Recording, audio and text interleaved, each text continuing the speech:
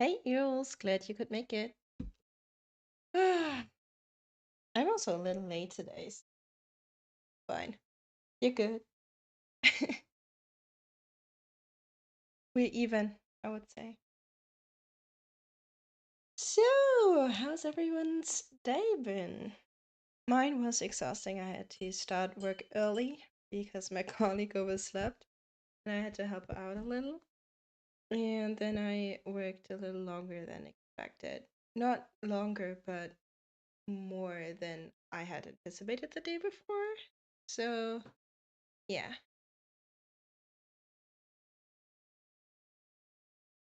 didn't get much of a break either. But it's fine. I'm alive. But let's see how long my voice will survive though. It's still a little bit weak sometimes. How was your day? I want to know. I want to know what happened.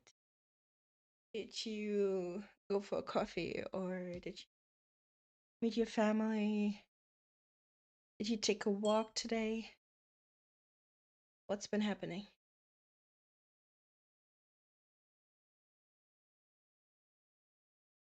I'm just finishing my drink here.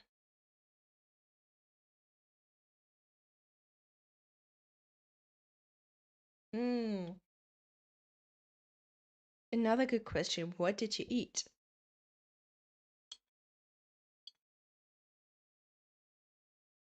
Can you even hear me? Yeah, you should be able to hear me.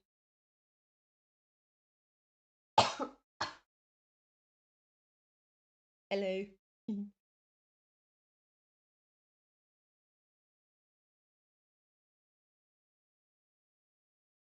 Same old? Seeing your family, seeing your mom? Still thinking about that honestly. Your mom is so lovely. Oh, the pasta I made yesterday. Just cold because it also tastes good when it's cold. I didn't want to warm it up in this heat. I want to eat anything warm.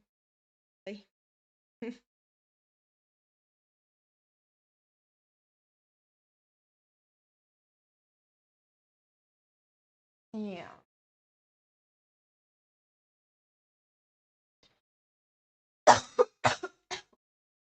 I'm so sorry.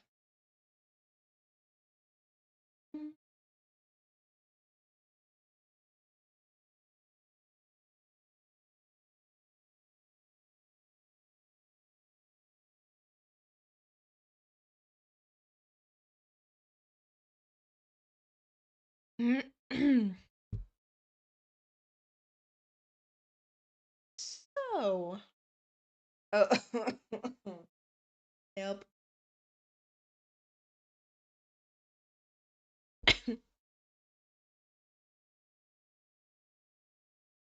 I'm still trying to figure out what I'm doing here right now because there was an update on OBS. I think it was there the last time, but it looks so different.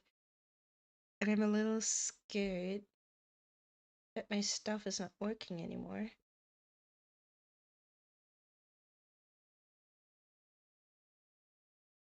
Um, I need to check something real quick. I'm so sorry.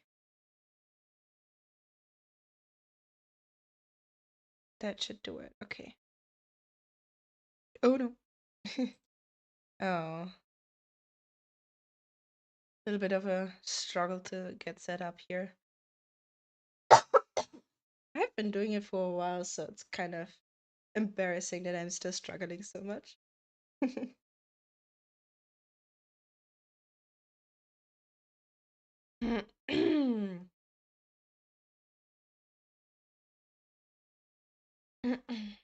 I feel like my voice is worse than this morning, honestly.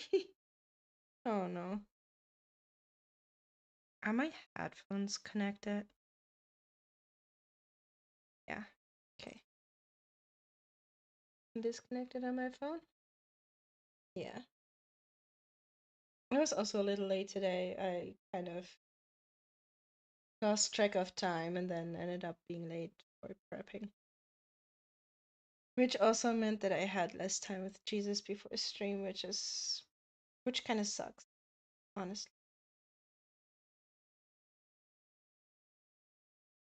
Which is a, an even bigger problem if you really think about it, because I have been not ignoring him, but like second placing him quite a bit recently.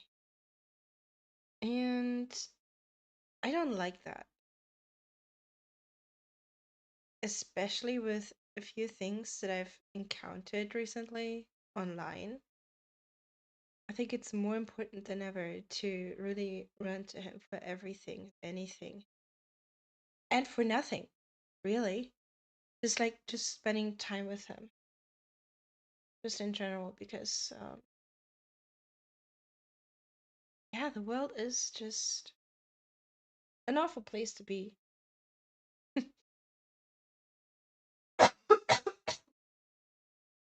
And if you're not careful, you're gonna be pulled down with everyone else.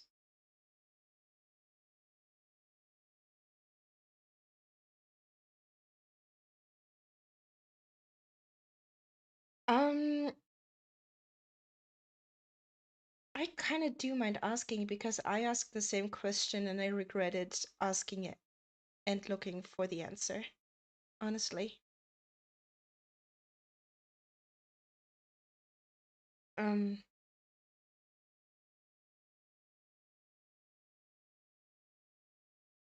and if I can, I just want to protect you. You know, it's not pretty. And I say that as someone who's been through a lot and who kind of knows some stuff about that. So, yeah, I don't yeah.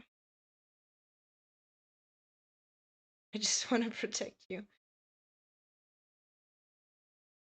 Instead, let's take a look at the Bible though. Because yeah, we might have forgotten something today. Or maybe not forgotten, but we didn't get to it today. So let's do it on stream today, which is reading the Bible, like two certain chapters. So yeah, kind of get our minds off of things and dwell in the presence of the Lord.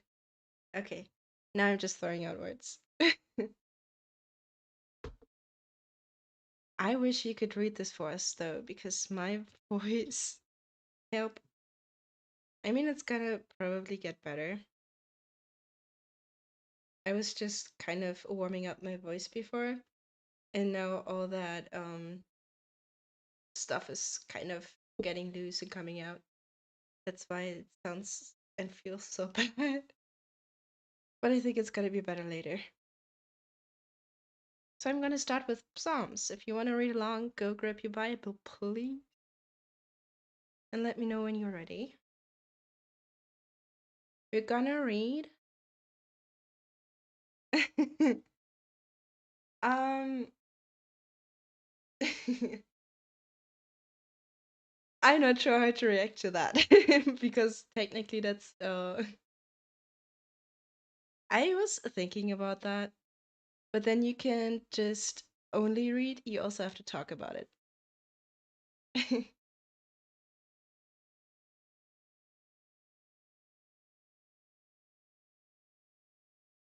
And then you also have to talk to me about the woman we are going to talk about.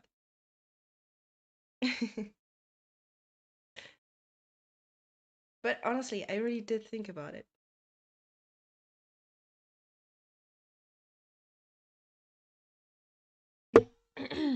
Otherwise, just go grab your Bible. We're reading Psalms today. Psalms, Psalm, Psalm chapter 3. And then we're at chapter 5 of Proverbs that we're going to read after that. Perfect.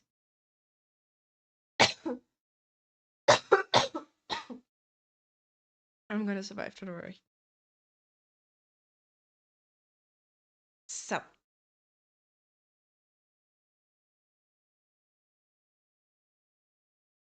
oh, in my Bible. Oh, by the way, did your Bible arrive? You told me you ordered one for specifically for marking and stuff. Did it arrive? I need to know.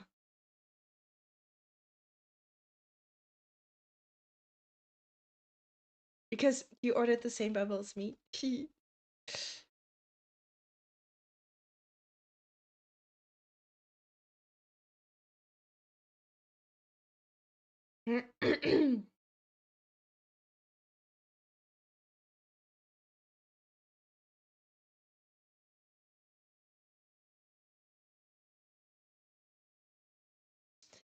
Oh, wonderful. So we were reading from the same Bible. Kind of funny to to know that. To think about it. Anyway, we are reading Psalm 3, and there's actually a little note. A psalm of David when he fled from his son Absalom. If you don't know the story, Absalom was one of King David's sons who went who wanted to be king so bad and was trying to get rid of his dad, get rid of his father so he could be king. But in a big twist of events, Absalom got stuck in a tree and was basically strangled to death in it. Kind of crazy, yeah, but yeah, that's how the story ended in this case. But um, this psalm was written in the midst of the story, so when David was running away from his son.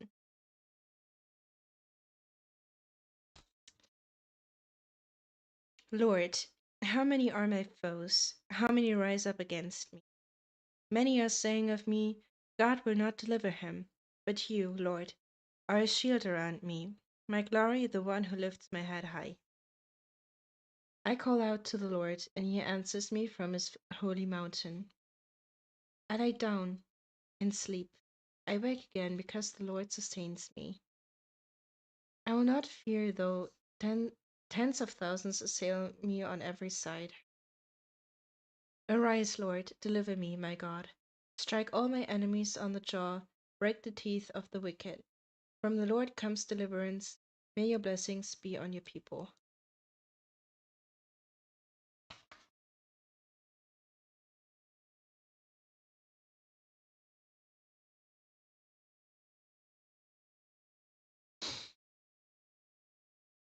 That is interesting because it kind of, not exactly, but it is kind of fitting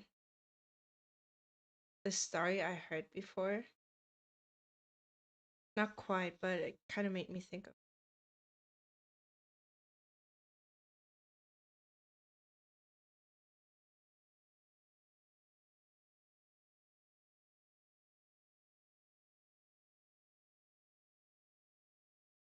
Especially verse 7. Arise, Lord, deliver me, my God. Strike all my enemies on the jaw, break the teeth of the wicked. And then also verse 8, I guess. From the Lord comes deliverance. May your blessing be on your people. Verse 4. Oh, it's still. I call out to the Lord, and he answers me from his holy mountain. Yeah, I can see why.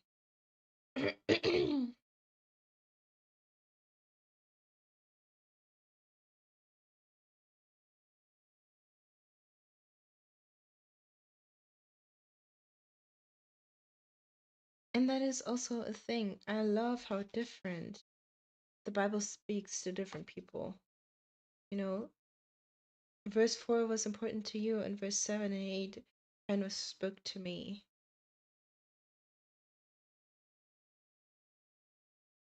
I really enjoy seeing that.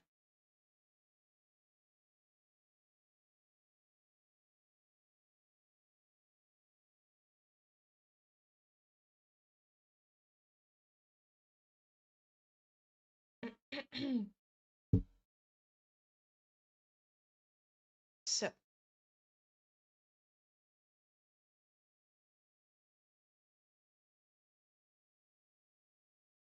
should really think about what to do with those chapters we read, especially with Psalms and Proverbs, because there I don't really talk much about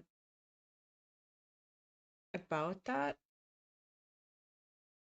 I mean, it's good that we're talking about verses that speak to us and why. Maybe you could also explain why verse 4 specifically, if you can. If it's just a feeling, that's alright too. I get that.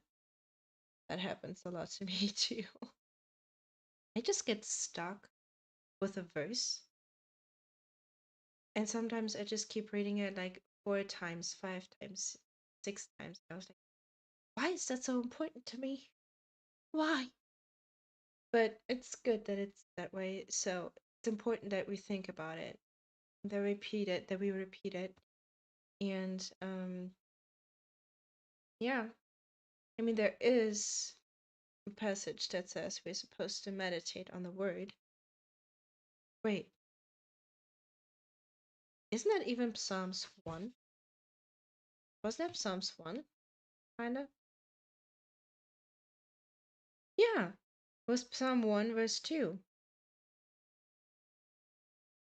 But I'm reading from verse 1. Blessed is the one who does not walk in step with the wicked, or stand in the way that sinners take, or sit in the company of mockers, but whose delight is in the law of the Lord, and who meditates on his law day and night. Oh, that's okay. Don't worry about it. And see, that is also a funny thing because I'd be better at explaining it in text than in speech, you know? Because in speech, I sometimes speak faster than my thoughts. And when I can write it down, I can take my time and be like, okay, this is how things are. I use that word, that word, that word. And then it's out. It's not like I have to think, like, speak and think at the same time. I can think, then write. If that makes any sense to you. Um, yeah, anyway. You know what? Just a quick prayer because I think I'm not praying enough these days. Lord, I just want to ask you that you also come into this stream right now while we are still reading. Because if we don't have your wisdom, if we don't have your understanding, then we will not get anything from those. Um, it won't help us much, so you need to help us understand your word. It's yours anyway, so yeah, that would be really great. Let's move on to Proverbs. I think yeah, it's the fifth day. We're at chapter 5. I'm so sorry. Oh, that's also an interesting topic.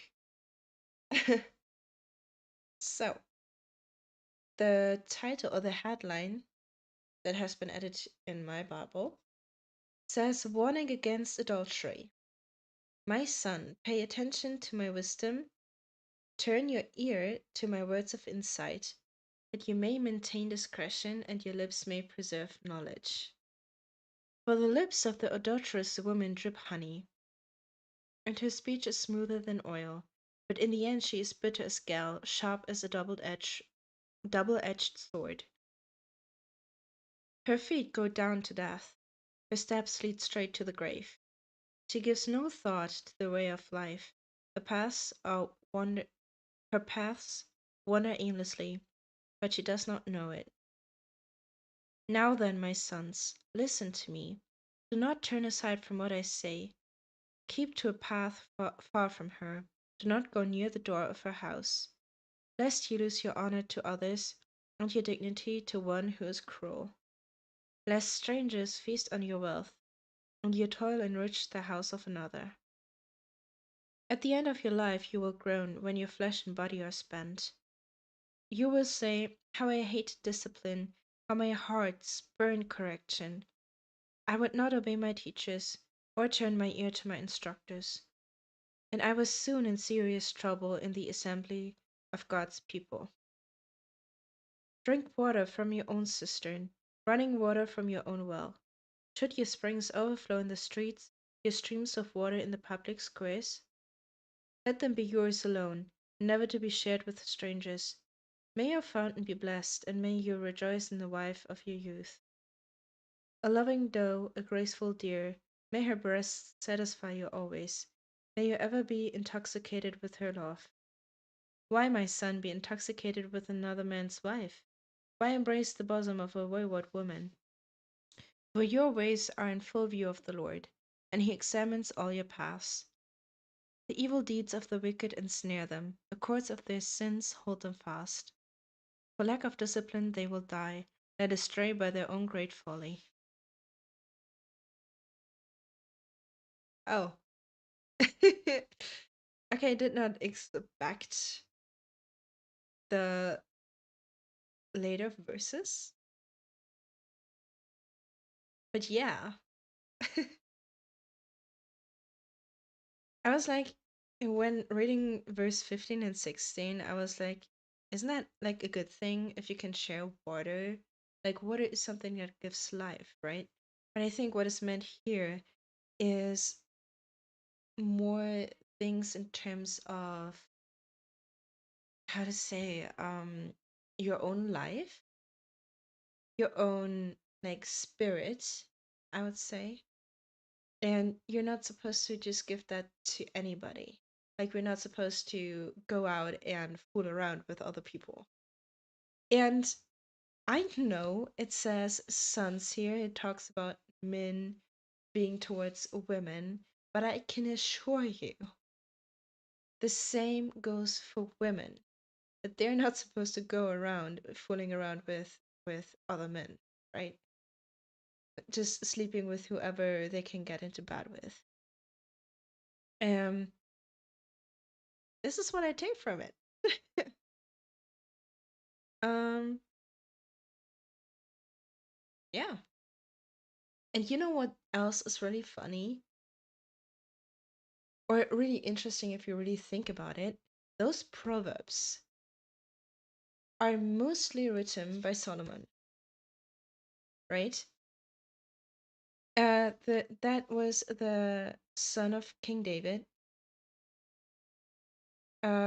who built the house of God, like the son of David who then became king and built the house of God like the temple, who asked for wisdom, right? But ended up having 1,000 wives. Like, I think 700 concubines and 300 wives. Like, excuse you? Um, and he's saying that, you know? He's saying a loving doe, a graceful deer, and stuff like that. May you rejoice in the wife of your youth. Singular. And he was the one having so many wives. But I think he also realized at some point that that ended up being a problem for him, right? I think this is a really, really, really interesting thing because we are very quick to judge sometimes, right? Like, if there is, oops, if there is a preacher or anyone who's talking about the word of God, about faith and stuff, and then we realize, oh, there is something wrong in his life. Like, he is doing something completely different than what he teaches. Solomon was the same. He was a wise man, but he did folly, right? Like, he like kind of messed up by having all those women, but he still taught his sons, do not be like me. That is like having many women or fooling around with a lot of women is not good.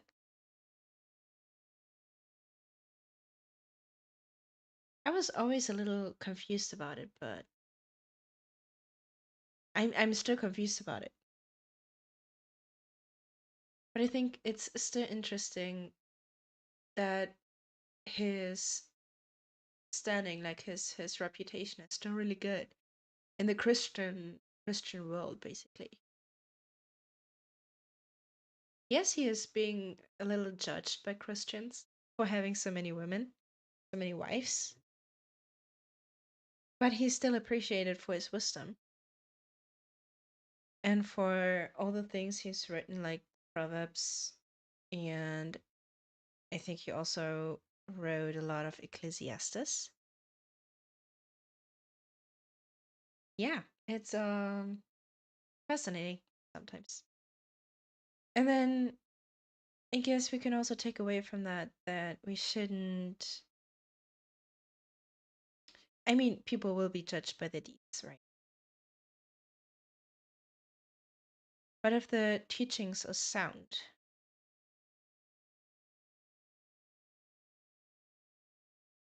then sometimes maybe we should also overlook the deeds. And in his case, I think he realized that having all those women was not a good thing.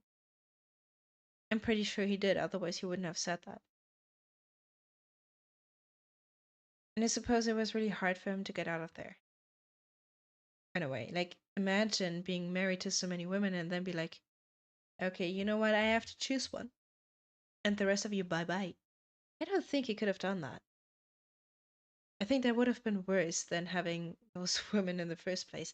I don't know why I'm yapping so much about that. I'm just kind of getting into it right now.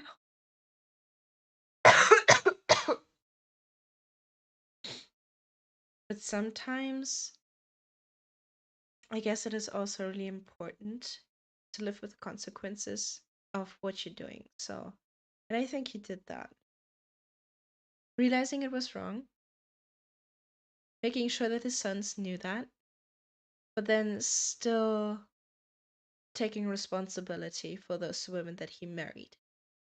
If that makes sense? Does that make sense? I don't know.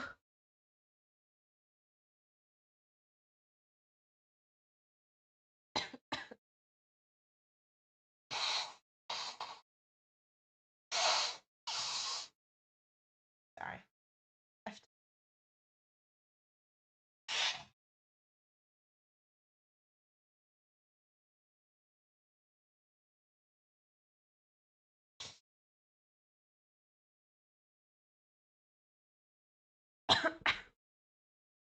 Well, not necessarily just that chapter, just the story of Solomon in general. You know, like, yeah, there were also some things that were really interesting to read, but I wouldn't quite say that it has very much meaning for my life at the moment. I'm pretty happy being single and stuff, you know.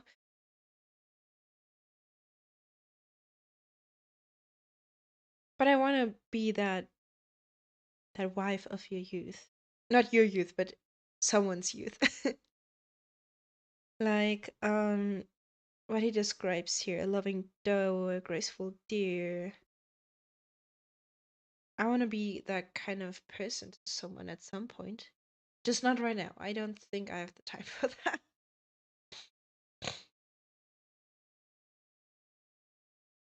Anyway,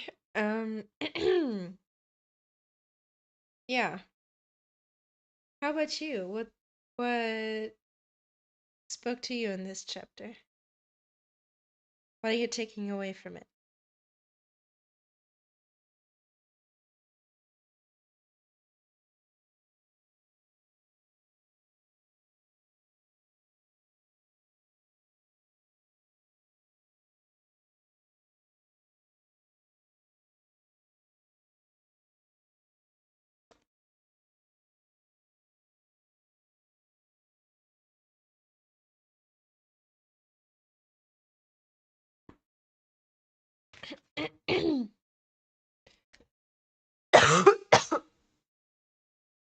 And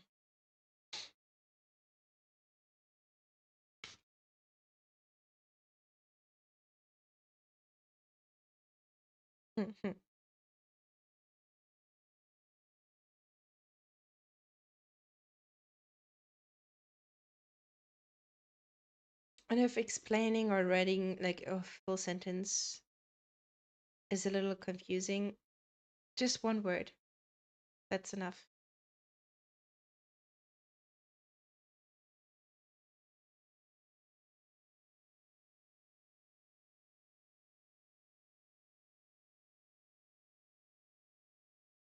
Oh, the context of learning from mistakes. Yeah, kind of. I made a lot of mistakes. It's okay, by the way.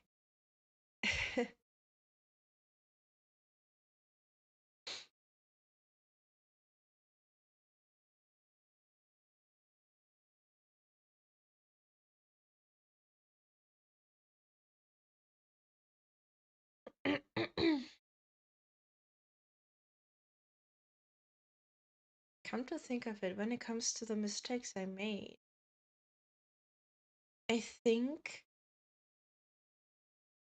I used to regret them,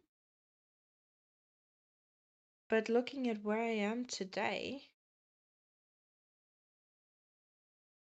I think if I could turn back time and go through that again, I would.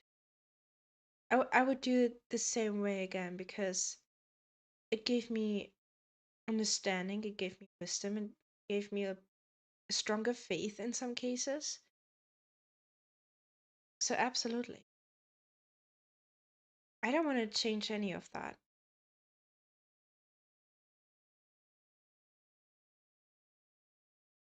I'm not sure how to phrase it. If I had to sum it up in one word, I'd say repentance. Not sure if that's the right word though. Repentance. I mean, that could definitely come from that, yeah. Especially, I mean, if we think about the story I told about, oh, sorry, about Solomon and what he did, and then saying that to his sons, I see where you're coming from. Maybe that is also one thing that came from his repentance, maybe.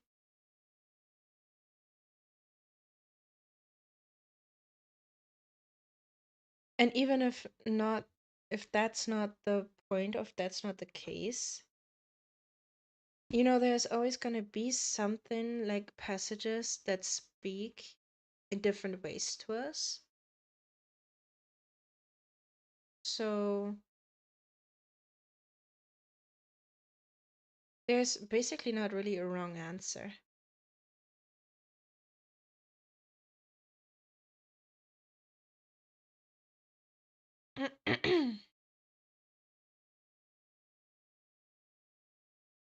So, I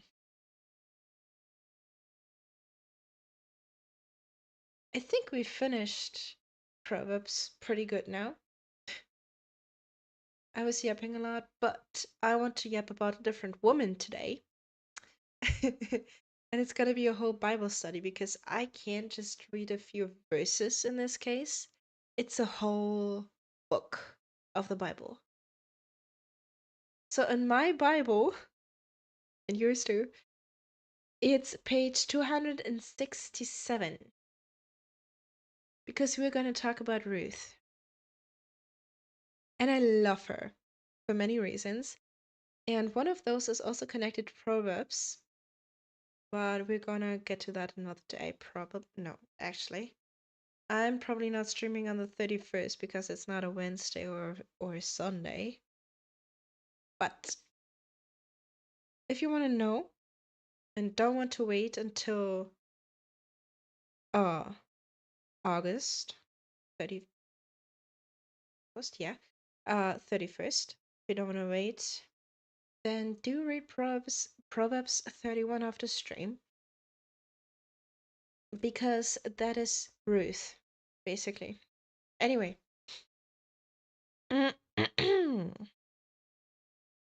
Let's read through it. So, are you ready? Got your Bible ready? You got the page open? Because I'm gonna read now. In the days when the judges ruled, there was a famine in the land. So a man from Bethlehem in Judah, together with his wife and 2 sons, went to live for a while in the country of Moab.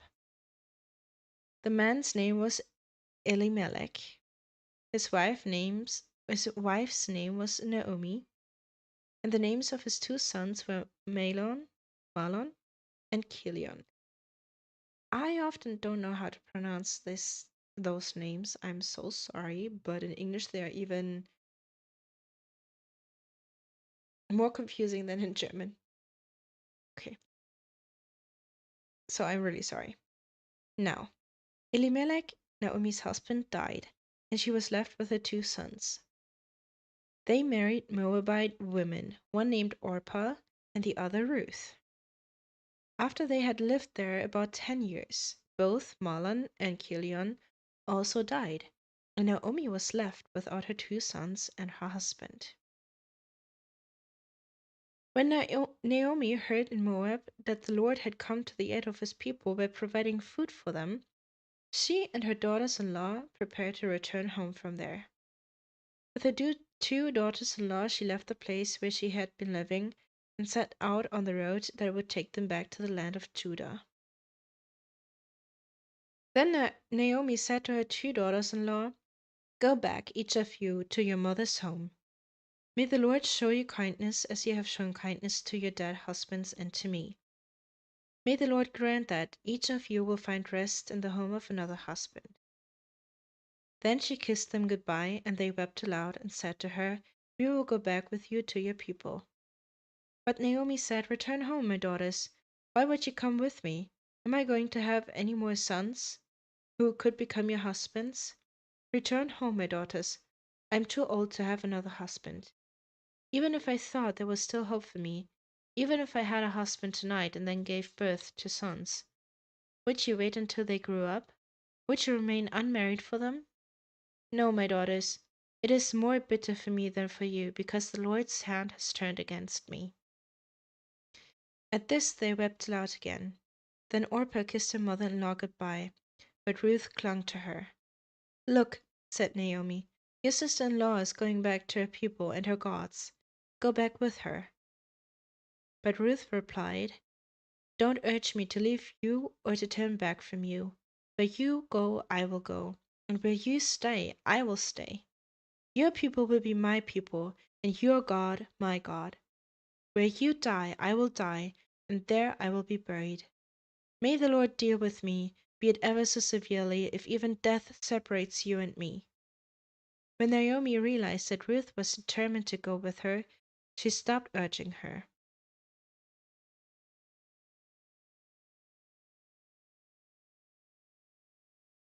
So the 2 women went on until they came to Bethlehem. When they arrived in Bethlehem, the whole town was stirred because of them.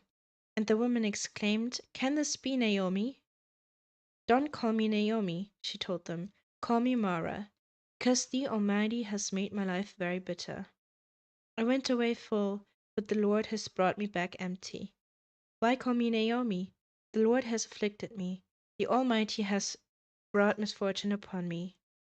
So Naomi returned from Moab, accompanied by Ruth the Moabite, her daughter-in-law, arriving in Bethlehem as the barley harvest was beginning.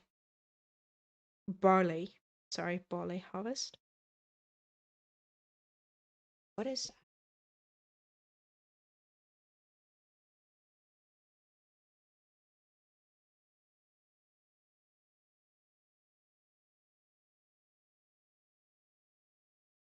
Yeah, okay. I didn't know the word. Actually, let me see the meanings of the names.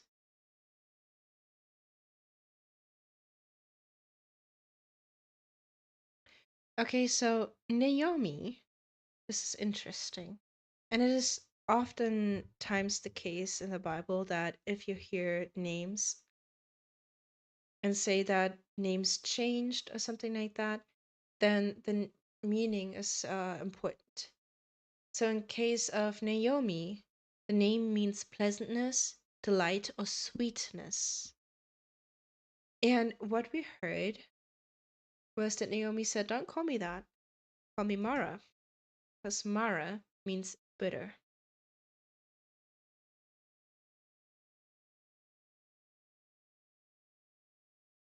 Yeah, bitter or bitterness.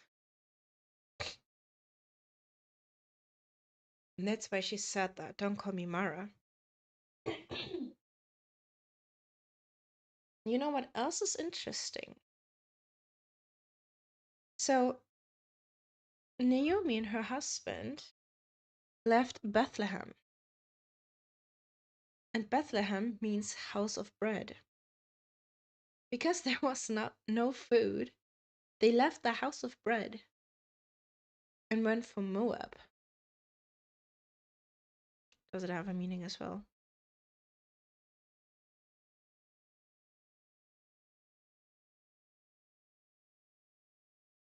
Hmm.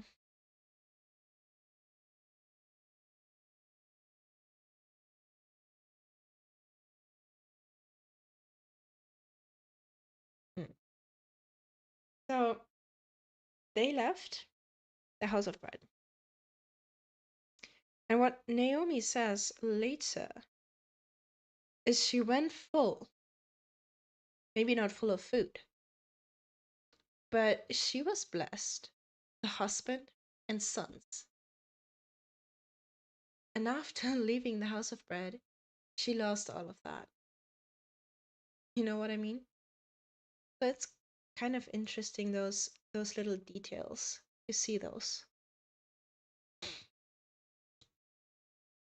And I think the most important part here is what Ruth says to Naomi when Naomi urges her to go back. And we had this before, right? That we talked about how um typically the brother of a deceased husband, like of a deceased brother, would have to marry the widow. And that's why Naomi did say that. I mean, she does explain it. I can't give you any more sons. I can't give you any more husbands because I'm old. I don't have a husband myself. And you would have to wait until they grow up. Like, there's nothing I could give you. And that was a very important thing. Like, the bloodline, family was very important also for survival. It's not like, especially as a woman, there was not much you could do without a husband, especially if you've been married before, technically. Um, so they would basically expect you to marry again. That's why she said, go back, and marry again. Be happy and live your life. You're still young. There's no reason for you to stay widows. But Ruth, she said, no, I'm going to go with you. And I think it is so incredible. Let me read those verses again. But Ruth replied, verse 16, don't urge me to leave you or to turn back from you. Where you go, I will go. Where you stay, I will stay. Your people will be my people, and your God, my God. Where you die, I will die, and there I will be buried. This is, I mean, we can think about it as much as we want, but I don't think even I really understand what is happening here. I don't even understand what made Ruth want to stay, except for love, obviously. And it can't even be God, like in the story of Rahab, because Rahab saw what happened with Israel, right? Rahab's, or not saw, but she knew about the stories. She knew about the sea that was parted for Israel, and all the stories how they defeated certain kings and stuff.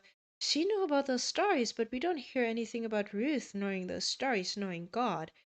And yet, she decides to stay with Naomi, and it seemingly for no reason. So I'm I'm stumped. I don't know what to say, but I just know that it's a big decision based on what we've already learned, right? So, that much about this chapter. Remember that though. Like, honestly, this is, for me, this is the most important part, and I will explain why later. Well, I kind of already explained it, but anyway. So, let's keep reading. Chapter 2. Now Naomi had a relative on her husband's side, a man of standing from the clan of Elimelech, whose name was Boaz. And Ruth, the Moabite, said to Naomi, let me go to the fields and pick up the leftover grain behind anyone in whose eyes I find favor. Naomi said to her, go ahead, my daughter. So she went out, entered the fields, and began to glean behind the harvesters. As it turned out, she was working in a field belonging to Boaz, who was from the clan of Elimelech. Just then, Boaz arrived from Bethlehem and greeted the harvesters. The Lord be with you. The Lord bless you, they answered. Boaz asked the overseer of his harvesters, who does that young woman belong to? The overseer replied, she is the Moabite who came back from Moab with Naomi, she said.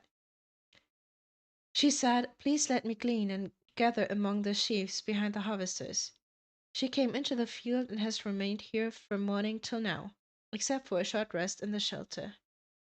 So Boaz said to Ruth, my daughter, listen to me. Don't go and glean in another field, and don't go away from here. Stay here with the women who work for me. Watch the field where the men are harvesting, and follow along after the women. I have told the men not to lay a hand on you, and whenever you are thirsty, go and get a drink from the water jars the men have filled. At this she bowed down with her face to the ground. She asked him, why have I found such favor in your eyes, that you notice me, a foreigner? Boaz replied, I've been told all about what you have done for your mother-in-law since the death of your husband, how you left your father and mother and your homeland and came to live with a people you did not know before. May the Lord repay you for what you have done. May you be richly rewarded by the Lord, the God of Israel, under whose wings you have come to take refuge. May I continue to find favor in your eyes, my lord, she said. You have put me at ease by speaking kindly to your servant, though I do not have the standing of one of your servants. At mealtime Boaz said to her, come over here, have some bread and dip it in the wine vinegar. When she sat down with the harvesters, he offered her some roasted grain. She ate all she wanted and had some left over. As she got up to glean, Boaz gave orders to his men. Let her gather among the sheaves and don't reprimand her. Even pull out some stalks for her from the bundles and leave them for her to pick up, and don't rebuke her. So Ruth gleaned in the field until evening. Then she threshed the barley she had gathered, and it amounted to about an ephah. She carried it back to town, and her mother-in-law saw how much she had gathered. Ruth also brought out and gave her what she had left over after she had eaten enough. Her mother-in-law asked her, where did you glean today? Where did you work? Blessed be the man who took notice of you. Then Ruth told her mother-in-law about the one at whose place she had been working. The name of the man I worked with today is Boaz, she said. The Lord bless him, Naomi said to her daughter-in-law. He has not stopped showing his kindness to the living and the dead. She added, that man is our close relative. He is one of our guardian redeemers. Then Ruth, the Moabite, said, he even said to me, Stay with my workers until they finish harvesting all my grain. Naomi said to Ruth, her daughter in law, it would be good for you, my daughter, to go with the women who work for him, because in someone else's field you might be harmed. So Ruth stayed close to the women of Boaz to glean until the barley and wheat harvests were finished, and she lived with her mother in law.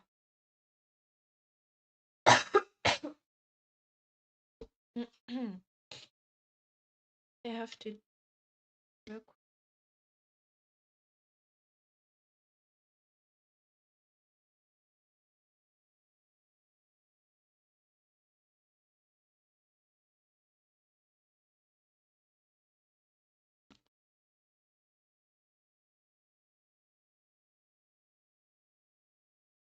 Already fascinating, honestly.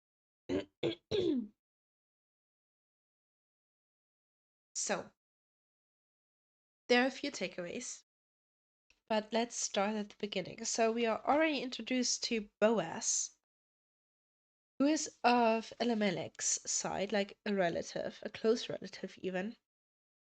And Ruth, supposedly by chance, ends up on his field.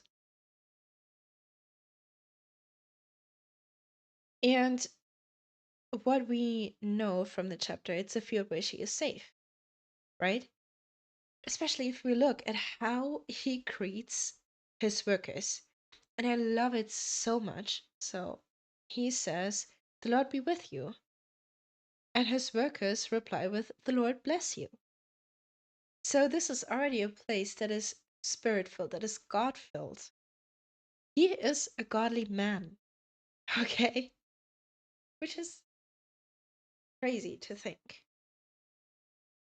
I mean, you have to remember that not everyone was godly, not everyone in this time was really close to God, as we read from those stories, like we read in those stories about other people. There were people who did not like God, who hated God, and even, yeah, rebelled against Him, like people do nowadays, right? Even if they are just neutral, it is very important to know the distinction between a godly man and a Christian man, or like, you know what I mean? So, godly man, his life is completely filled by God, right? Like in this case, he even blesses his workers,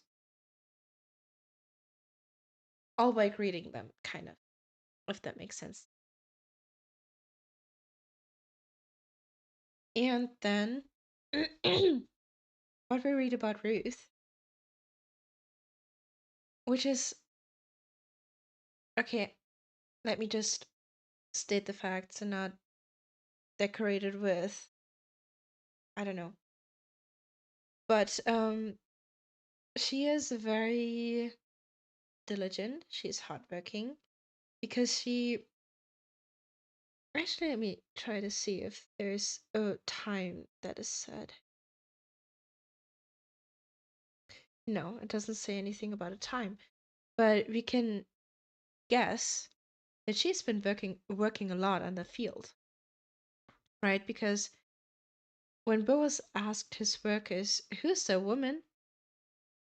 they say, "Oh, that is Ruth who came with Naomi, and she's been working here from morning till now." So it sounds like it's been quite a while, and she has not really taken a lot of a break, right?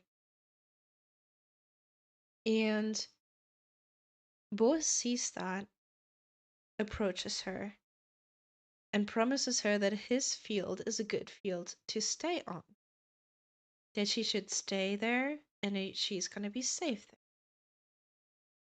which I love. Like, how wonderful and how kind is that? Then it was meal time, so probably noon or something like that, or early afternoon, I suppose. I don't. And Boaz offers her the food, like he reaches out to her instead of her asking for some. He reaches out to her, gave her all she wanted, and she even have had leftovers. In other words, he gave her abundantly, more than she needed. And when even more so, because he said to his harvesters that they should take out some from the bundles for her to pick up. So it's not just what was left over, what was accidentally being dropped to the ground. No, he told them, give her even more, basically. Like just leave a little trail of something for her to pick up, basically. My apologies. So he's really taking care of her. Lovely, wonderful man. And we read that in the end, what she collected was an ephah. And this is something that we don't know today, but I've read somewhere that that was basically enough for her and Naomi, her mother in law, to live on for 10 days. They had enough for both of them for 10 days.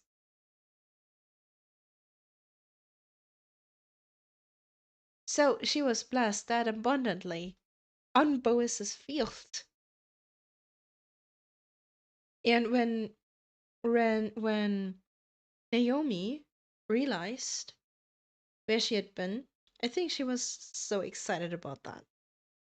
And why that is, we're gonna read in chapter 3. Yeah.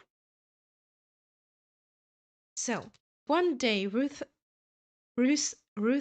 mother-in-law Naomi said to her, "My daughter, I must find a home for you where you will be well provided for." She already knows which one. Now Boaz, with whose women you have worked, is a relative of ours. Tonight he will be winnowing barley on the threshing floor. Wash, put on perfume, and get dressed in your best clothes. Then go down to the threshing floor, but don't let him know you are there until he has finished eating and drinking. When he lies down, note the place where he is lying, then go and uncover his feet and lie down. He will tell you what to do. I will do whatever you say, Ruth answered. So she went down to the threshing floor and did everything her mother-in-law told her to do. When Boaz had finished eating and drinking and was in good spirits, he went over to lie down at the far end of the grain pile. Ruth approached quietly, uncovered his feet, and lay down. In the middle of the night, something startled the man. He turned, and there was a woman lying at his feet. "Who are you?" he asked. "I am your servant Ruth," she said. "Spread the corner of your garment over me, since you are a guardian redeemer of our family." Okay. "The Lord bless you, my daughter," he replied. "His kindness is greater than that which you showed earlier. You have not run after the younger men, whether rich or poor. And now, my daughter, don't be afraid. I will do for you all you ask. All the people of my town know that you are a woman of noble character. Although it is true that I am guardian redeemer of our family, there is another who is more closely related than I. Stay here for the night, and in the morning, if he wants to do his duty as your guardian redeemer, good, let him redeem you. But if he is not willing, as surely as the Lord lives, I will do it. Lie here until morning." So she lay at his feet until morning, but got up before anyone could be recognized, and he said, "No one must know that a woman came to the threshing floor." He also said, "Bring me the shawl you are wearing and hold it out." When she did so, he poured into it 6 measures of barley and placed the bundle on her. Then he went back to town. When Ruth came to her mother-in-law, Naomi asked, "How did it go, my daughter?" Then she told her everything Boaz had done for her, and added, "He gave me these 6 measures of barley," saying, Don't go back to your mother in law empty handed. Then Naomi said, wait, my daughter, until you find out what happens, for the man will not rest until the matter is settled today. Oh my goodness, sorry. Um, I love this so much. I cannot begin to describe how amazing that story is. Cause, oh, okay. So Naomi already had a plan, right? It is not common for a woman to approach a man about marriage, right? But the way she is doing is kind of smart, right? Um, I'm not really good at explaining that because I also don't absolutely understand it. But let me try. And Lord, give me wisdom, give me the right words, please. Uh, so she washed herself, put on perfume, put on the best clothes to approach him, right? And she waited for the right time because women weren't allowed at on the fleshing at the help at the threshing floor. Women weren't allowed. So what she did was go in the middle of the night when she couldn't be recognized. She uncovered his feet and laid down at his feet, which is a very submissive, like yeah, very submissive posture basically. And also has to do with care, kind of. Um and I don't I always thought about why she would uncover his feet. And my best guess is that he would just wake up because his feet got cold. Which is kind of a funny thought, honestly, but I don't know. But he wakes up in the middle of the night, notices her, and then praises her for not going after other people, like going after other men. And this is also really interesting because she is a Moabite. She doesn't really live by the law of the Israelites, right? She might not even know about those laws, but she is still trying to keep them through her mother in law because she told her that. But I think this is really interesting to see how she lives out that love for her mother in law and eventually also for God, right? And what did I want to talk about? Yeah, so he's praising her for that and says that he's gonna do it, but there's someone else who he has to get past for that, like who he has to talk to because he is more closely related to her, basically through Naomi, basically, or yeah, through Elimelech, and says, "I will deal with it, but go home and take the food. I'm gonna provide for you even before we're married. Here's food. Take it home. I'm providing for you. This is crazy." It- Like once again, he provides. He gives her food more than she might even need, right? And the way he's right away saying, I'm going to deal with it. Like, he wanted to do it the next day. And even Naomi knows that. He's not going to wait to take care of that matter. Um, then. Oh, and also, she stays with him. Like, Ruth stays with Boaz until the morning, which I think is also really sweet that he tells her to stay. Like, you're not gonna go home in the middle of the night when it's dark outside. It's not safe. Go in the morning when the sun comes up so you're not getting jumped or something. I don't know. So very, very sweet.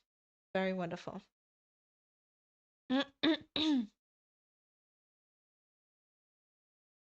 Then Boaz does settle it the very next day. Meanwhile, Boaz went up to the town gate and sat down there just as the guardian redeemer he had mentioned came along. Boaz said, "Come over here, my friend, and sit down." So he went over and sat down. Boaz took 10 of the elders of the town and said, "Sit here," and they did so. Then he said to the guardian redeemer, "Naomi, who has come back from Moab, is selling the piece of land that belonged to our relative Elimelech.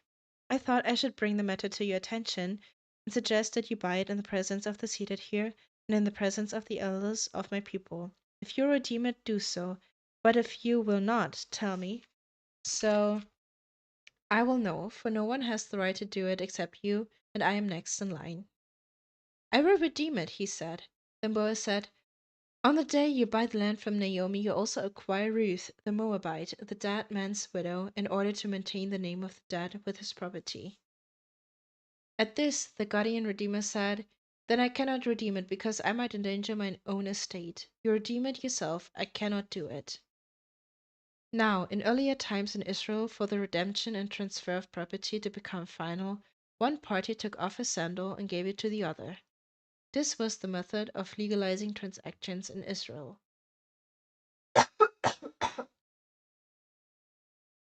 So the guardian redeemer said to Boaz, "Buy it yourself," and he removed his sandal.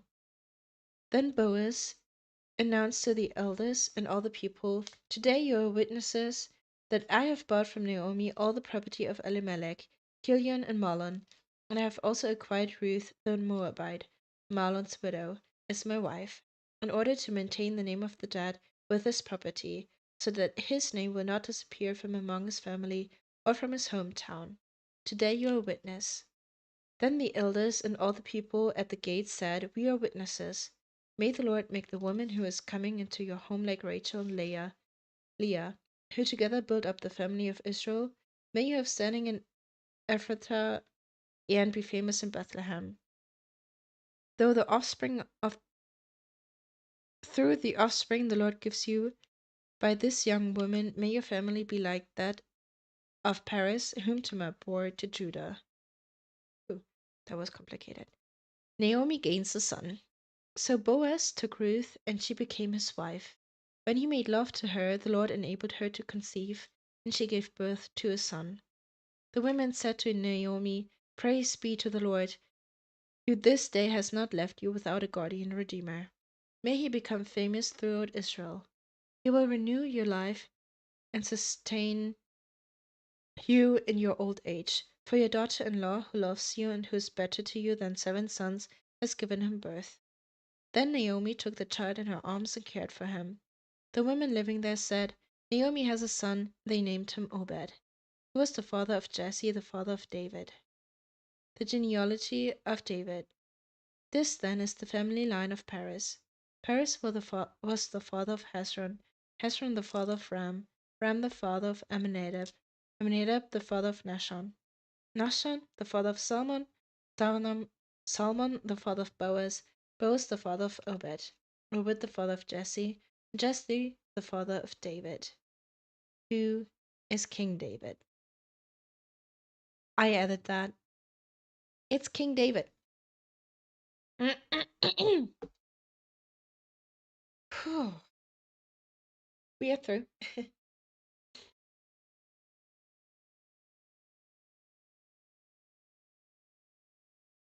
So this is really interesting how things like this works out because it is all textbook basically based on the law. I think it is really funny how Boaz tries to trick the other person, or is I'm not supposed to say trick, but it does seem kind of manipulative, right? So he says, okay, there's property, take it. And then he's like, okay, yeah, I take it. Oh, that's great. Property. I'm gonna have the fields. And then he's like, oh yeah, and then there's Ruth. So you gotta take Ruth too. It's like, maybe not. And so they're sitting there with all the witnesses, very smart. Like without witnesses, you wouldn't be able to. You know, it is important to have witnesses for things like this. And I always found the part funny where they give each other the sandals. Never quite understood that, like how that worked, but that was just like kind of being like, okay, here you go, that's the sign that this is legal, this is take my sandals so people know this is true. We did that.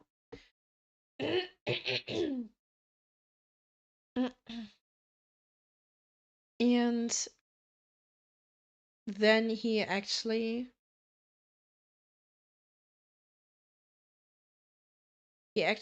married Ruth, and it is really interesting what the people say there as well. Like, may the Lord make the woman who is coming into your home like Rachel and Leah, because Rachel and Leah are those two women who bore the sons that later became the tribes of Israel. Like, they became a big people, right? And they're speaking that upon Ruth and Boaz. And Ruth actually gives birth to a son later. I think it's really interesting how Naomi is praised here. I have to admit, I always thought it was Ruth who's being praised here.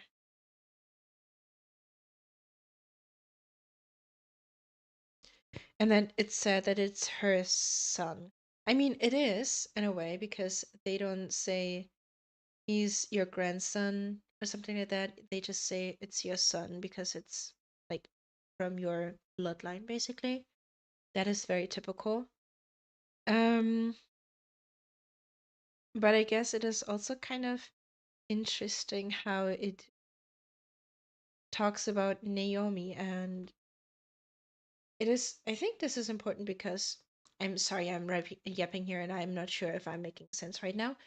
However, it was Naomi's story how in the beginning she lost everything, and now she is, despite everything, blessed with a grandson. So this is a big thing for her as well. And I love how they're celebrating that for her and with her. And of course, it's still Ruth's son, which is also being very obvious here. Um, when they say that Ruth has given birth. Anyway, so and then we also have a little bit of a genealogy, which already foreshadows King David. Mm, Isai. So I was thinking which name was the German version of Jesse. Is it even right? Like, do you say Jesse? But we have from Paris, which is interesting because they already talk about Tamar and Judah, right? That we've talked about in the beginning. So the family tree of Jesus is not the only place that Tamar has a part in, but here as well. And it actually starts with Paris, the son of Tamar, the genealogy. And then it goes all the way to David. And I just realized that Ruth is the great grandmother of David. It's not that far, not that far away. And by the way, if we take a look at the whole book, the whole story, we can see that Boaz is kind of a symbol or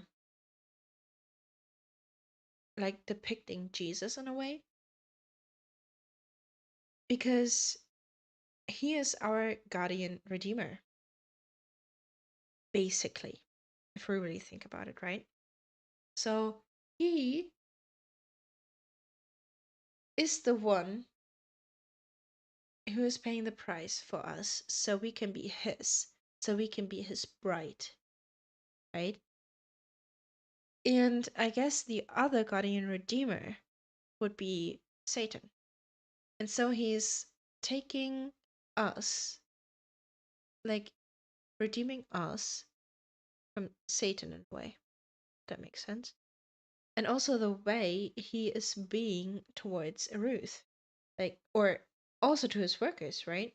He is blessing them, he is speaking the name of the Lord over his workers, and then protecting Ruth, who is working on his field. And this is another really interesting thing because he tells Ruth, don't go on other fields, stay on mine. We are also supposed to stay on God's fields, working in Jesus's fields, building the kingdom of God here on earth. And yeah, because that's where we are safe. That's where we are gonna have all that we need. And he wants to bless us abundantly. He wants to provide for us abundantly. I love the symbolism in here. This, just so you know, this is a real story though. This is not a made up story, this is a real story, but how it just shows Jesus is incredible and what Jesus did for us. Um, and since I've done it with the others as well, I'm gonna go to Matthew chapter 1 to just read the genealogy up until Ruth. My apologies. This is the genealogy of Jesus, the Messiah, the son of David, the son of Abraham. Abraham was the father of Isaac, Isaac the father of Jacob, Jacob the father of Judah and his brothers, Judah the father of Perez and Zerah, whose mother was Tamar. Perez the father of Hezron, Hezron the father of Ram, Ram the father of Aminadab, the father of Nahshon, Nahshon the father of Salmon, Salmon the father of Boaz, whose mother was Rahab, by the way. Boaz the father of Obed, whose mother was Ruth. And here we have that. And Obed was the father of Jesse, and Jesse the father of King David. We've already read that in Ruth. So, I'm really curious what you think about that. And what stood out to you? Just in one word. For me, it's between diligence and sacrifice. I think the sacrifice is really big here. Like, she left all that she knew. Like, Ruth left all that she knew, her family, her culture, her people, her country, to be with a woman that she has only known for 10 years, who couldn't give her anything, basically. Like, she couldn't give her another husband, she couldn't even give her a safe home because she was a widow, a woman, which kind of means that she is also just living on, like, Naomi is living on um donations and just stuff like that because women didn't work back then. And she was also too old to work on fields like that.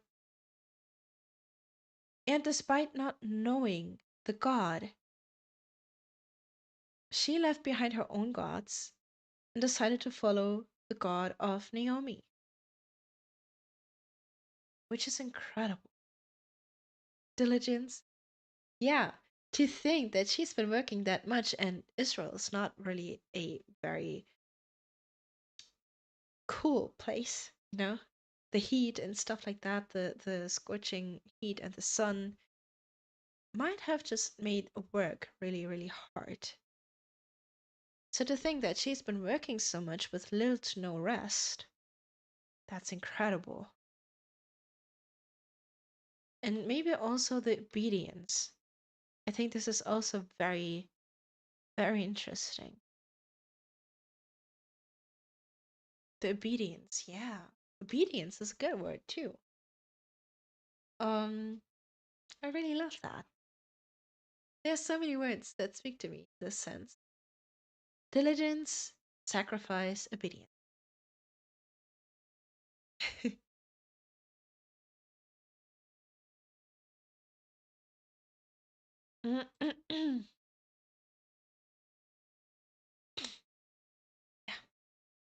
So,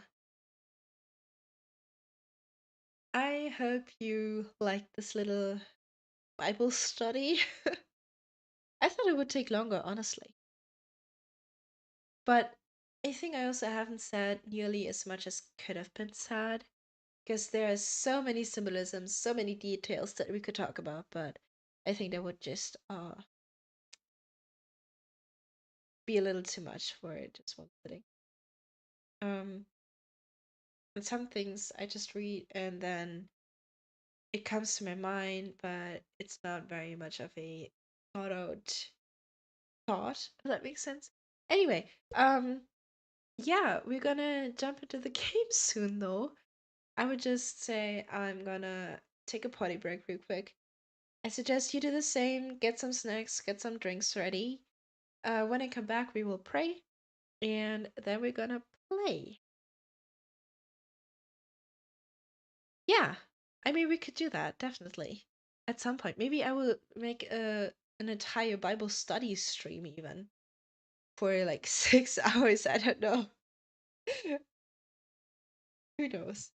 We could talk so much about the Bible, honestly. This is my most favorite thing to do. I could stop the like end the stream here and I would be happy about it. You know? It's all we needed here. Do tell. What's your book request? Don't tell me Job. That's gonna be so hard. I mean, Job is a great book. Yeah. I have my 2 liter bottle right next to me. Don't worry. You here? I'm also gonna get some iced tea though. I bought myself iced tea today. So what's your book request?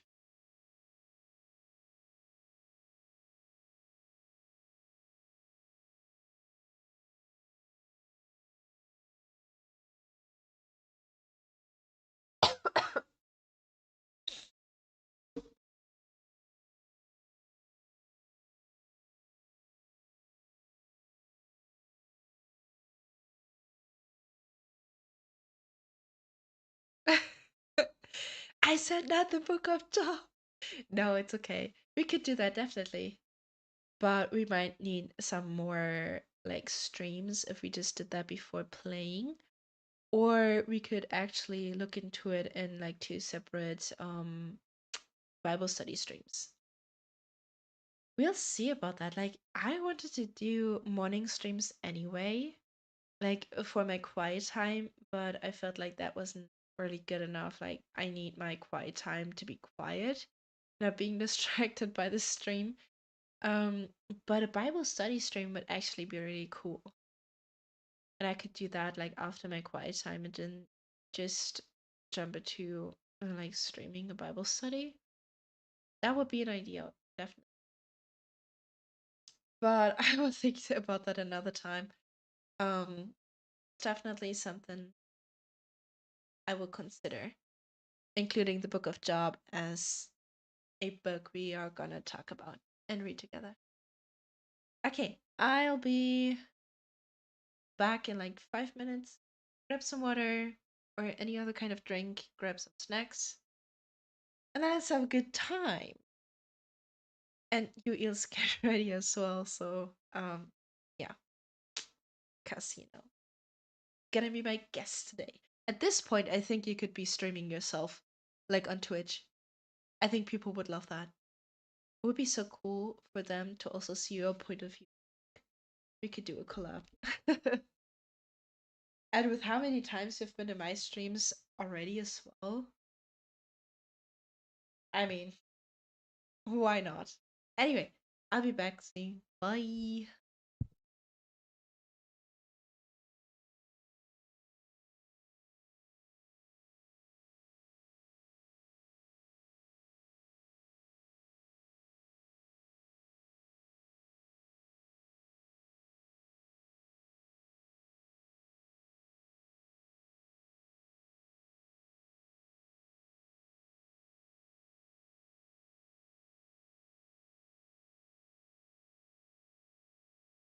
Hi, I'm back. And I just read your message. You're practically a Twitch streamer. Honestly, I really thought about that. It would be really cool. Like, we could collab and stuff. And, like, people love that. If there are a couple of streamers who do a collab together and stuff like that, I want to get there too. I want to have a collab. I thought I could do that with the one we've rated last time because I thought he was really amazing. Uh, I stopped by in his stream today. Not sure if he was doing okay or just tired. But he was really quiet and weird. I hope he's okay. Um, but yeah, that I think that would be really cool. And playing stuff together would also really help if you don't really know how to talk. Um, like we could talk together and that would help like fill the stream, right? I don't know why I'm talking so much today. I'm yapping all the time. I think that's my new favorite word, yapping. Yep, yep, yep, yep, yep. What the yep? Anyway, um, I will already change to gameplay because I think there's um gonna be a yeah, if I do start, I'd love to collab with you. Obviously. I think that would be the most natural thing for us to collab because we're already doing that. Um, but yeah, what was I saying? Oh yeah, at the beginning of the game, I think there is like a scene, like a cutscene of sorts, and I don't want you to miss that. I just need to know if you're ready, Eels.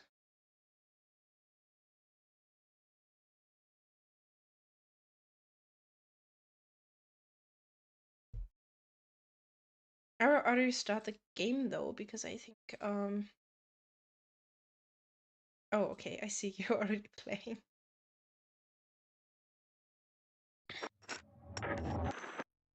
Oh, wait.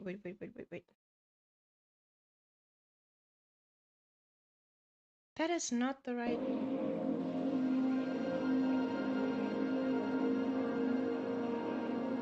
Okay, anyway.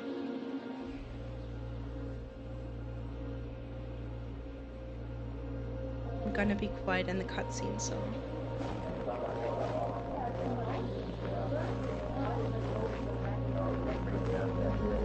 Good.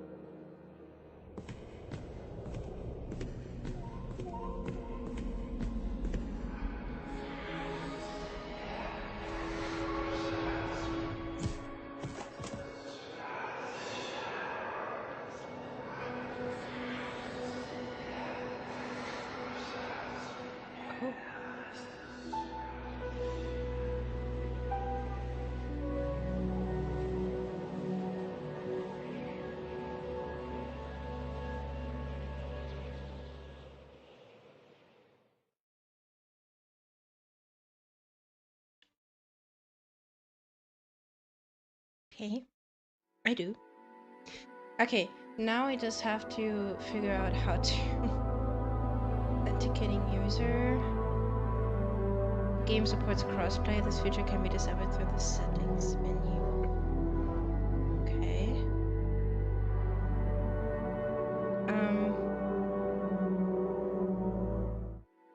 Just have a little bit of a problem. Oh.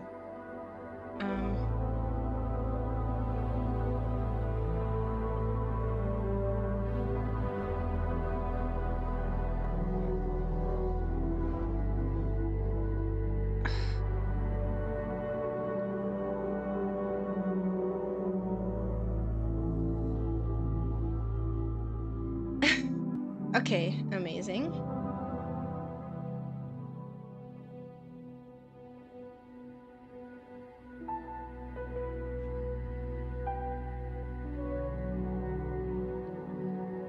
I can't.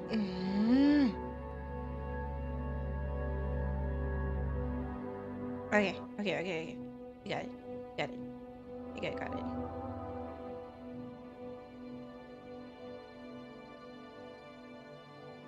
Nice. So there's an in-game voice chat. To me, the audio is way too loud right now.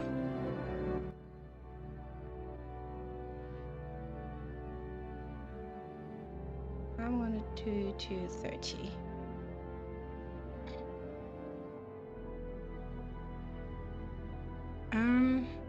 Gameplay, English, subtitle background, and others enabled. Okay, toggle crowd. I did it. No. Auto. Okay. Yeah. Let's just keyboard and mouse.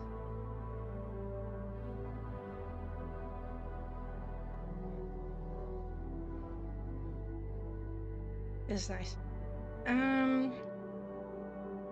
Interact crowd.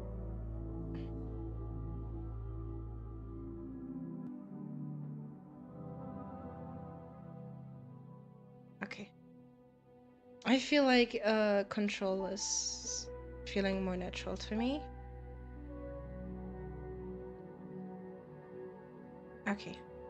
Actually, I'm gonna look how to play with a friend on another.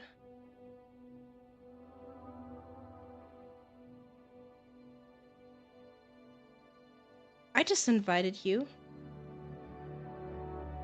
So you should be able to accept that invite and then we're gonna play together. I don't think you even need to have the game for that.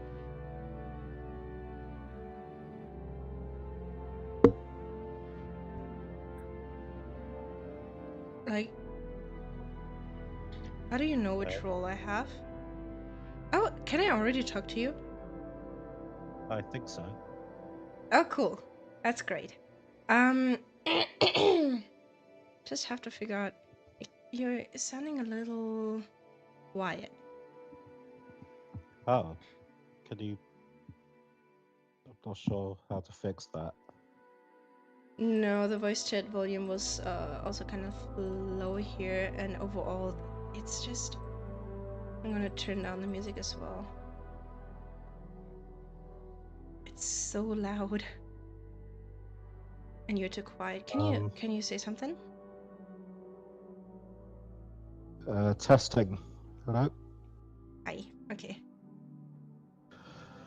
I hope, like, for everyone in the stream, if there's something wrong with the audio or it's too loud, too quiet, if I'm too loud or he's too loud, please let me know so I can fix it. Just talking to everybody. Voice over volume? What is that? I'm trying to find the setting for my microphone volume. I can't find anything. It's okay. I mean, I did change like voice chat volume in the settings, so.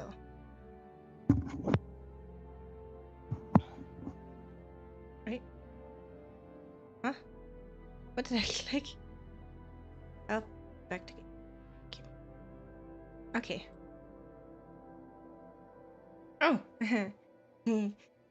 Okay, restarting. Let's go. See you in game. See ya.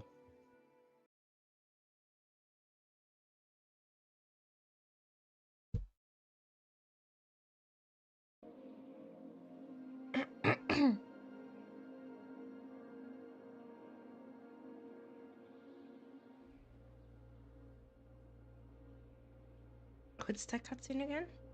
It's okay. We're gonna watch it another time.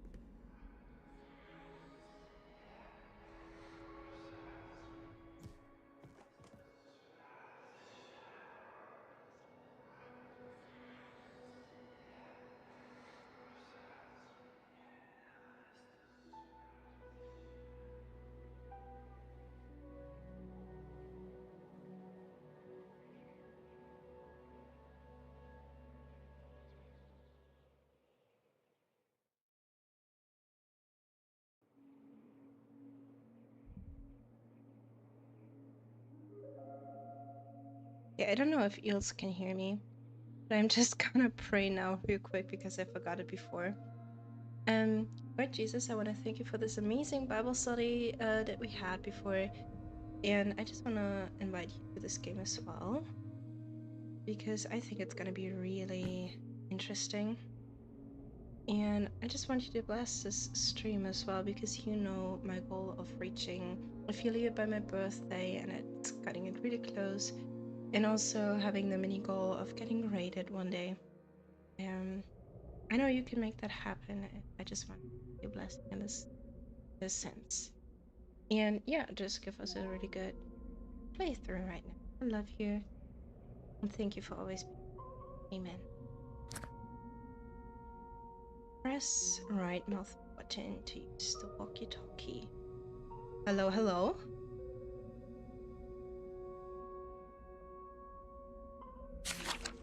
Ooh, okay.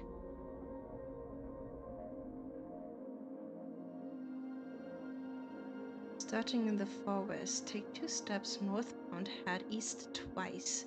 And after moving north 2 times, one can head for the door. After taking 1 step up, Hello? after taking 1 step towards the western wall. Hi, can you hear me?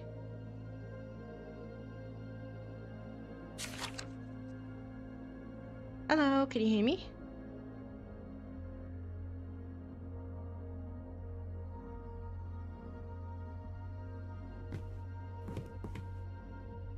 Hello? Hello, can you hear me? Yeah, can you hear me?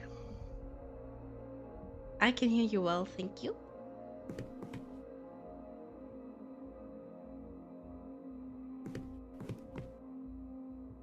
Between the eyes.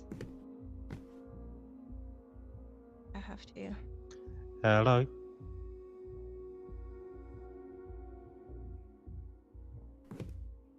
Hey, everything alright? Um,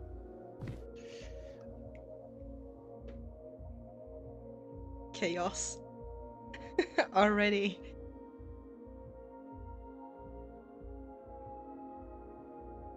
Is it kind of weird to figure out the walkie-talkie? yeah, it took me a while to figure out that I needed to use it.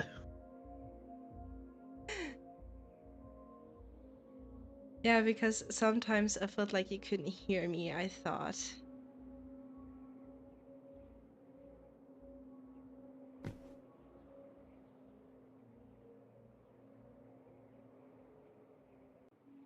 I'm kind of stuck on the first level.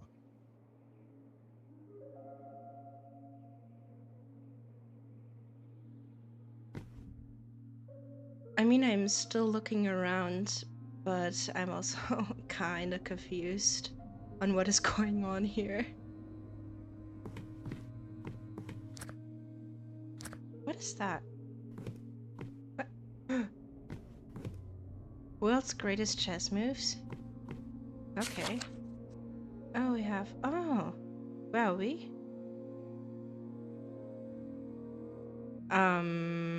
Yeah.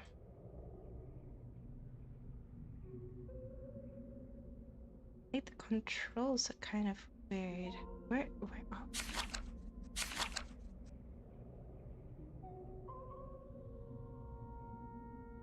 Starting from the far east, after moving 2 steps north, head 2 steps towards the west. Move 2 steps towards north, take a step east before heading forward once more. Am I supposed to remember that? Help? There's another one. Okay. Before one starts in the east, take 1 step westward, then start by taking 2 steps north. Take 1 more step north, but not before moving 1 step west. Go west some more until one hits the wall, then head straight for the door. Do we have like...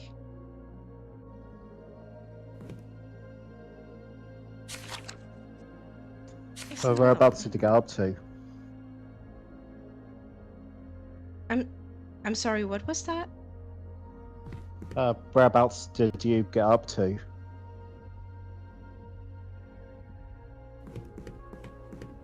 So I don't know what's going on here. I'm just running around. There are a lot of books with directions, but I don't know what to make of them.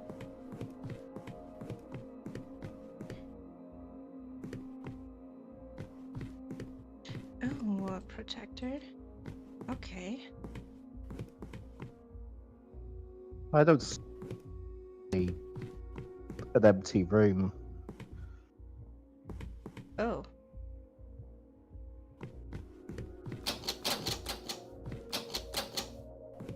That is...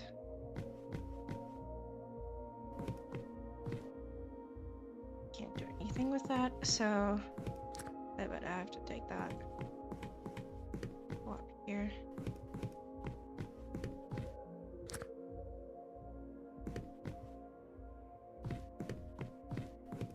So I have a projector here.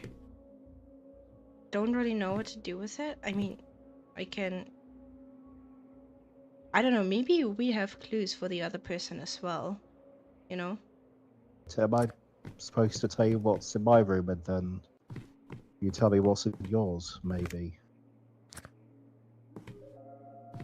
I think that would be great. Yeah, because on one of the walls it says the answer lies, and I've got a bunch of symbols on the wall opposite.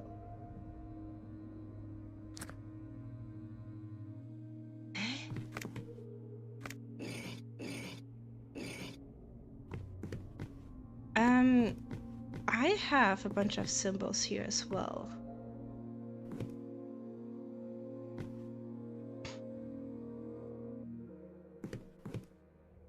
Oh.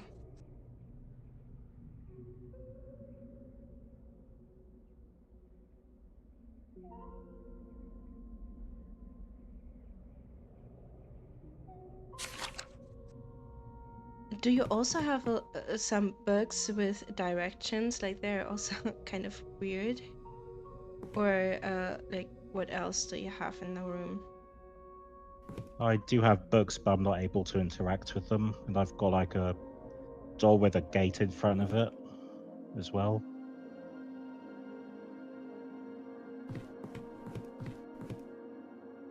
A door or a doll? Door. Okay. Yeah, like what you'd walk through.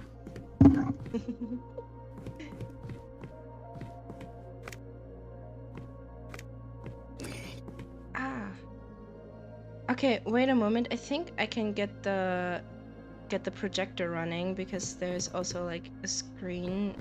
I'm gonna tell you what I got here, okay? Like,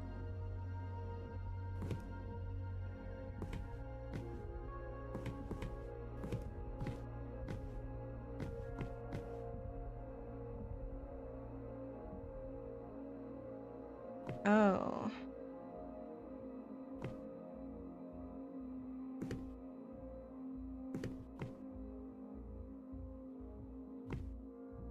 Actually, I think I need another one of those film tapes things, but I don't see any. Actually, there's a box with a lock on it. I don't know what to do here.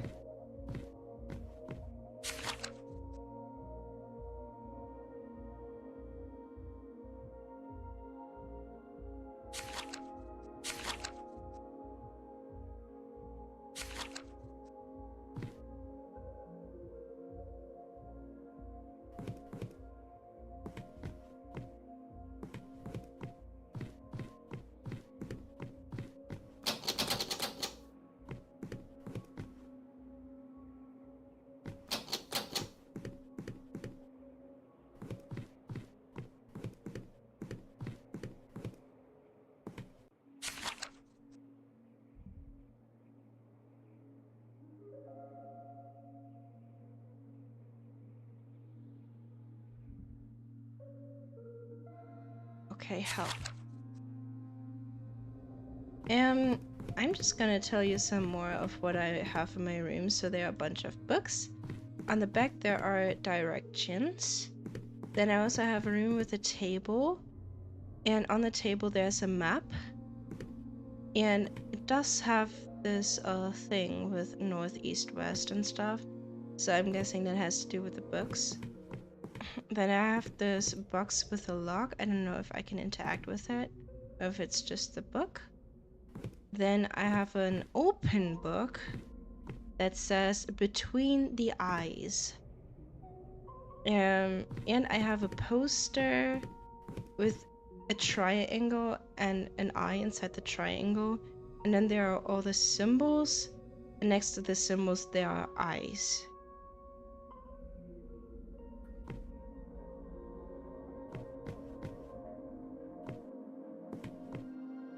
What do the directions of the books say?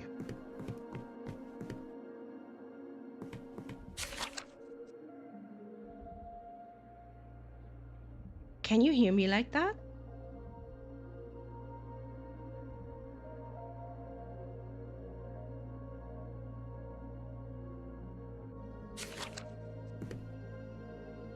I cannot tell you, like read it to you because I don't think you can hear me while I pick up the books, but it's like before one starts in the west and then some kind of directions. I don't understand really.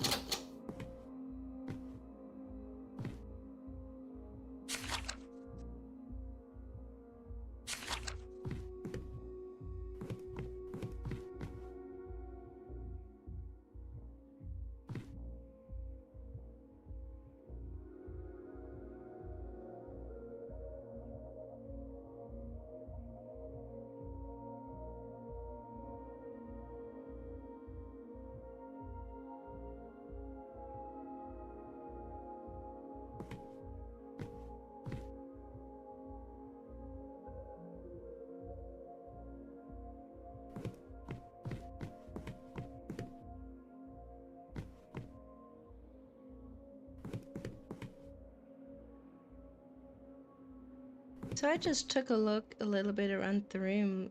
There are, I mean, I don't know if it has any meaning, but there are windows, like those glass windows with those pictures. There's a king of sorts, and I have also a painting on the wall of a person.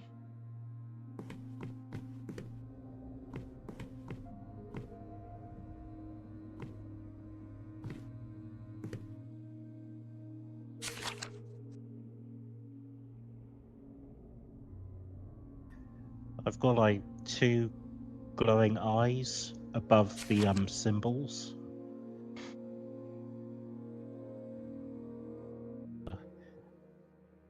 And there's like the text that says the answer lies. There's what looks like a T, like after the S. I think that is connected to the hint that I have. Like the answer lies, and I have the second part between the eyes. The answer lies between the eyes.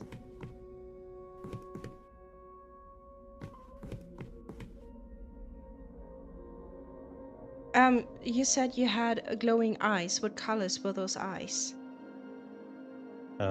Blue.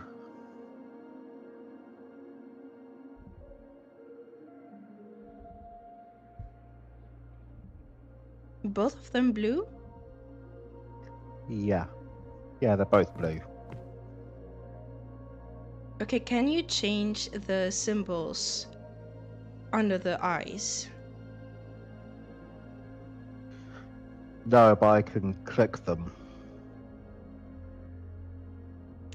Oh, okay, because I have this chart with those eyes, like different colored eyes, and between the eyes are the symbols. So I'm gonna try and describe those symbols. The first one is like a slope, like upwards, with a T inside, like between it, if that makes sense. Yep, I got that. Okay, and then there's like a very, very simple flower, like just a line down, and then like a 3 that's on the side on top of it.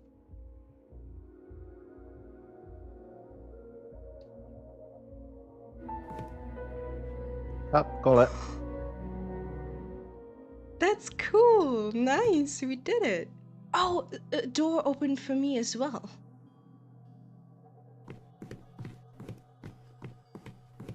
Oh no.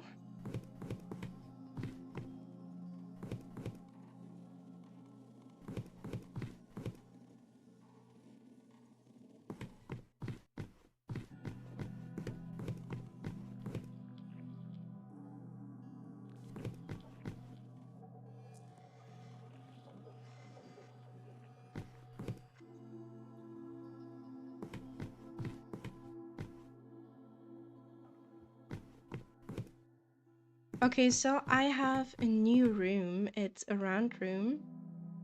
And I have a lot of pictures of animals, but they are wrong, kind of. So they are mixed animals. I have some kind of bird flamingo kind of animal with a snail shell, and kind of mixed between a goat, an eagle, and something. I don't know. Like all those different kind of animals, and there are torches that I can turn on and off. Is there anything that you have that could help me? That bird with the shell, does it have 2 beaks?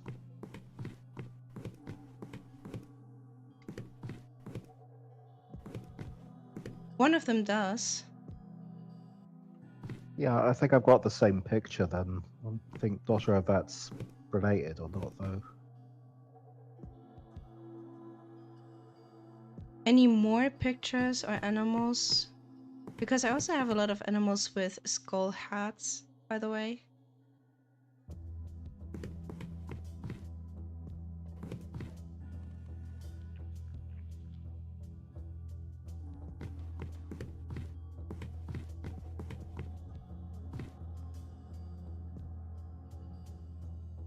I've got like a clock. There's no time on it, but it's ticking.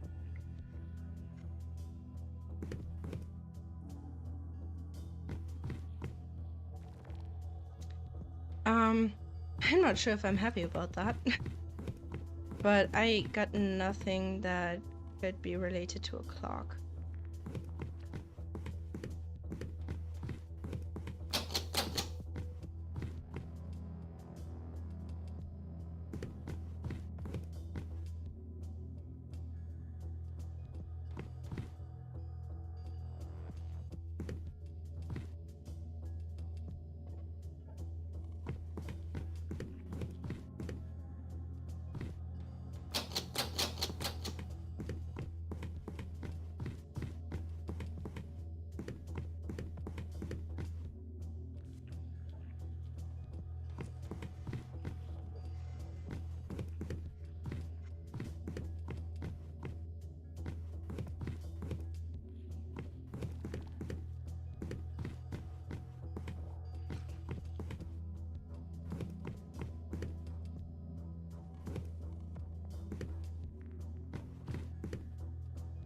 Are there any other hints you could give me?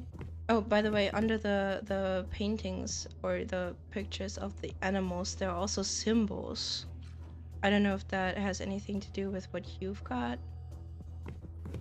Yeah, I've got a slot here that I can put symbols in, but it's empty, and I think I'm supposed to select the right ones. Oh, then let me check what I've got here. So basically, you said you had the flamingo bird kind of thing with two beaks. I have a couple of those. So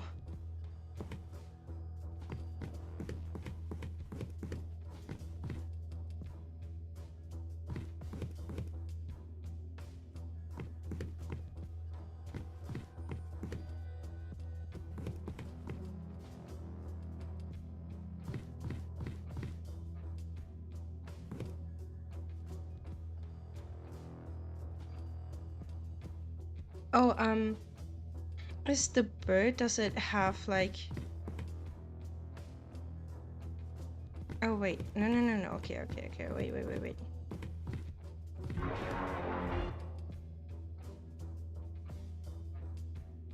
Did the music change for you too?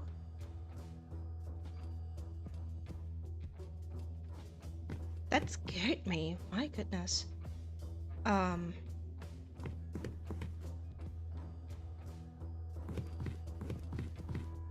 So you said it had a shell. Does it have a feather behind, or is it like, is the tail going down?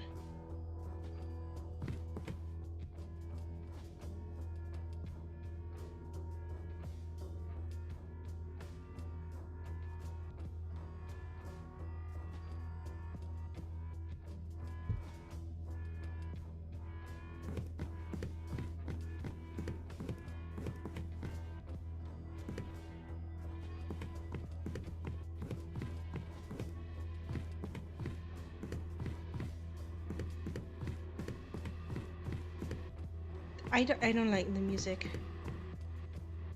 Like, it's really turning into horror. Eels, can you hear me? Yeah, I hear you.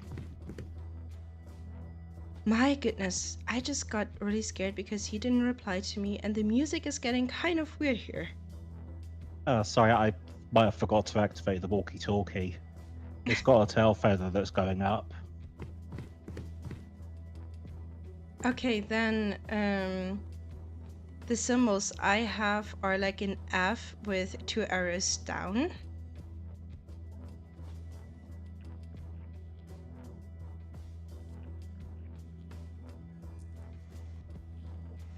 If you've got that, there's also like a candle thing, kind of looking thing with three holders, and there are like circles on top of it.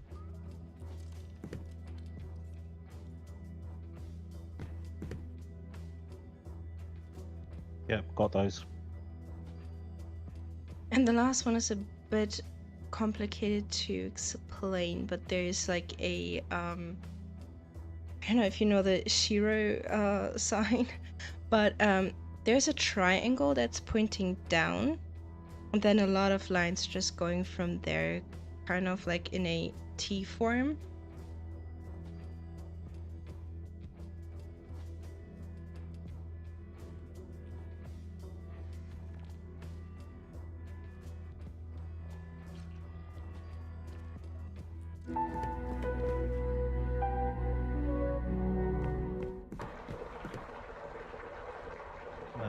Doors opened for me. Is one opened for you?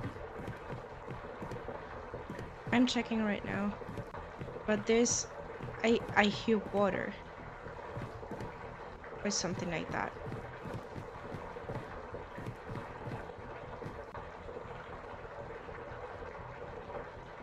So there's a door opened, but I really don't like what's happening here. It's kind of turning into horror for me.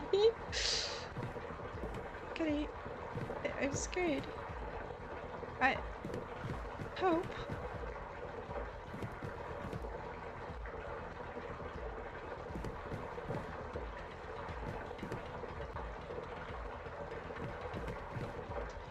Okay, I was right about the water. There's water down here, and I have three of those. How do you say that? Like the pumps thing that you can open and close.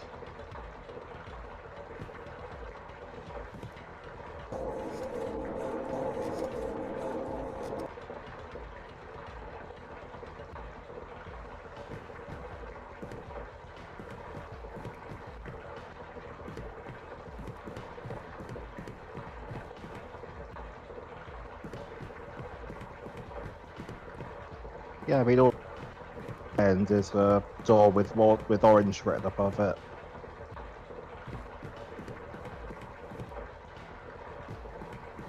Orange. Yeah, orange. Okay, I have three different colored valves. One is a blue, one is red, and one is yellow. I suppose red and yellow make orange.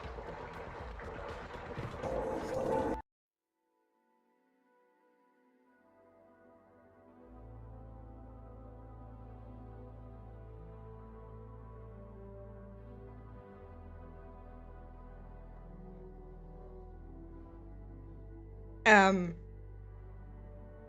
I don't know what happened.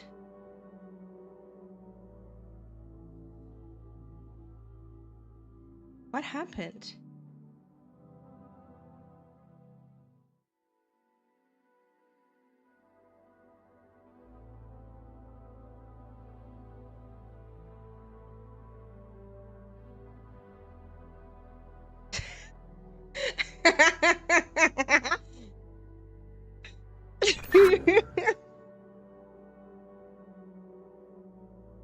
Oh, Eels, can you hear me?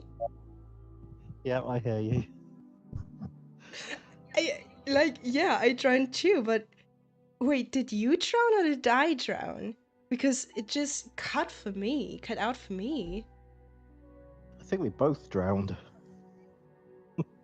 So was there water rising for you? Yeah, it's quite fast. Uh, Oh. Because then it was my fault. I was just doing it and I thought I opened the valves that and then I drowned, but I think you might have drowned before I could actually solve the puzzle. Yeah, let's try again. Oh no. You should have told me that. I would have tried to go a little faster. You need to I tell didn't me think those I'd actually details. drown. I've If got a the bunch water of is rising, Steam you didn't windows think you would open, drown. so Oh, I can't close them. yeah, because I Why had would- those valves. But you need to tell me those details. Uh, Okay. can you hear me? I can hear you. Yeah, yeah, yeah. How do I close these Steam windows?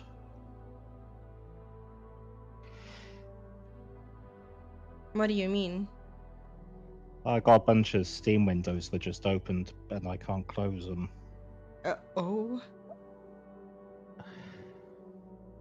Oh, did you click on my name here?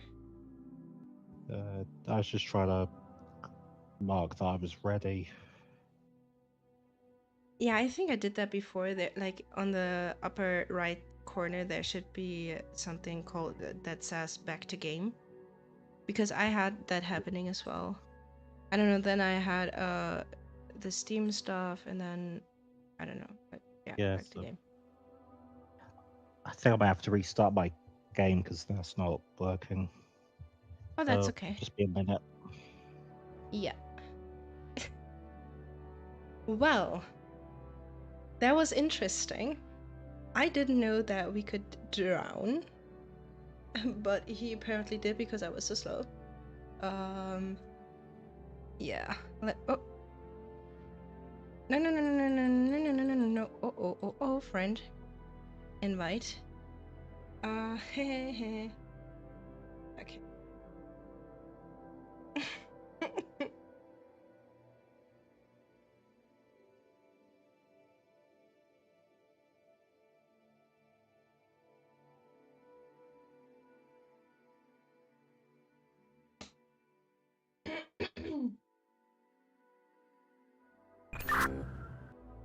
Oh, that sound scared me. Gotta do something real Was it? quick.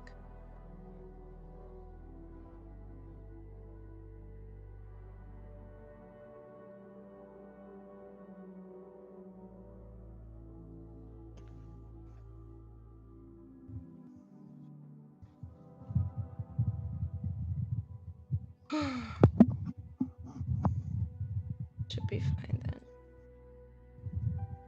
Okay, I'm back.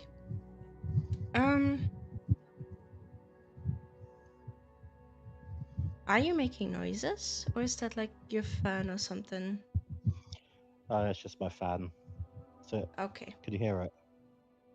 Yeah, a little, but it's okay. Oh.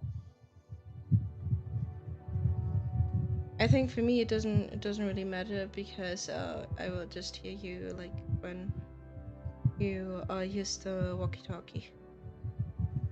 Yeah. Gonna be fine. So I'm ready as well. See you in the game again. Gonna be interesting. Guess we Good know the luck. first one though. Yeah, you too.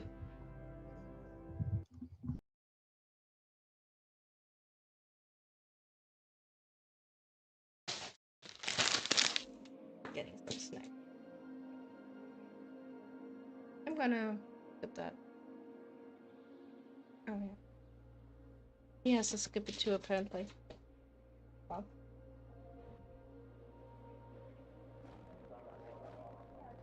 Eels, can you hear me? I thought I heard him.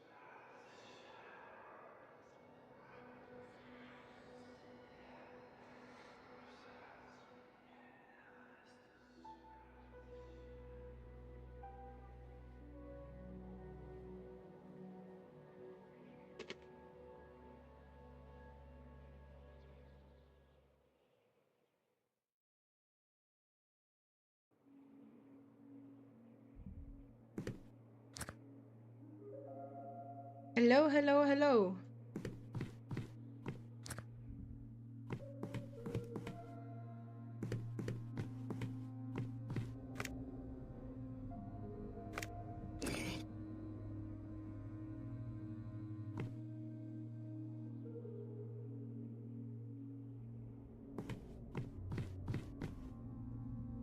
Can you hear me? Yep. Can you hear me? Yep, I can hear you fine. Are those the same eyes as before, like two blue eyes, or are they different now? I got one green and one red. The green one's on the left and the red one's on the right.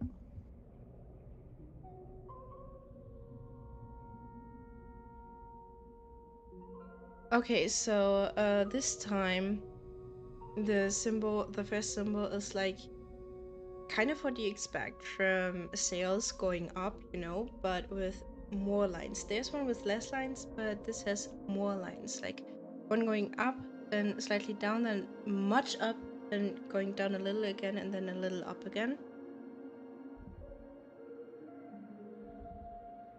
Is there a circle with it as well? No, just those lines.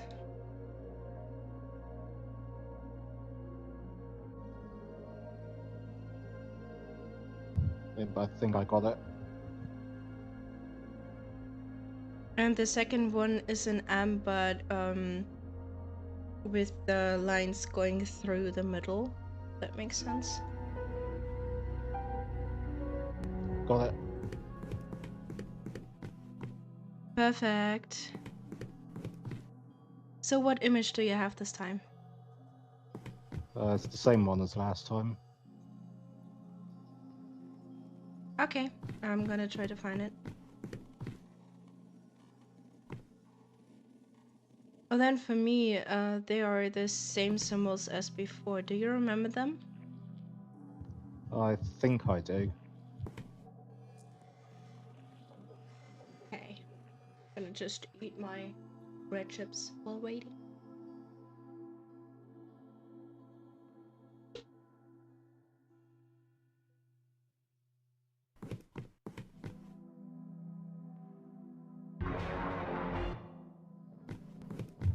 No, I don't remember it. You done? Okay, let me wait. It's an F with 2 arrows down. The second is like the candle holder with 3 arms. And the third is the triangle pointing down and with the T, basically.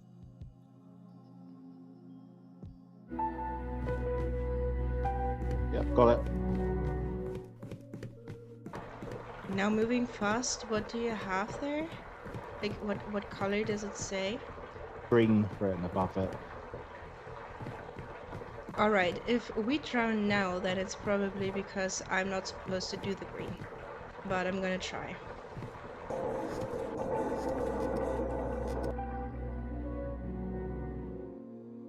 You alright? Yep, it worked.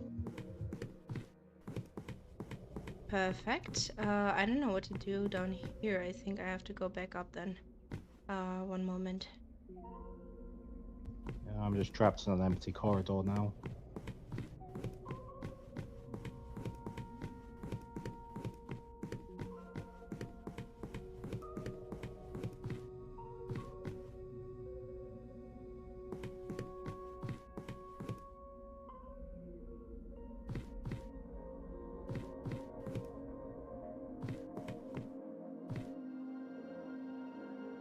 Oh, never mind, I got it open. Okay, tell me what you see, because there's no new open door in my case. I just see a wall that says bring down the guiding light. What light? The guiding light.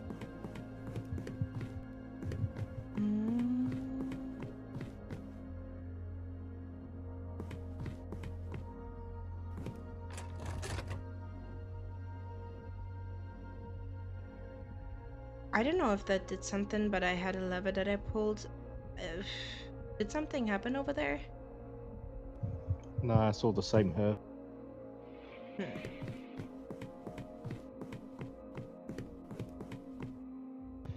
Ah, no, it's something I was supposed to do.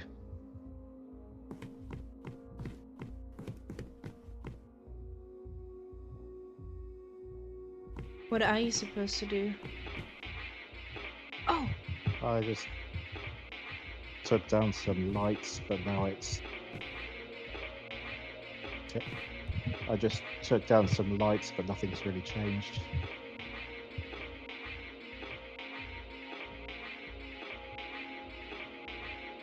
I'm getting kind of scared. So the map that I have on the table is kind of lighting up, and then I have the chandelier here, and it's being pulled up. I don't know. I think we might run out of time again.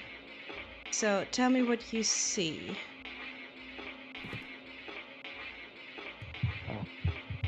I just go into another room.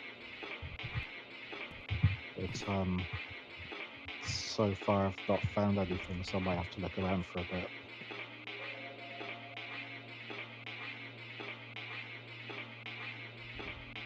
Are there different colored lights, like anything white, blue, green, or red?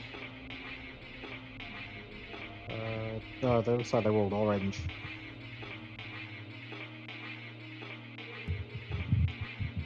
I think I might be supposed to blow them out or something.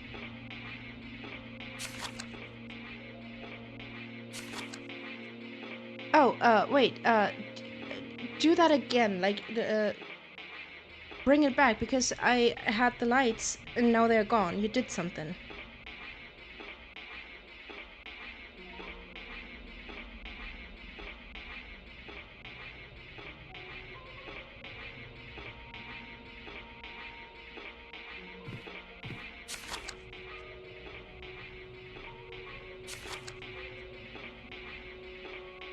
Do you hear me?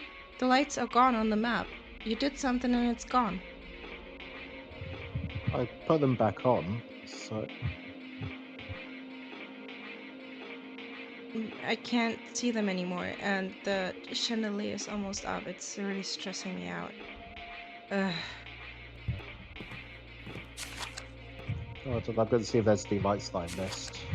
And I'll see if I'll turn it back on for you.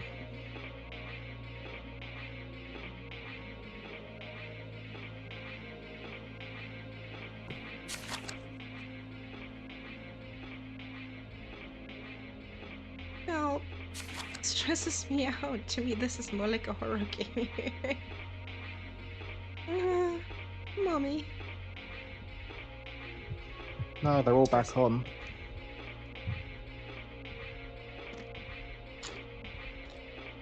There's still no lights back on the map.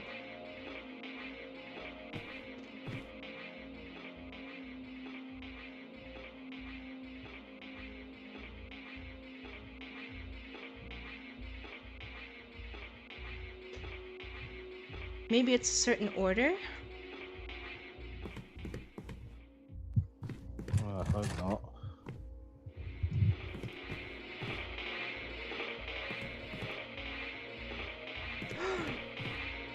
I think I reset the time. Wait. So you said you had something orange? Yeah, like orange torches. Hmm.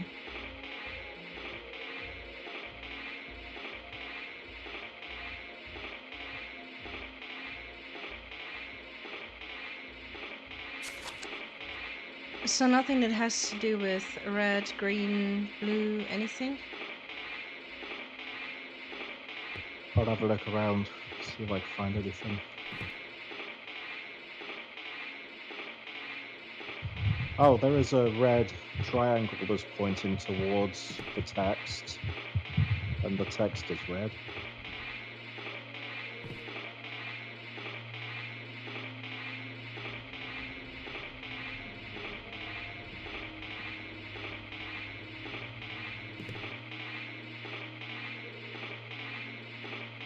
Okay, I'm gonna try to tell you what I have here. So there's a room with a lot of chests or like barrels. And in one room there's a red cross. And I think those are stairs going up, and there's a green bar along the stairs, I guess. And then there are more stairs with an empty red bar, for example. Then there's another... Oh. Wait, I gotta reset the time.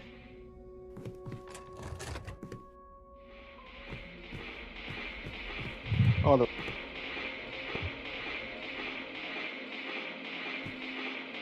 What was that? You kind of got cut off. so there's a blue lever too that's pointing.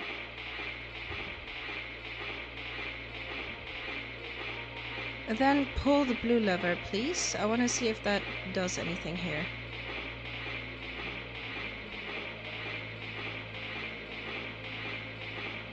Has anything happened?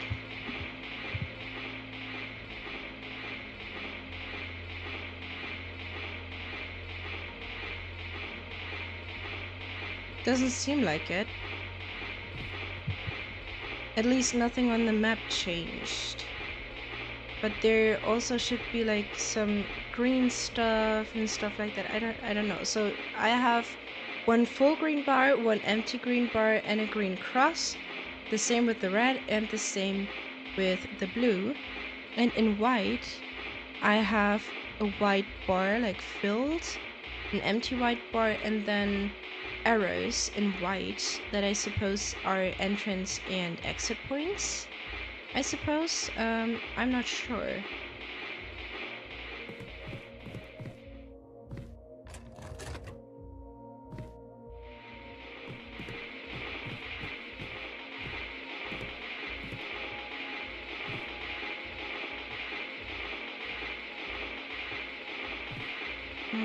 Does it maybe have something to do with it?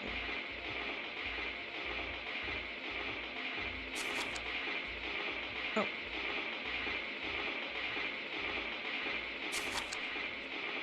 The west corner. So actually I had a book that said something about the beginning is in the west corner. And maybe that's one of the things. Like, if you go back to where you've been before, do you think you can find the way again, or are you lost? I think I'm lost, but I could probably find it.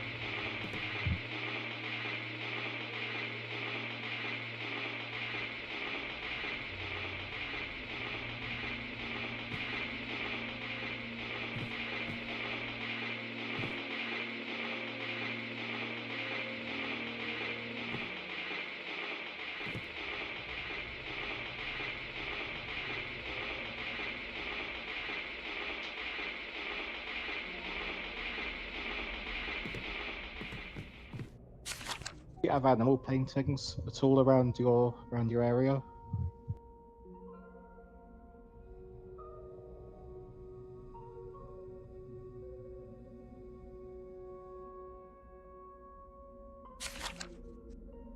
What was that again?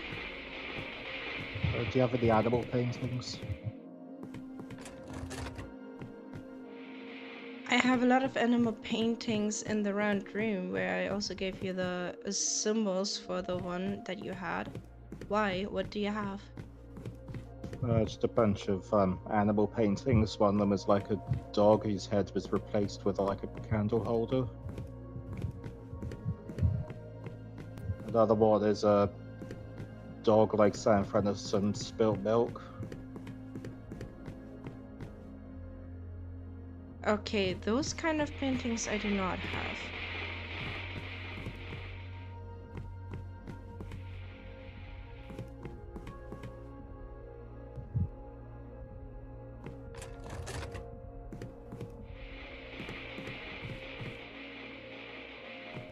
Back at the beginning.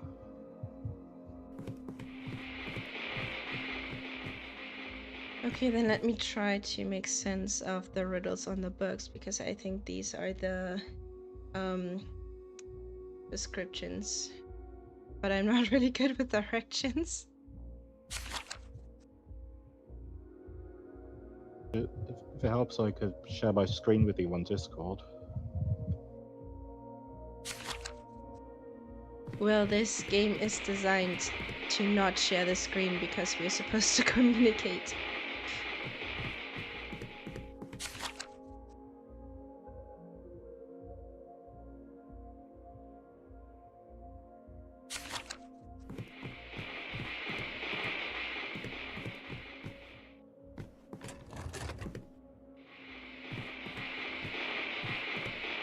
I'm wondering if I'm supposed to blow all these torches out.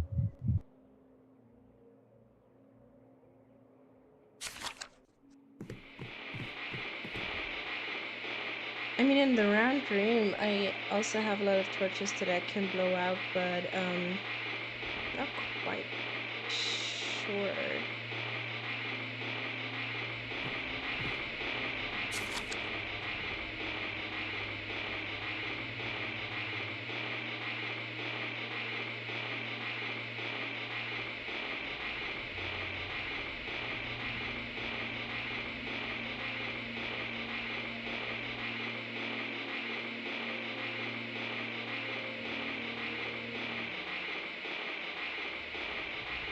East.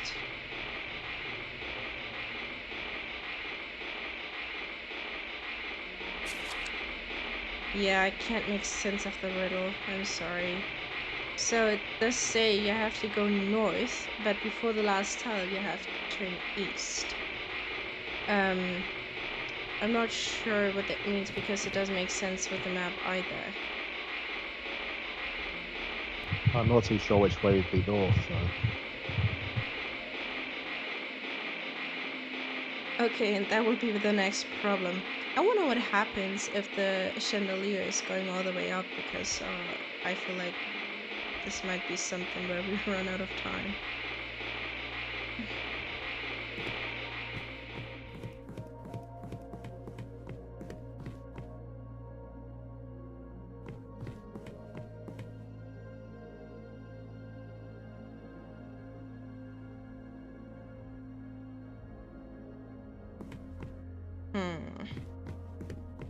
Chad, what do you think we have to do?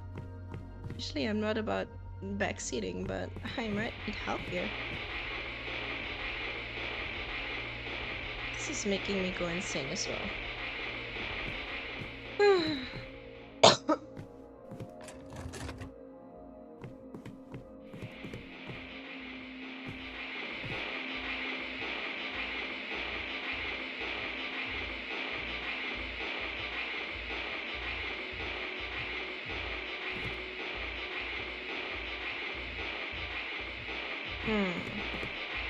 So he said he had pictures with animals, like dogs.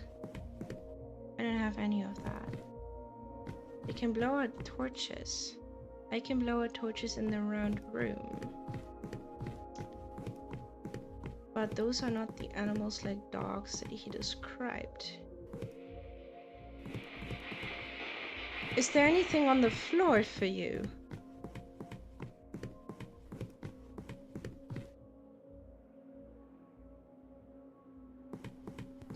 No, it's just stone.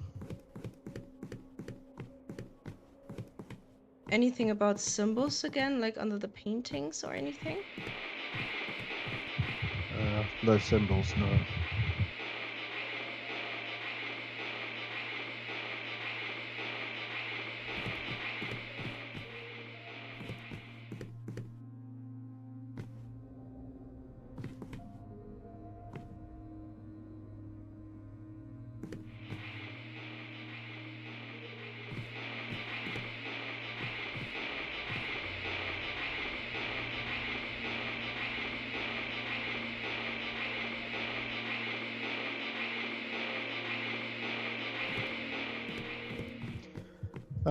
At the beginning, I do have a thing that sort of looks like a compass with the red. I think what would be north, but that's about it, really.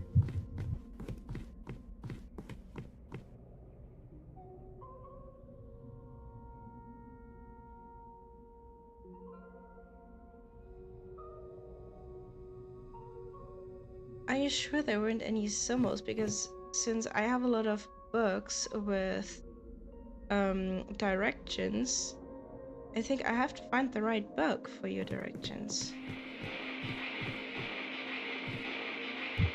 I'll keep looking.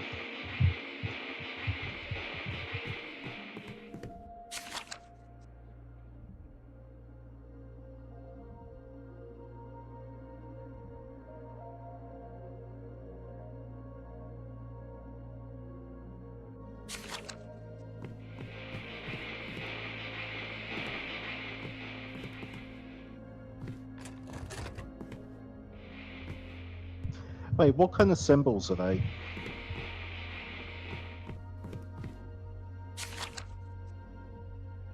Like something that kind of looks like a fox head, a bell, for example, or that kind of candle holder. Oh,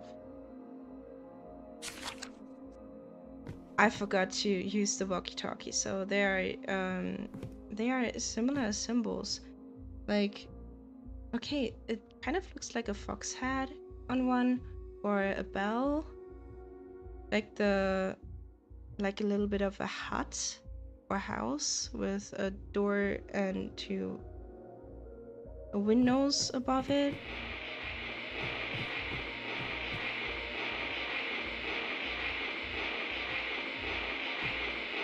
On another book, I also have something that looks like a person in a boat, or a hill with a flag on it, against something like a fox head, but on a stick body, basically with two arms. Like many symbols.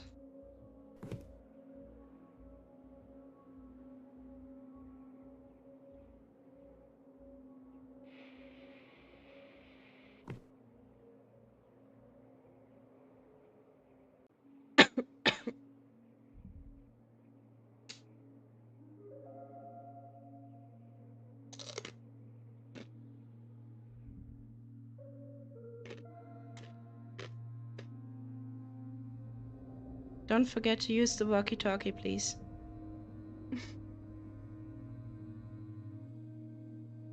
Sorry, I was just looking around to see if I can find anything.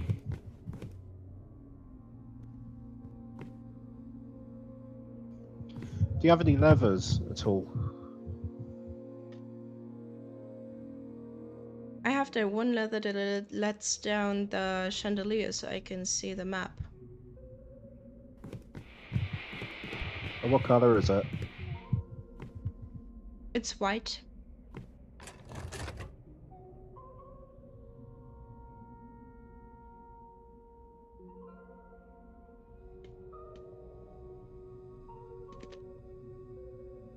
I just found a gate that's got like a red diamond on it.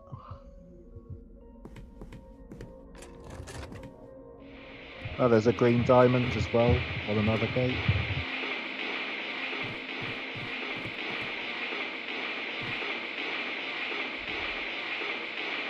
Okay, so is one of those gates open?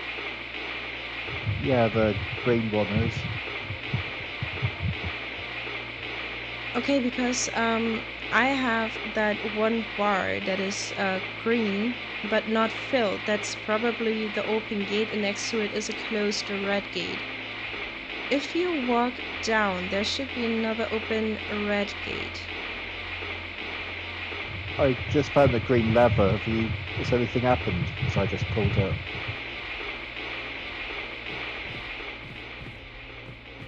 Not really, but I will try and reset the chandelier. Maybe it does something.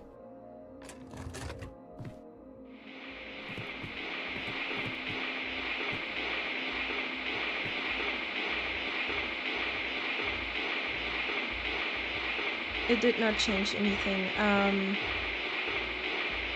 Did the gate close though?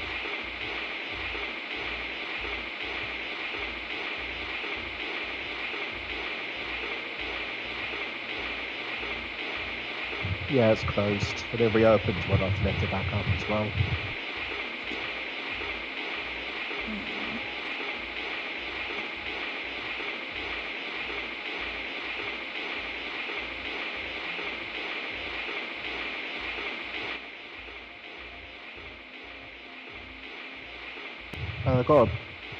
I got another blue gate here that's closed as well. Yeah, I believe you just locked yourself in. You have to use the green lever again.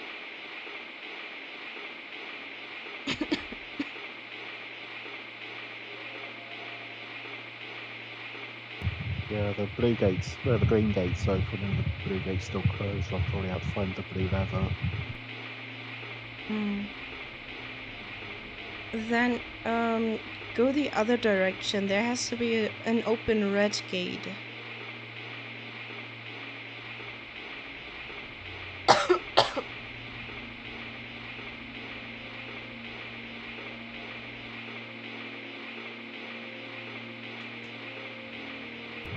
Yeah, I found an open red gate. Okay, one moment. I have to reset. So then you should go down the hallway. There might be another closed green gate, but if you stand in front of it, go right. There's gonna be a hallway, and go through that hallway.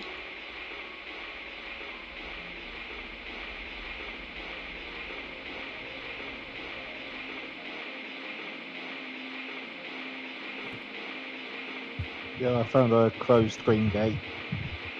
You said turn right, didn't you?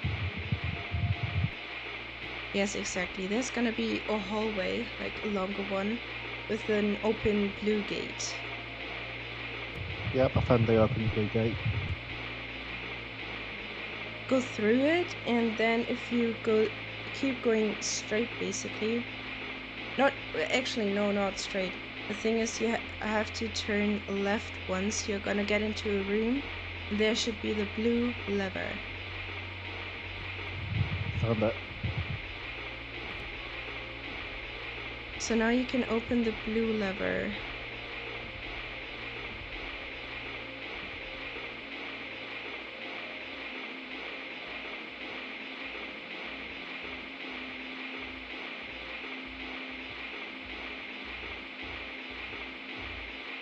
Did you do it?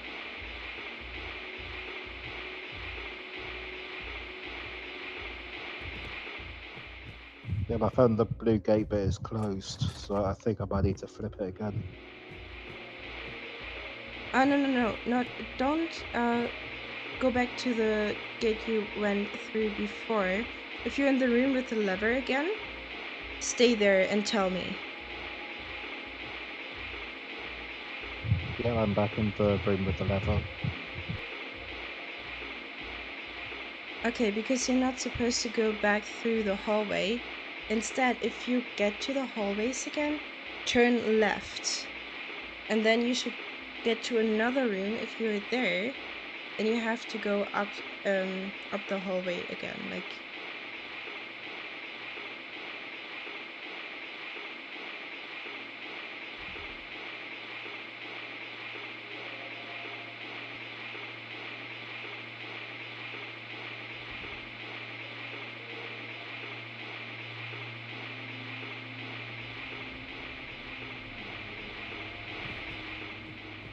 Okay, so I leave the room and at the hallway I turn left, you said.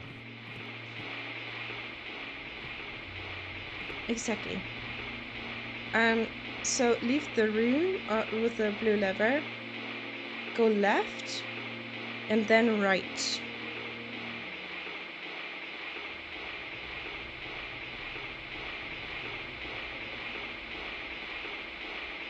I turned right and now I've got like two paths. I can go left or right now again.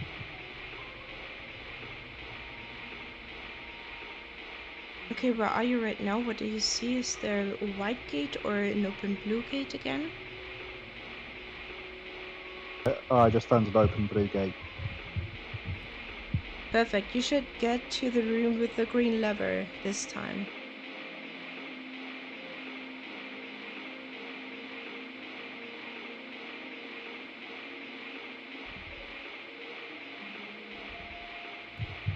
Yep, I found the green lever.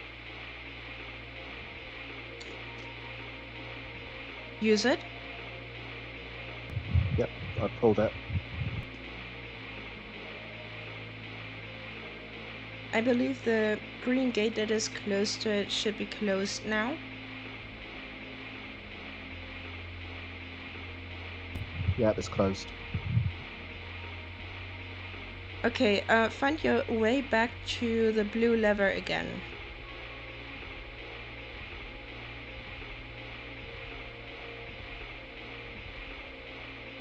We're so close. I totally got it, and I'm so glad that I had that, because I'm not sure how he would have done with the directions or figuring this out.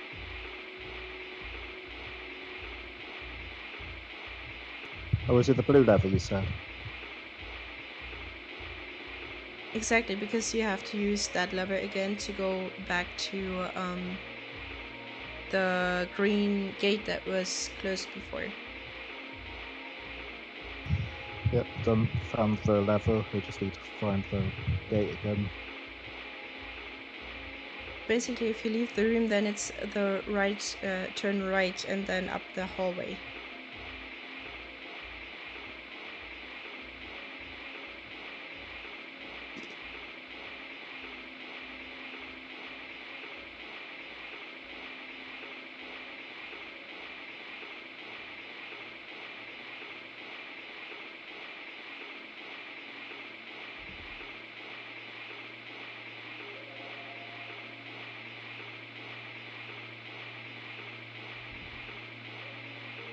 Oh, I think I found it. Is there an open green gate?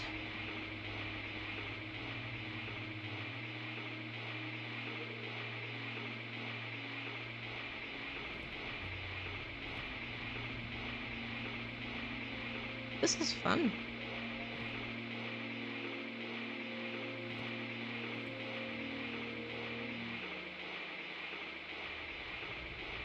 Eels? Is there an open green gate? Oh. I gotta restart. Yeah, I'm just trying to figure out. I just left the gate that I came. Just trying to figure out which way I'm supposed to go. So if there's the open green gate, you have to go into the room. There's the red lever that you have to pull. Yeah, I pulled the red lever. Okay, then you have to go back to the blue lever. Trust me, trust the process. I think I've got this figured out. I think I do. Mm.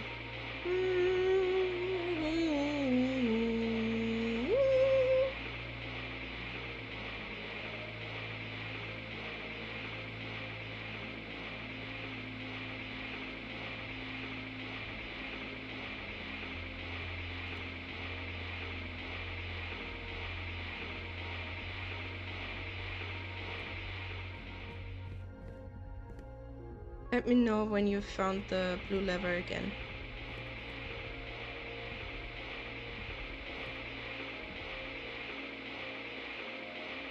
Or if you lost. Yeah, I'm lost. But the blue lever you said. Yes, the blue lever. Right, I found it. I just pulled it. Perfect. Then leave the room again, turn to the left, and then to the right up the hallway. To the green lever. Oh.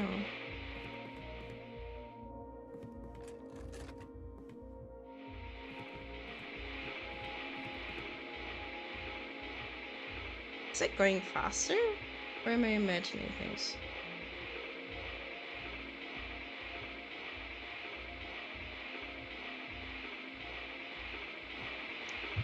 Right, I found the green lever and I just pulled it.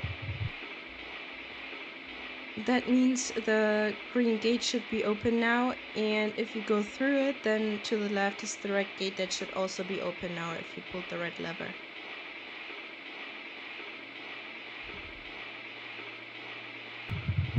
Yeah, I just gone through the red gate. Nice.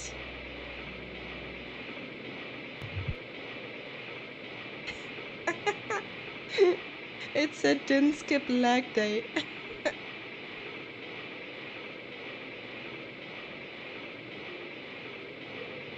What happened now? I'm in a courtyard with a chest set. Okay. I can hear wind over here, but I don't know where it's coming from. Yeah, it's quite windy over here.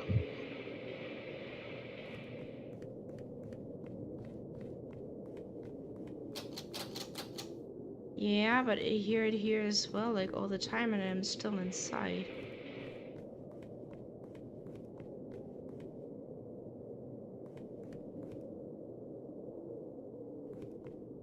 What else do you see? What you got there?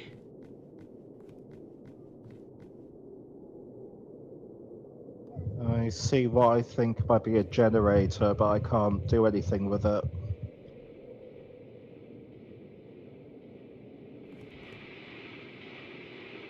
So I got this dial thing.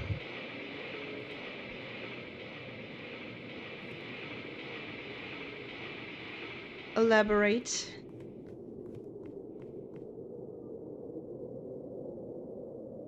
I think it's a pressure thing. I just set it into the green zone, but nothing on my end has happened. Me neither. Do you have any symbols? Any writings? Anything that could help me over here? I'm just gonna look around and I'll get back to you. Alright. Is still light coming here? Okay. There's no symbols or writing or anything. It's just a chess Okay. set. But the chess set is like at the starting phase where no one's made any moves yet. There's a statue of a woman. She's kind of wrapped up in a thing and she's looking at her hands. What is with her hands? She's just looking at them. Okay, so I got it now. So I had this projector thing and the film tape, and the film tape is called Greatest Chess Moves. World's Greatest Chess Moves. I'm gonna try to play it now.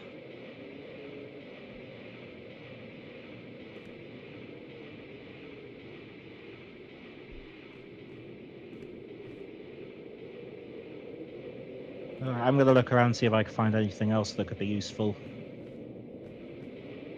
Hmm.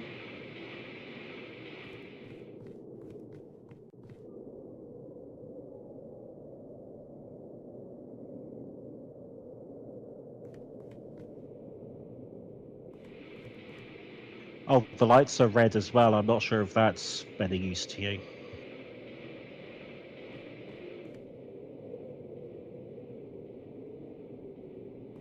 The thing is, I cannot play the tape for some reason. There's a red button though, but if I press it, nothing happens. I don't know what to do here. No, nothing's changed on my end.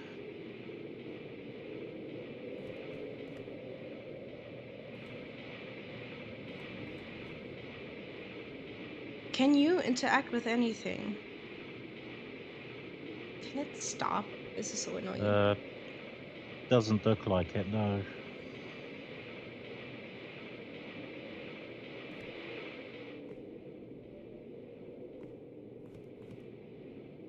Hmm.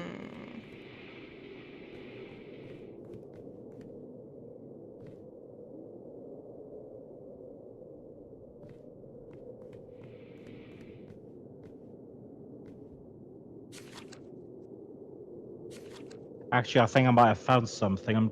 It needs me to do the pressure thing multiple times, so I'm gonna keep doing that until something happens.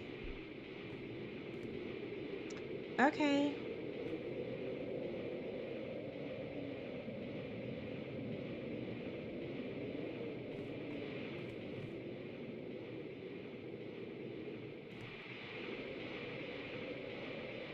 Hmm. It also doesn't look right here, don't you think? Like, Okay, has anything happened on your end? You should be able to do something now. not that I know of.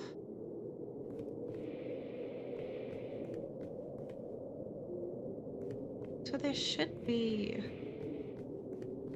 like a Oh, I think it's film. supposed to guide me through a game of chess.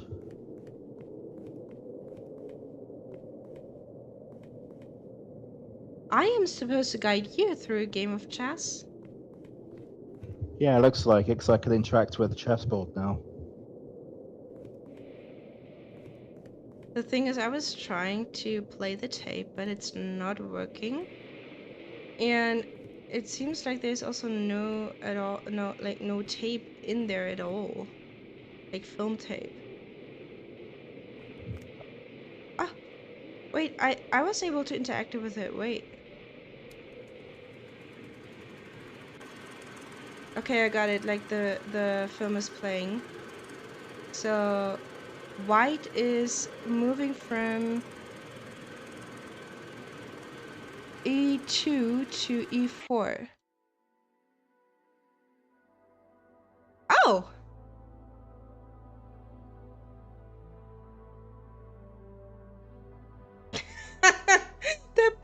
boy is always the one freezing and drowning and dying. Oh, poor baby. Oh no. And now that we finally understood what was going on.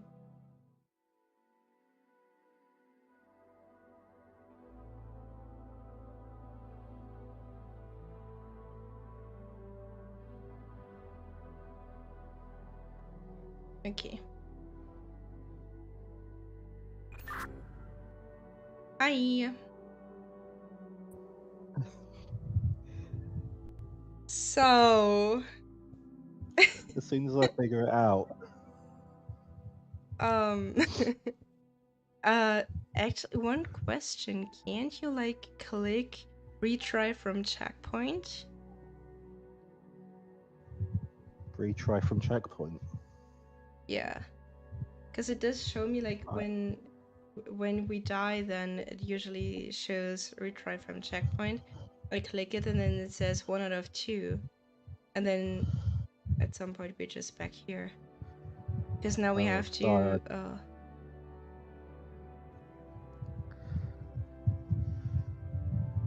No, I didn't get that option. oh, that's weird. Well, anyway, I guess drowning works, freezing works. Yeah. Guess we have to start over. You okay? Yeah. Yeah. We're gonna be experts at this game by the time we're done. Yeah. Once that is done, why don't we switch roles as well and keep playing? Yeah, my brain is basically mashed potato right now. I don't think I'll be able to Yeah. guide either any of us. Especially because you might have to give me directions and stuff. I Oh. don't think you would be able to. No, I have a terrible sense of direction. Mm. Me too, usually, but it was so fun to guide you through it. But it's gonna be a pain to do that again. Ugh. Oh yeah. And just as we figured this out, like this riddle with the chess, we have to die again. Yeah. Anyway, let's go again. I'm ready. We'll have all the answers memorized by the time. Yeah, but Oh, some no, things changed though. Steam menu's reopened. I gotta restart my game. Okay.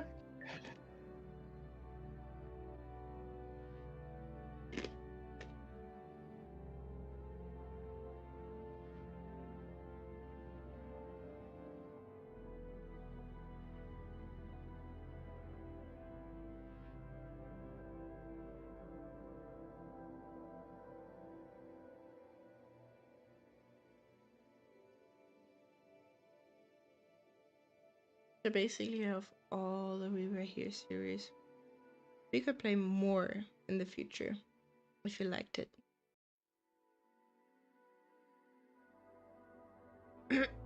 Oh,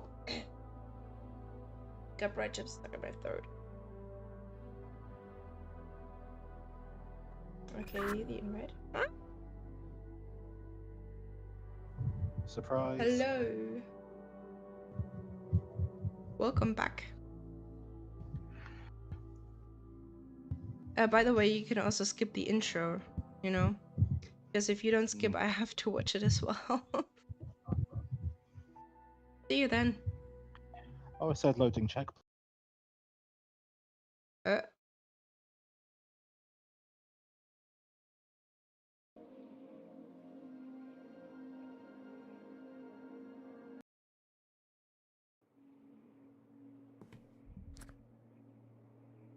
Hello.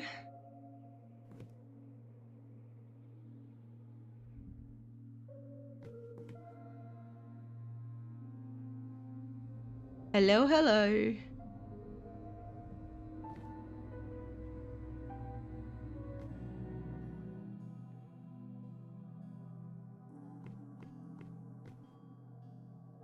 I wonder if I already have the lever. I was wondering that before. Oh, I do. That's so funny Hello. that I saw that right when I needed it. That's so weird. Hi. Hi. So, what's the color of your eyes?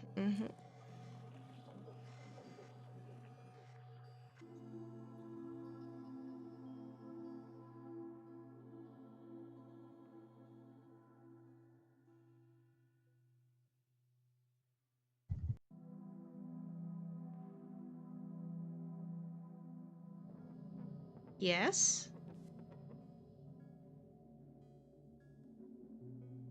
Hello. Hi, can you hear me? Yeah, I hear you. The door should be open for you. Oh, that's weird because last time the eyes changed. But I guess not this time. It's still the same animal?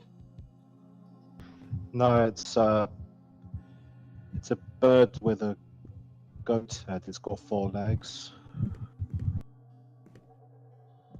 One pair of bird legs and one pair of goat legs? Yeah, with the tail feather down. I think I got the one.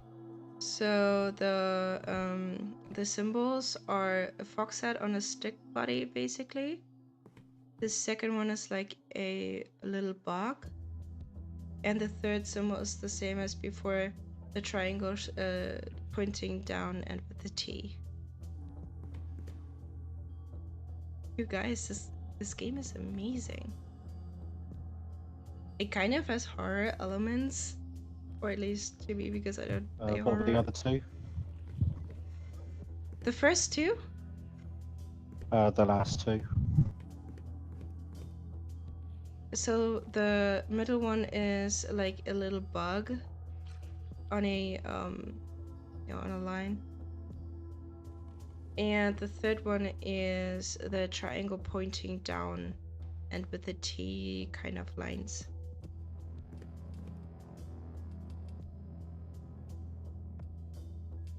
This is fun, honestly. It scares me, but yeah.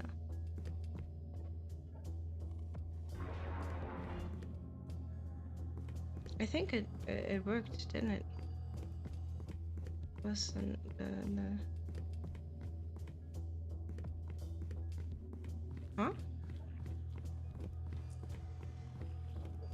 Are you alright? Did something happen? Yeah, I think I got the first symbol wrong. Actually, I just realized there's another one of those that also has a snail house, like a snail tail, snail shell. Does yours have a shell or is it without a shell?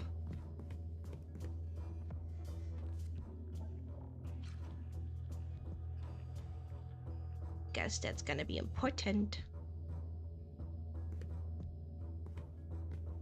Sorry, what was that?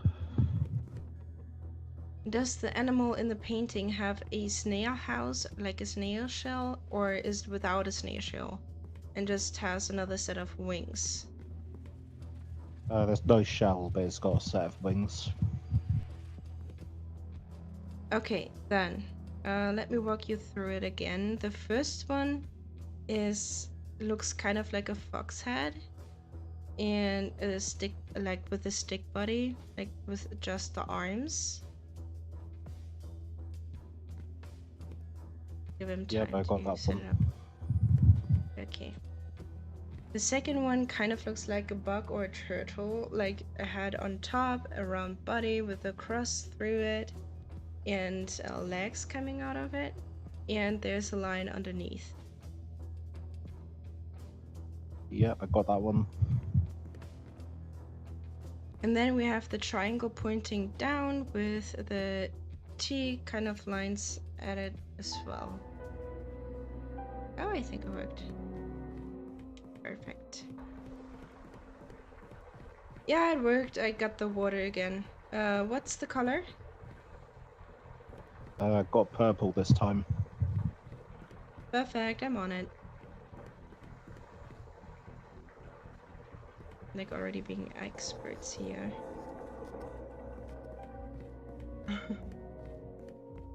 It's nice, it's really fun. I think now we have the one where I have to show him the directions, right? Is it the corridors again where I have to give you the directions? Yeah. Okay, it basically didn't change. You go past the red gate that is closed, go through the open red gate, and all the way down to the blue lever.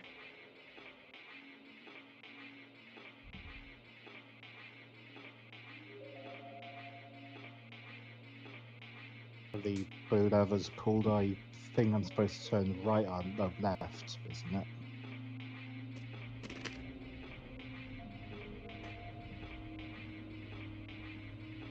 Okay, let me slowly walk through it. You go through the red gate that is open, then turn right and down, or right, then straight basically, towards the green gate that is closed. But in front of the green gate, you have to turn right and then basically straight down.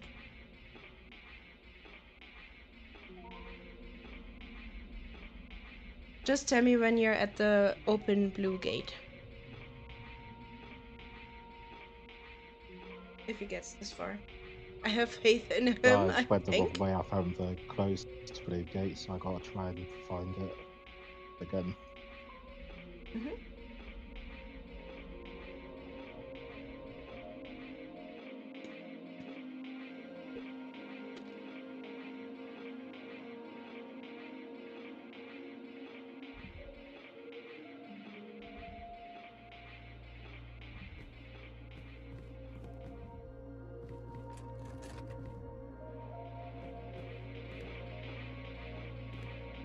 Found the open blue gate. Perfect. If you go down, you might find another room with a blue lever that you have to pull. I found the green lever.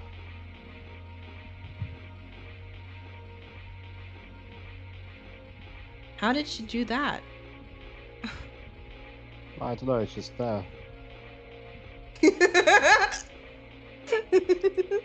Okay, but then that was the closed blue gate that you found, unless you have already pulled the blue lever. It Yeah, I was pulled the just blue there. lever earlier. Oh, you did then. Okay, perfect. Pull the green lever and go back to the blue lever. It was just there.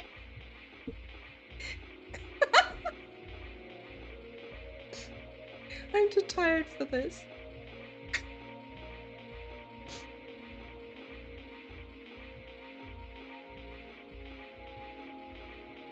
Yeah, I just pulled it. I'm gonna find the blue lever again. Tell me if you need help. How did you do that? It was just there. Can't get over him. He's too funny.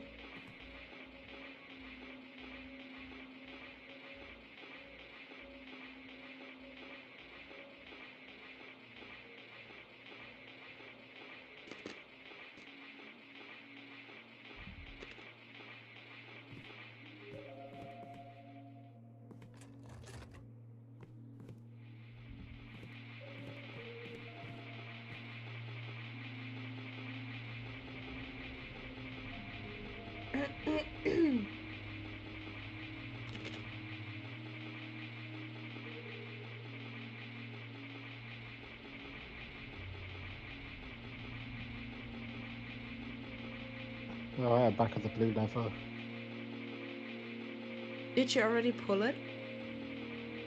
Yeah, it's facing down. Then if you leave the room, turn right and go up the hallway again. The green gate should be open now.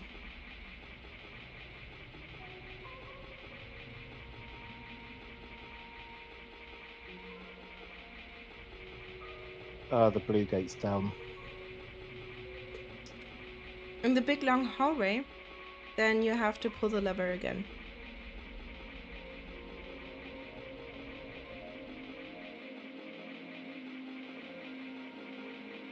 Honestly, if one of you already has the game and you want to play it, I think not both parties have to own the game, so you can just play it with a friend. I think this is a really good game. Like, it's kind of exhausting, especially if you're both like kind of bad at communicating. I'm surprised at how well we are doing actually. For the most part. But yeah, it's a great game. You should really try.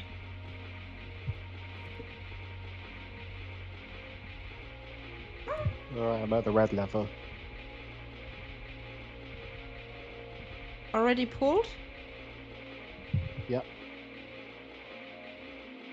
Then leave the room again. Turn to the left through the blue gate again. And you have to pull the blue lever again when you're down there.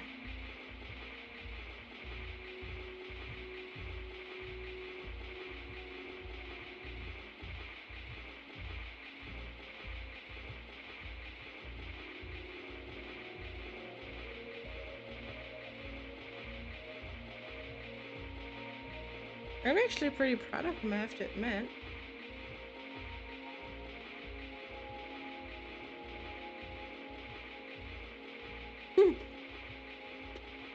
I have to play something like that with my brother.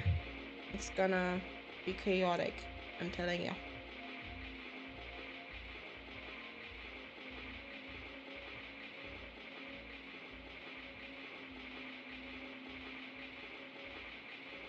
How's it looking over there? I'm lost.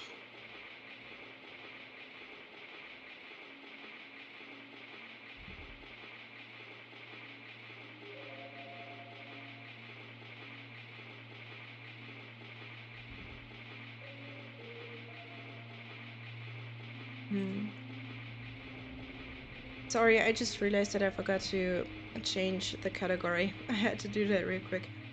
I have to reset the chandelier so I can show you the way. What is the nearest gate that you see?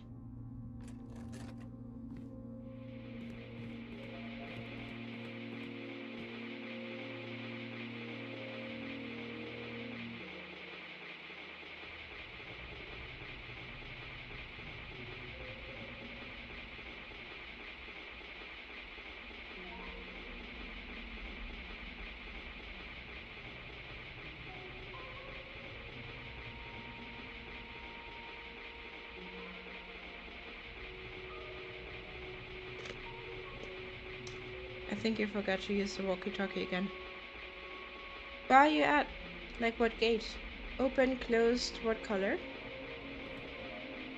Sorry, it's green and it's open. It's the one after the red lever. Okay, if you turn your back towards the green gate, you have to go left through the hallway.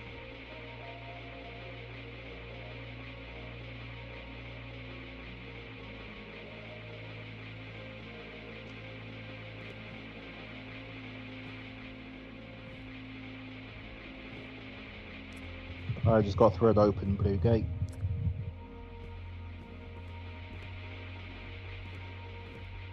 Then you should almost be at the room with the blue lever that you have to pull again. Yep, I see the blue lever. Pull it, and when you leave the room, you have to turn left and go up the hallway again.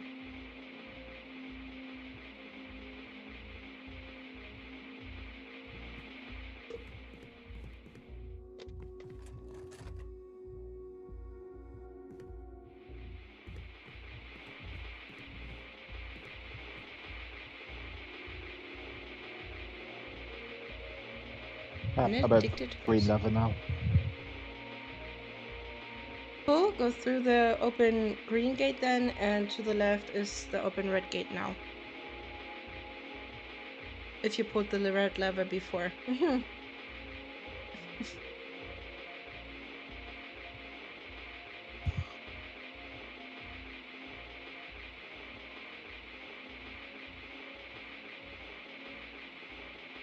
Please tell me you pulled the red lever before. Yeah, I think I did. You think? Is the red gate open next to the green gate?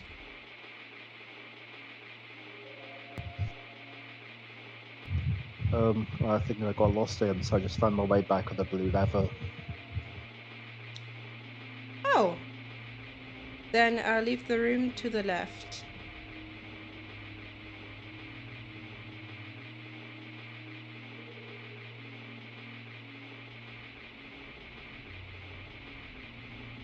So you should pass a white gate.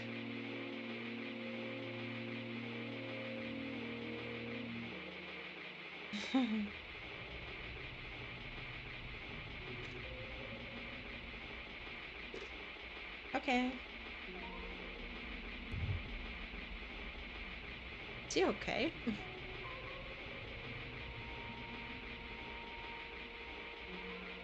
Are you alright?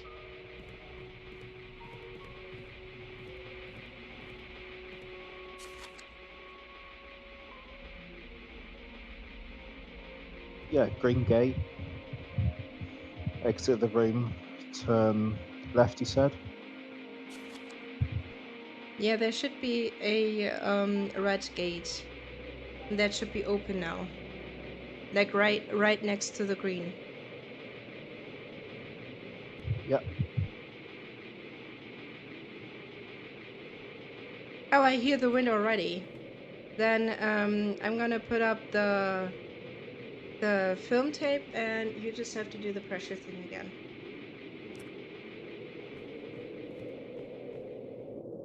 Right, ready when you are. Ready? I have the tape in.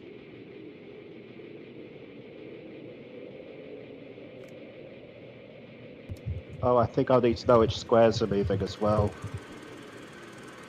Yeah, I'm trying to tell you now. So the first is white moving from E2 to E4.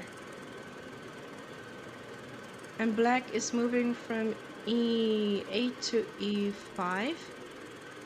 Oh, this is way too fast. Which color are you moving?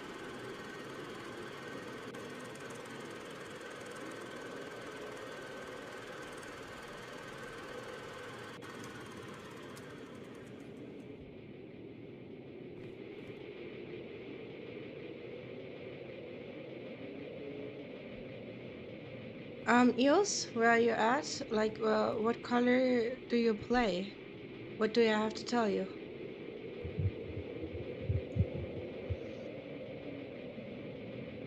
Wait, did you say E or A? E, like Elsa? But what color do you need? Do you need both colors? Guess that's also important to know. Yeah, I do. I was kind of expected black to move on its own. So both colors. Yeah.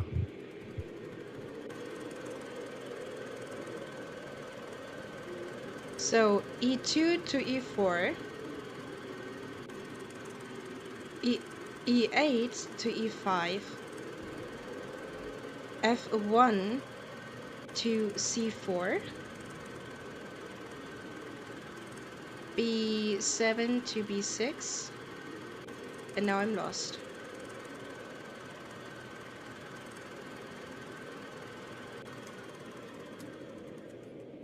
How much of it did you get? Oh, I forgot to use the walkie-talkie. I'm so sorry. Okay, how much did you get already? Like, the E2 to E4, and then E8 to E6, I believe. No, E7 to E5. I think were the first two moves. done that. Perfect. Let me try again without forgetting to use the walkie-talkie. I'll be back with you in a minute.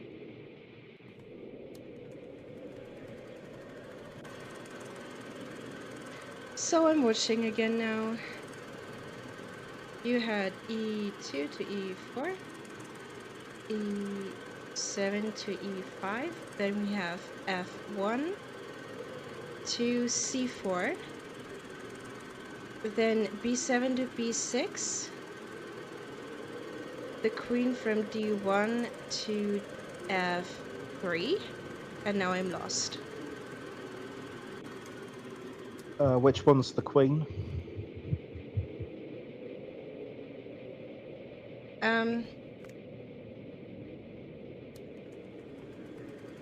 One moment, that was, the queen was D1. Okay, I'm watching it again, by the way. One moment.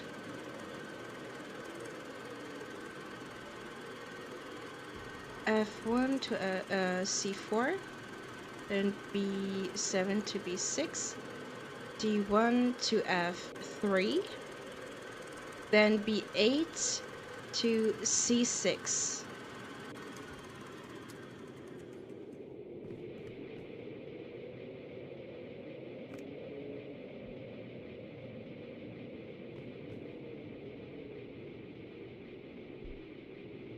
How much did you get so far?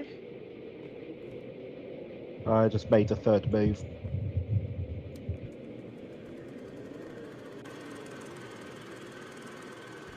Okay, then. The first was...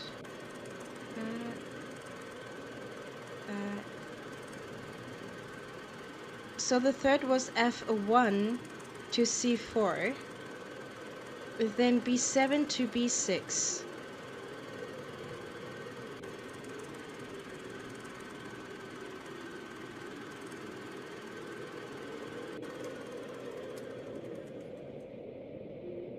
Sorry, what was the last one you said?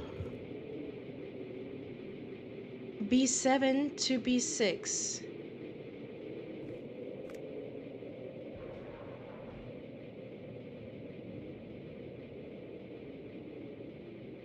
Should I try to write it down instead?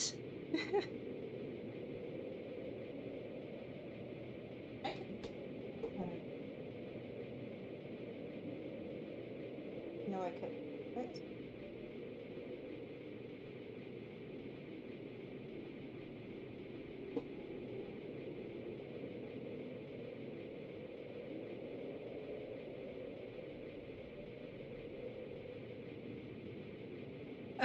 I really don't know where we're at right now. What do you need?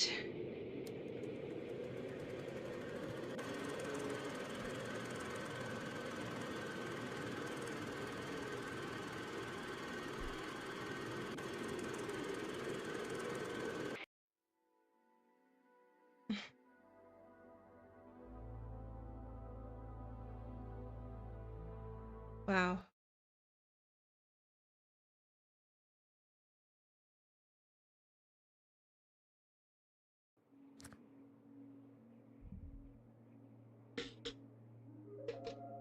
Oh, where are you at right now?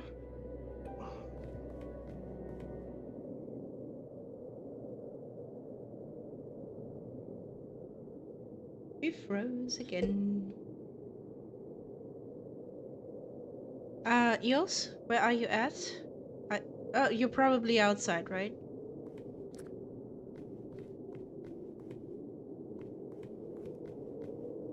Yeah, I'm just setting up the generator. Let's hope it's the same as before. I'm trying to write it down this time. 2E4. Yep, I got the first 3 moves memorized anyway, so I get that set up.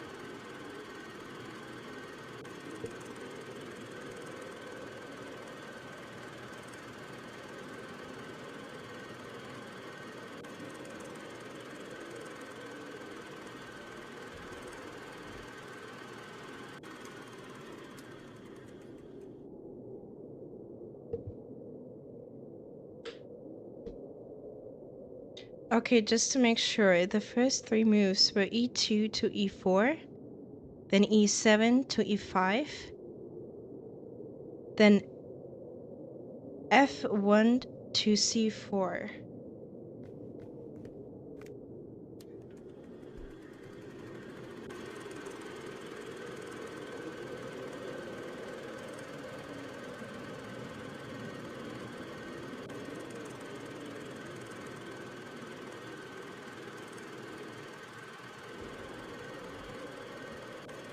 Uh, e7, e6.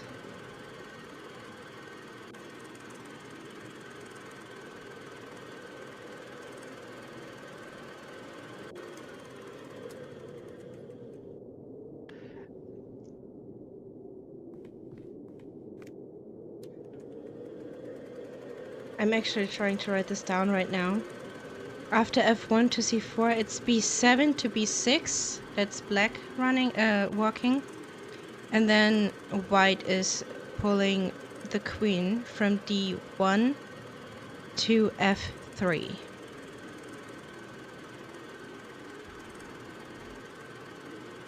Gotta be honest, this is kind of stressing me out.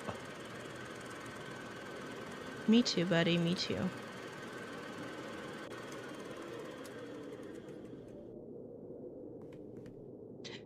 Also because I'm hearing weird noises as if something's going wrong. I don't know.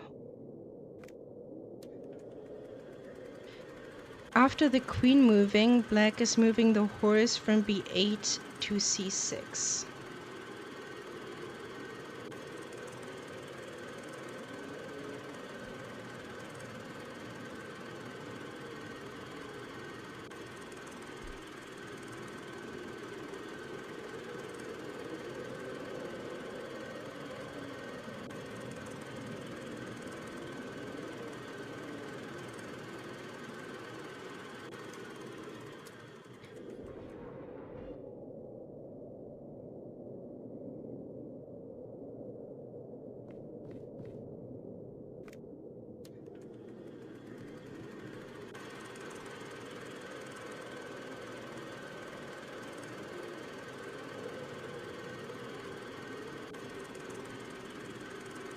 Did you do that with a horse? Like b8 to c6? Get past the third move, it's just not working. Actually, after the horse, the queen moves from f3 to f7. That's the last move.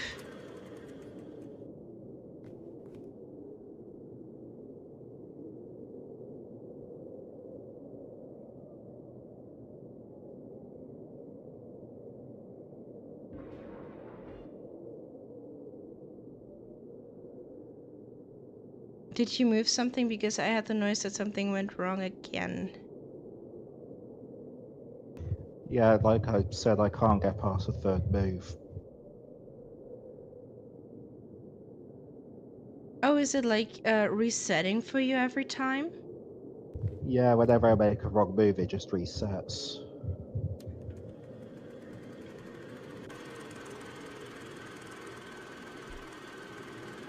Okay, let's try again. First move, e2 to e4. e7 to e5. f1 to c4. The Clara 4. Berta 7 to Berta 6. What went wrong? Which one?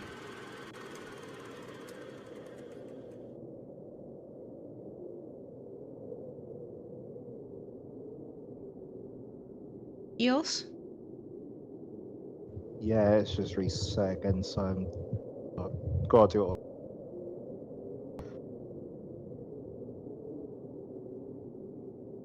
Okay, but you're listening to what I'm saying. So the third move is f1 to c4, and then b7, like Berta 7 to Berta 6.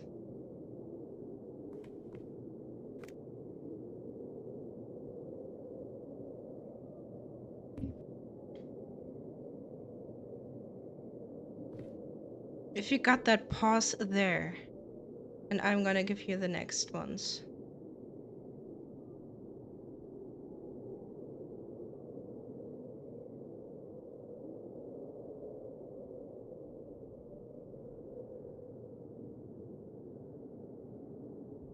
You know what? I'm gonna pull up an alphabet.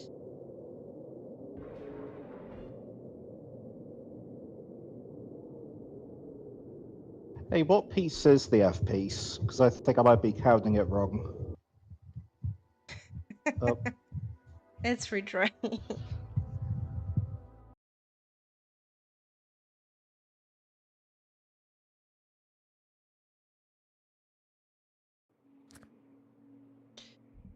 The thing is, I don't know how you call the pieces most of the times. I think we call the one the runner in German, something like that. I don't even know it in German.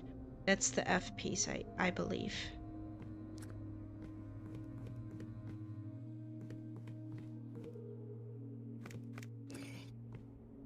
So it's the one that can only walk diagonal.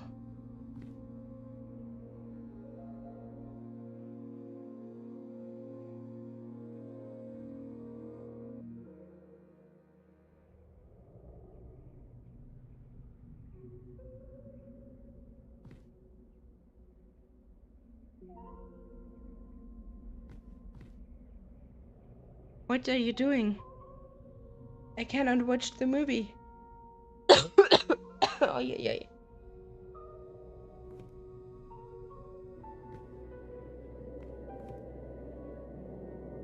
Eels? oh, hello. Aya. So, I cannot interact with the thing that it plays the movie. I think you have to do something before.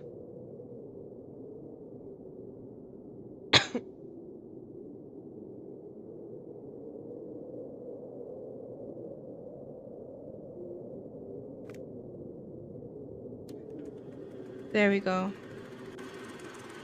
Okay, hoping that it's the same. Yeah. So the first two work for you, right? And then it's F, like foxtrot. It's the runner, like walking diagonal, to C4, like Charlie 4.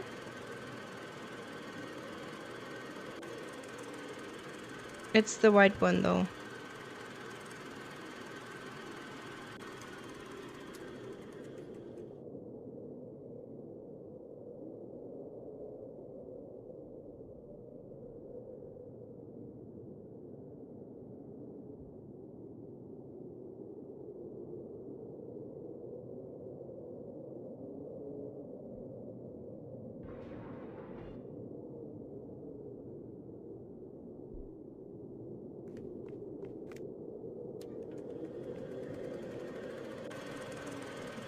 With that F1, is that how many spaces from the left is that? 3. Oh, from the left. Wait, 1, 2, 3, 4, 5, 6. It's the 6th one from the left.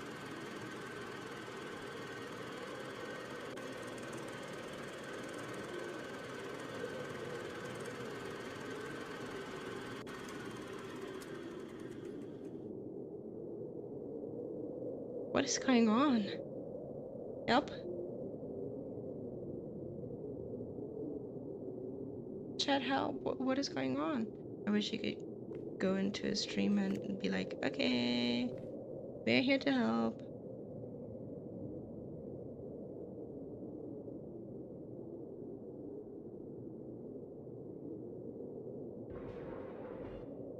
How's it looking over there? I heard that there was something wrong again.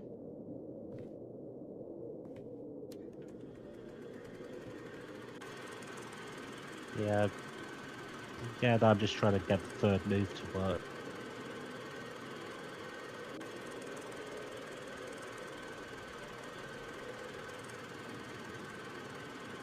So it's the F, like the I don't know, do you call it runner 2?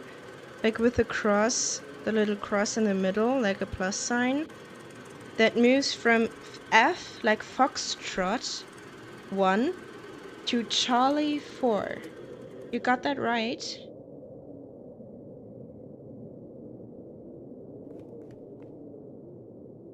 I actually looked up the alphabet, like the Alpha, Bravo, Charlie, Echo, stuff like that.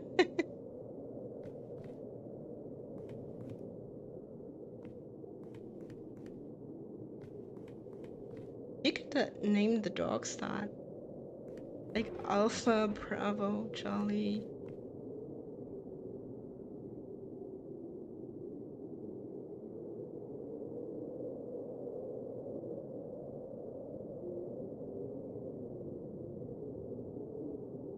What is happening? Please walk me through it. What are the moves that you're doing before that?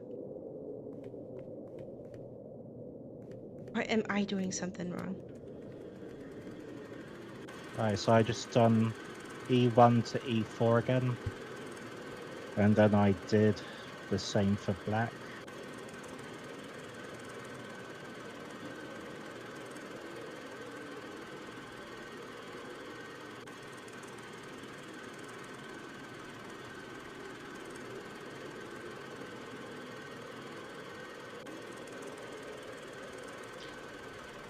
Did you say E1, like Echo 1?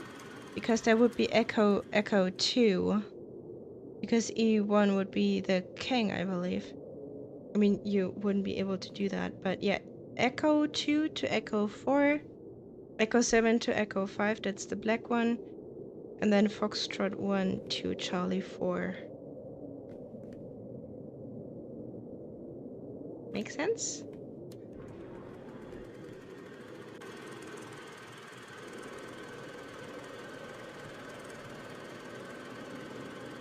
I think I also have to look up chess pieces. English names.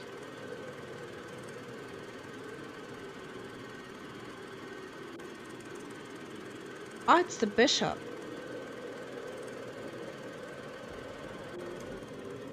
So I actually just looked it up. I believe the one that I'm talking about is the bishop on the right side.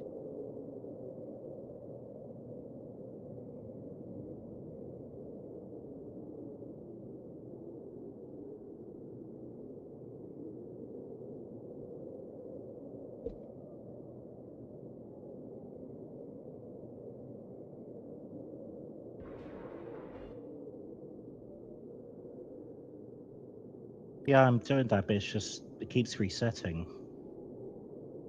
That's so weird. Like, uh, I don't know what's wrong here. And it's like it's like the only bishop has got a legal move.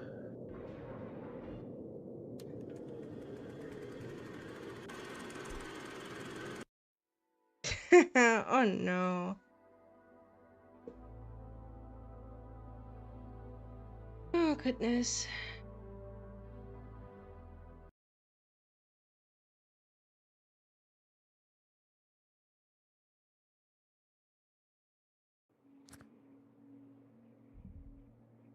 Okay, let's try that again.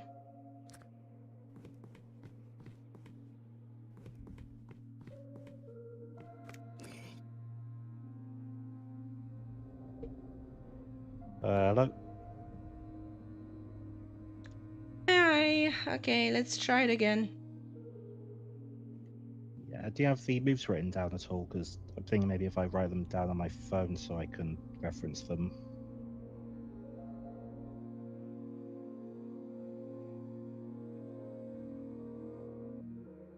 Yeah, I just want to check them again just to make sure.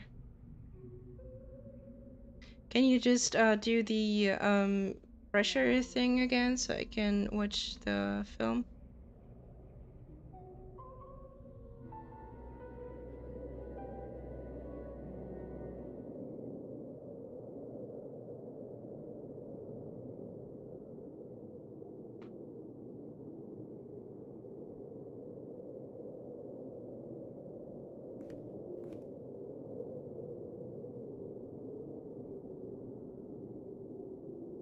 Did you do it? Because I cannot interact with it.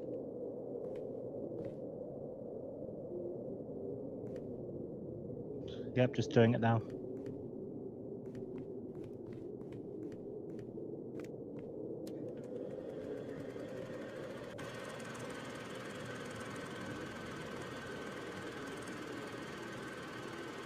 Echo 2, Echo 4, Echo 7, Yep, Echo same 5, moves.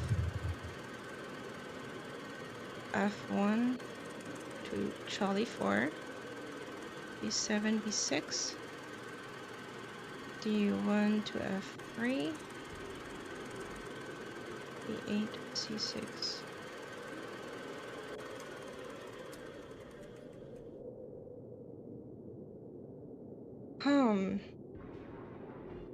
I can tell you everything.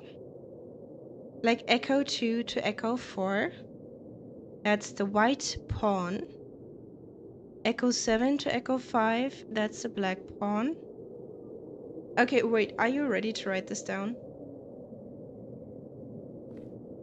Okay, you guys, I know. I'm not sure if you consider this cheating, but it's just really hard and we don't know what's going wrong here. So, yeah. Eels, are you ready to write this down, or should I just keep doing this over walkie-talkie? Sorry, I'm just doing the moves again. So I got up to Echo 2 to Echo 4. I got Echo, the black one, to the other. I'm just the third move now.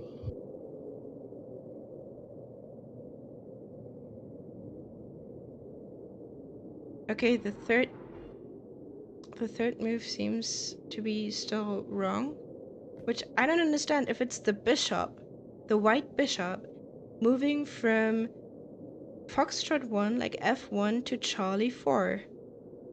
That's what it is in the movie as well. In the film. So it's just like move it to Charlie 4 and it just resets. Okay, you know what? Can you actually like share your screen somehow? Because this is really getting on my nerves right now. I'm sorry to everyone watching, Yeah, but I gotta be honest, I'm getting a bit frustrated too, so I'm gonna share my screen with you on the Discord, see if we can figure this out somehow. yeah, but if we do that, please mute so we don't hear each other.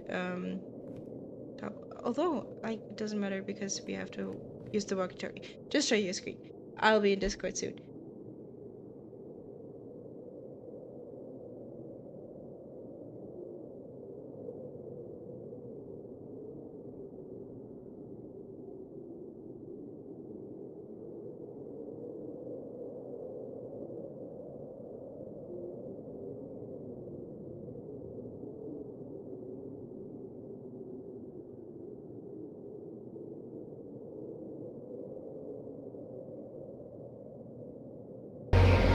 Hello.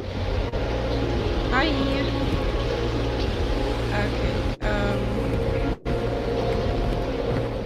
Magnus, I think you're a little loud. The bishop.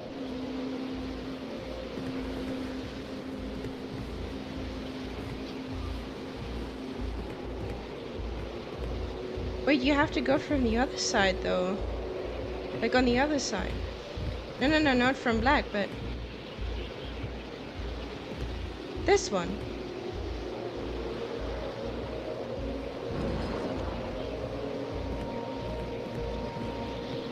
Yeah. Like this? So this one? Yeah. 1, 2, 3. There we go. Okay, I'm leaving then. I'm leaving the voice chat. Alright. I will come back later. Okay, he went from the wrong side.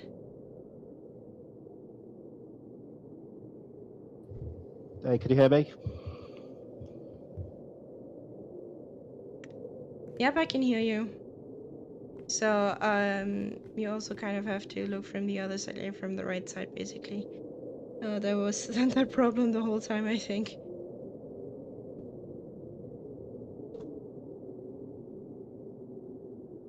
So what's the next move? Okay. Got this. If you look directly in front of the black ones, you take the second pawn from the left. That's b7, and take it one forward, like b6. Let's try it this way, maybe that helps. Done that. Perfect. Then you take the white queen and move it to f3. That's in front of one of the pawns. I think the third one from the right. If you look from behind, though. I'm sorry. I think I'm confused. Okay, I think we already got the problem figured out. So, uh,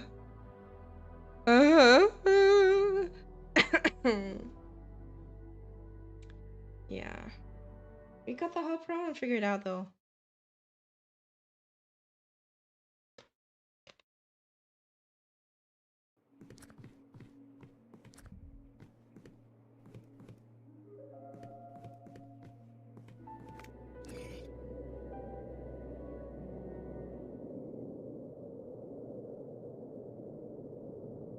Eels, you there?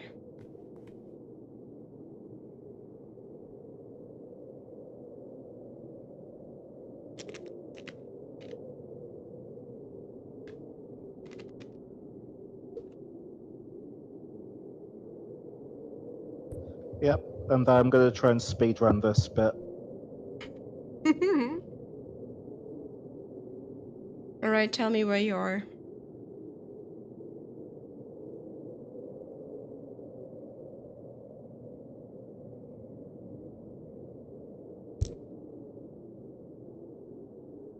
Uh,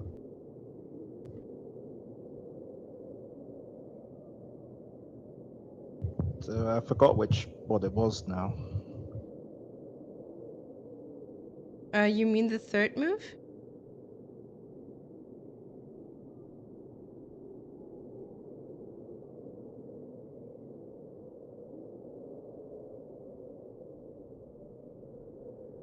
Which move are you at? The third move. So the bishop, if you stand in front of the white things, like the white pieces, it's the bishop on the left that has to go 4 diagonal to the other side. I mean, it's only one possible way. I'm talking too much, I'm so sorry. I'm confusing him, I think.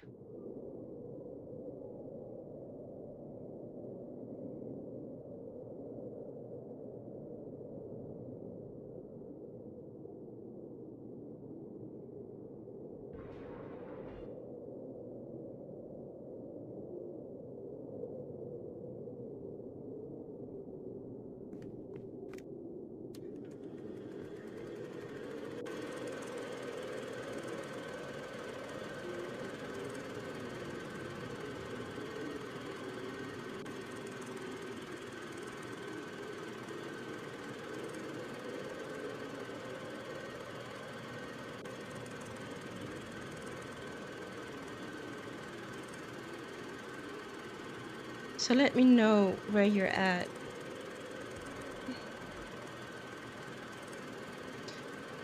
I'm sorry, did I say 4 to the side? Because it's 3. Has to be... Yeah, anyway, just try. I'm so done with it. I want this over. I hate chess.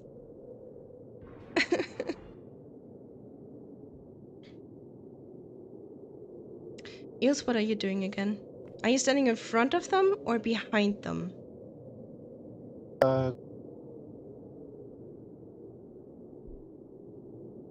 Huh?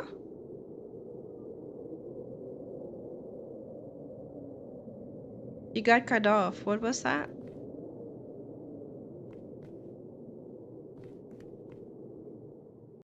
Sorry, just trying to get the move to work again.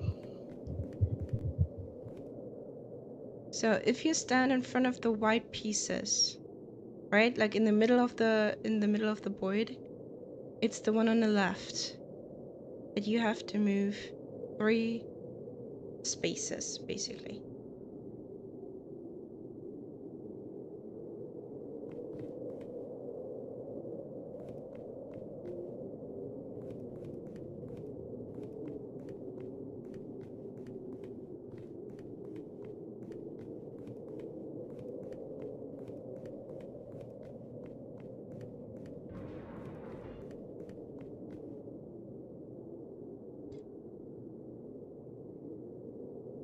Honey, what are you doing again?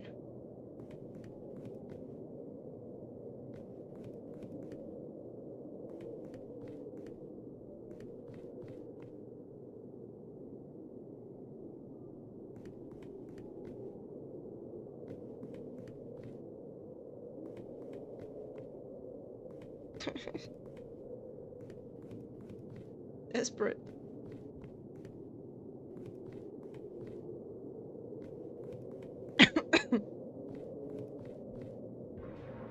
Whew. Should I come back into Discord and we do it together?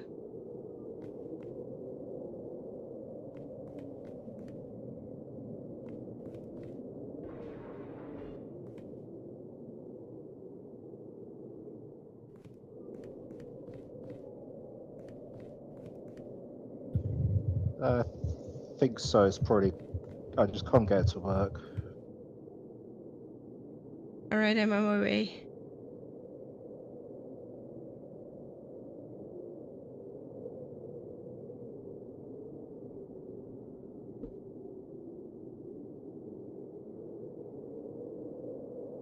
I'm so sorry, guys.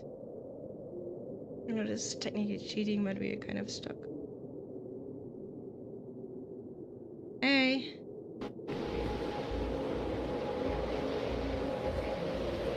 Yeah, you right? Yeah. So this one? No. The bishop. Yeah, I'm trying to select it, but it's like nothing's happening.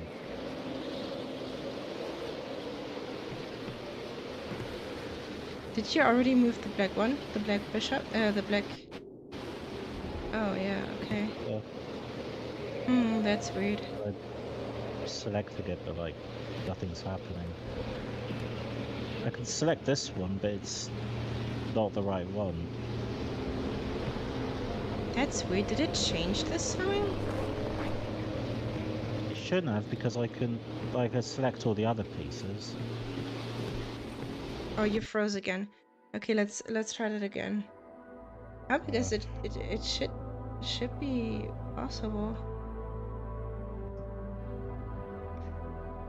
Gotta click retry from checkpoint. Yeah. Wait. Okay.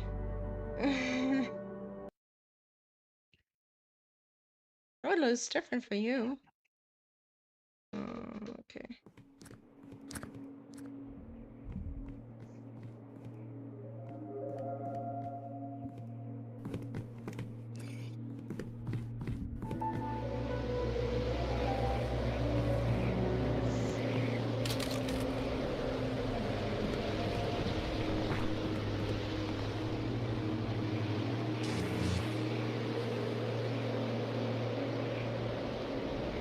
Oh, that's interesting.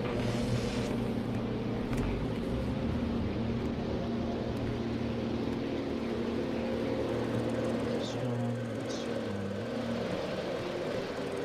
Bishop. There's nothing. I think you did the wrong ones though. Should have, because if I'd done the wrong ones, it would have reset. Yeah, but I think it's the one more to the left, actually. That's weird. Like, try to make a wrong move, and then we can go from there. Let's see. Yeah. So if I want this bishop, then I've got to move this No, one. no, no, no, no, no, no. Ah, no. The other one. Oh yeah, so I can just... Oh, I see. So it's this one. Yeah. 1, 2...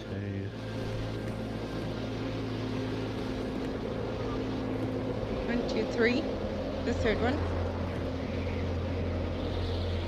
Yeah, go again. Yeah.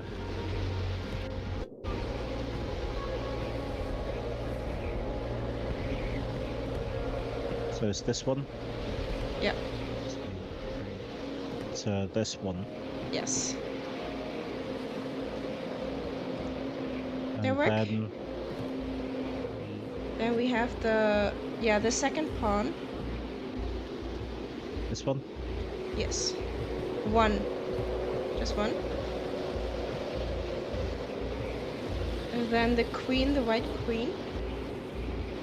Which one's the queen? The bigger one. This one. This one? Yep. And then to... Yeah, there. Yep. Okay. Then the horse of the black one, like on the left. Yes, exactly. Yep. No, the other one. The No, other... no, no, no. Like, yeah, there. Wait. The third. On the third. Like, C. To the right of it, yeah. And then the white queen. Yep. And she kicks one of the black pawns right in the front of her. Like, she just goes a few. Yeah. Oh. Okay. I'm gonna go back into the game. Yeah, I'm gonna...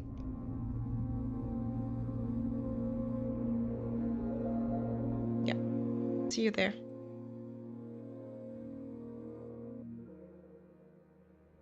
My goodness, I'm so sorry. This was absolutely not planned. Oh, wait, I'm still in the voice chat. One moment.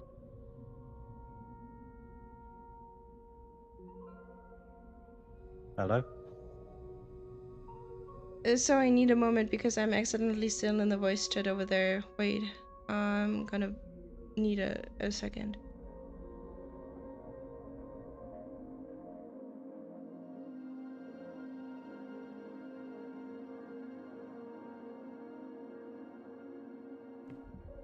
Okay, I'm back here. What are we looking at? Oh, so I've got a room with a bunch of, I think there's spears, those spikes in front of me. I've got a book with some symbols on it. I think I'm supposed to tell you what the symbols are. Yes, because I also have a lot of books with symbols. I suppose I have to choose the right one. Yeah, so one of them is a fox fox figure, like with the arms but no legs. The other Yeah. one sort of looks like a hill. There's a line running through it at the top with a sideways T. The other one sort of looks like a stick figure, but it's like a line that goes down, then to the right, and there's a sort of like an arm thing. Or a candle holder with 3 candle bits on it, and one that sort of looks like a pirate ship.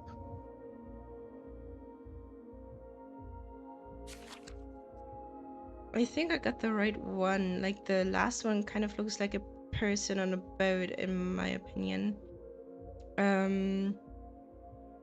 Yeah, and I think it's the right one. So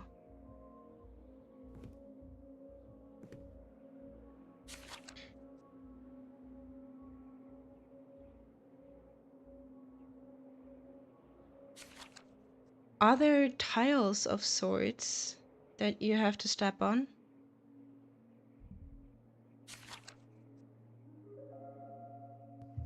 Yeah, I think so. Oh yeah, and if I step on the wrong tile, I die. But there's nothing on the tiles though. Okay, it says here that you have to start from the far east.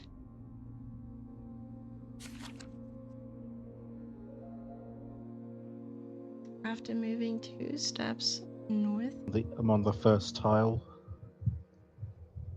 2 steps north, 2 steps west. So now you have to go 2 steps north, so forward I suppose, and then 2 steps left, like west.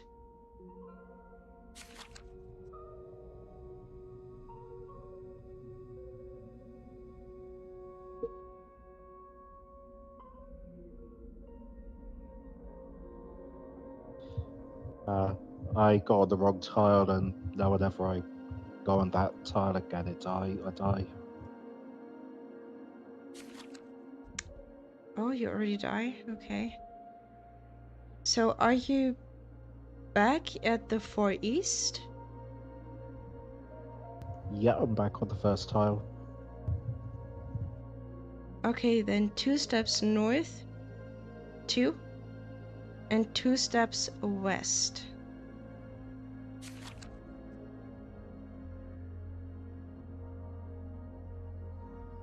Yep.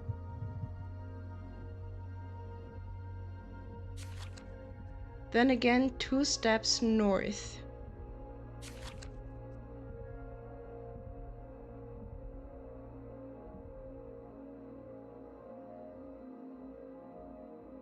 I died again, so I got to start.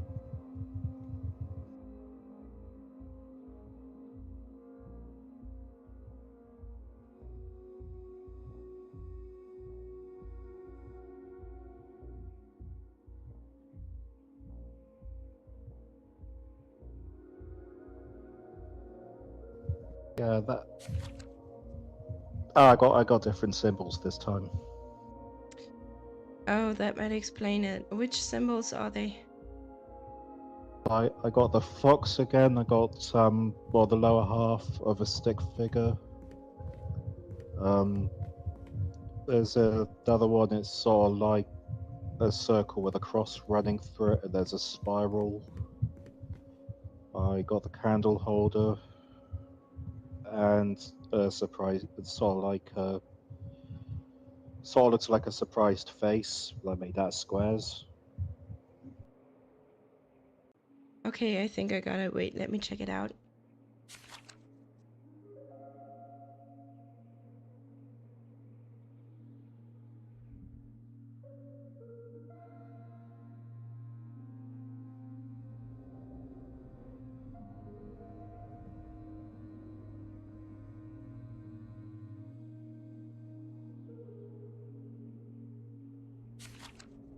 Okay, this one is a bit complicated, but you also have to start in the west, but not completely in the west. But east, I'm sorry. East, but 1 step to the west, if that makes sense. Like 1 tile is free, and then you have to step on the one.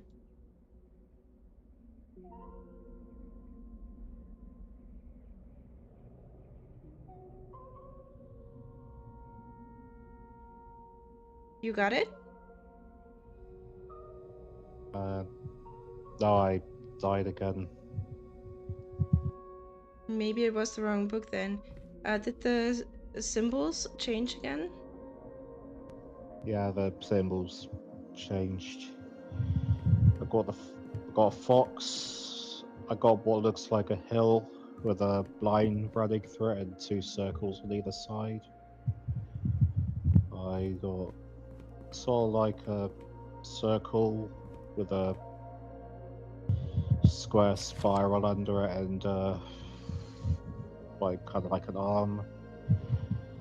I got another candle holder, but it's got like diamonds and it's like a girl in a dress on a boat.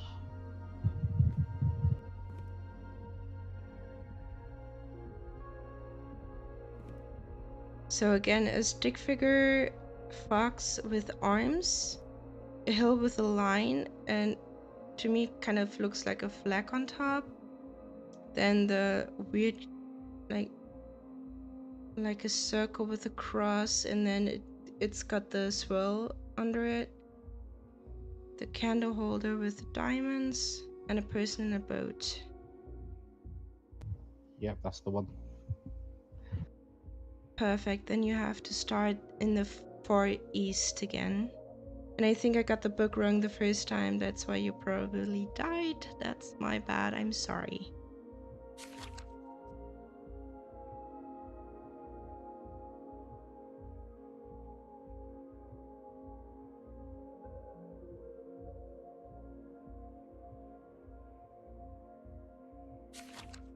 Are you at the far east? Not yet.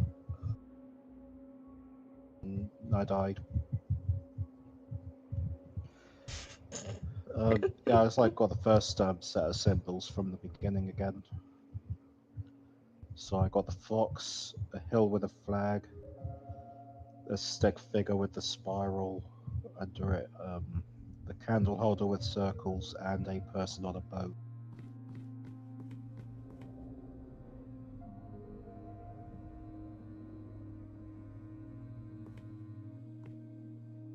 Is the person kind of square looking? No, it sort of looks like a person that's wearing a dress.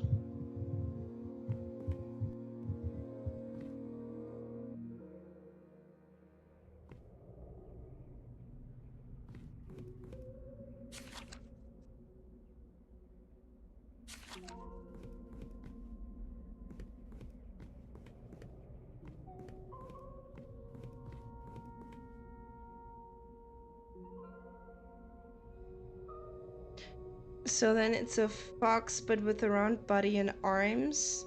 Some kind of hill, but it kind of looks like a belt to me, honestly. Then, okay. But then that's a candle holder with diamonds again? Because I only find one with diamonds.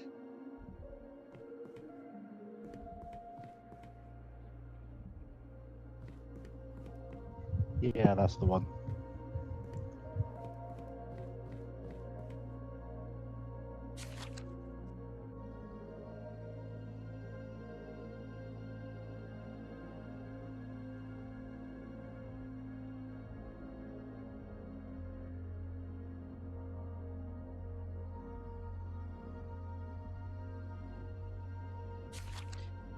Okay, this is kind of confusing. You start like in the west, like all the way in the west.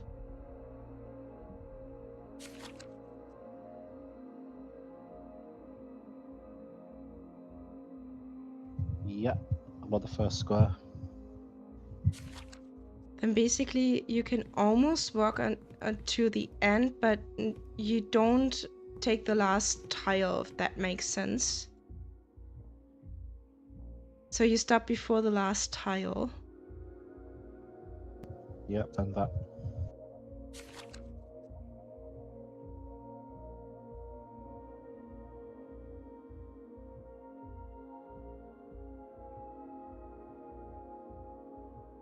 For the last tile, you must head east. After these two steps, take one step towards the south.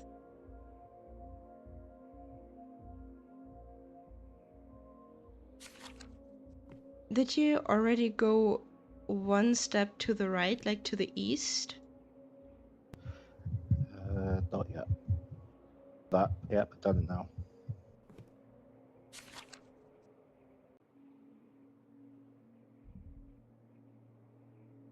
These 2 steps, take 1 step towards the south. Now you have to go 1 step towards the south, which means basically 1 step back on the tiles. I died.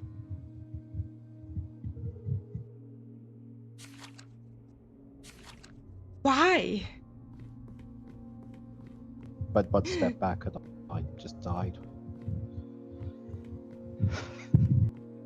So did you also turn your body, or did you just use, like, yeah, because then 1 step back basically means 1 step to the west, which could have made you die.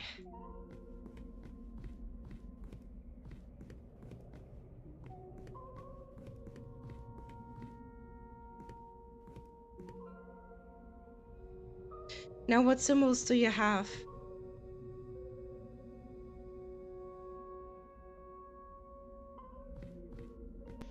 I'm gonna send you a Help. picture of the symbols on Discord because I think I'm just really bad at describing them.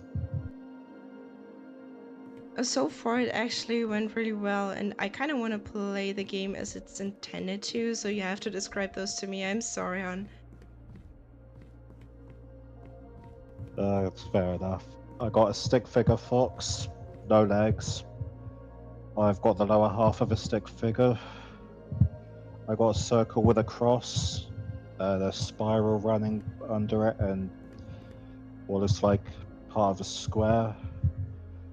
I got what looks like a stick man surrendering, holding 2 lollipops and a line under him, and a surprised face made out of squares.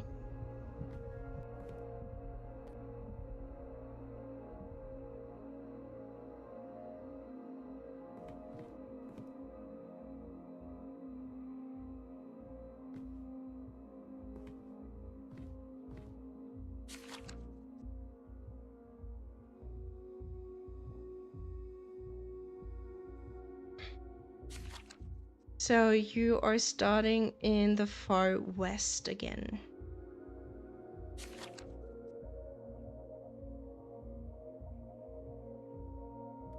Yep, done that. 2 steps north.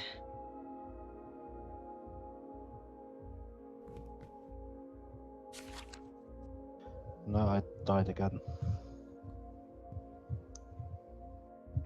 Oh, so I got the same symbols as before, so I could just repeat that. Unless I ended up having the wrong book. I don't think you did.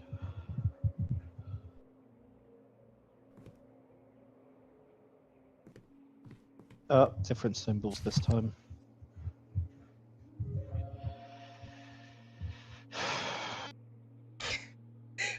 Poor baby. Oh no. Okay, so I got the fox. He's a bit rounder this time. I got a hill with a flag on it. A circle. Well, actually, it's an oval on its side with a spiral under it.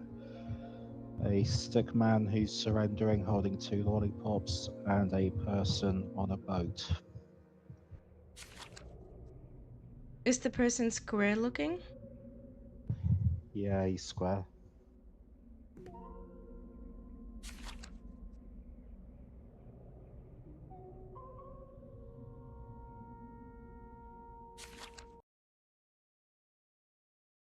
Start.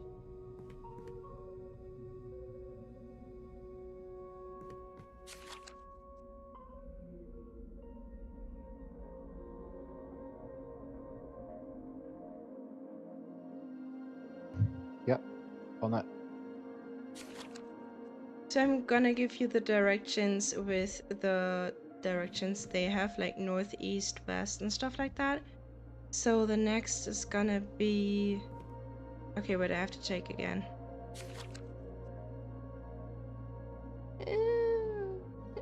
North 3 times. North 3 steps, 3 times.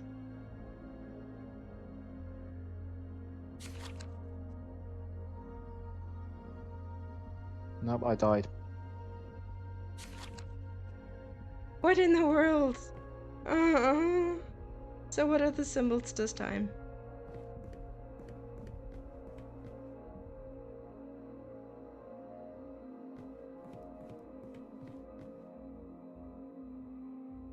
Okay, so I got the fox, skinnier this time. The hill with a flag on it, a circle with a cross running through it and a spiral under it. Candle holder with diamonds, and a girl on a boat. I think I got it.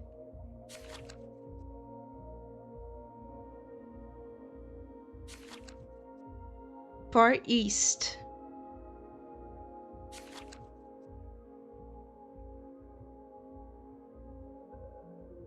Yeah, got it. 2 steps north.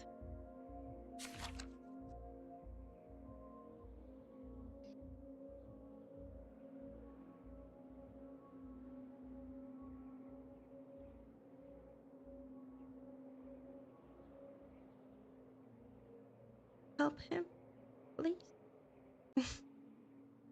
Why isn't he saying anything? Did you go the 2 steps north? Yeah, no, sorry, I died again. Okay. Symbols?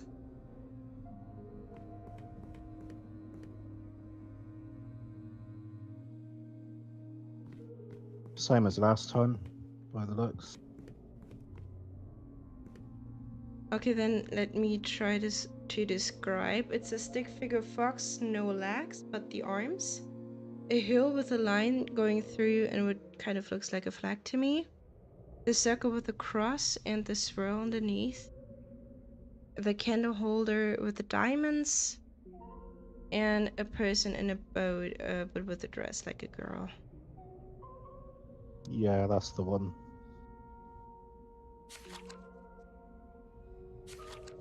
So far east again.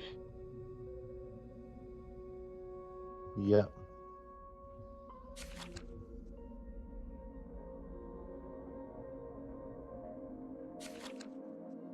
Two steps north. Yeah.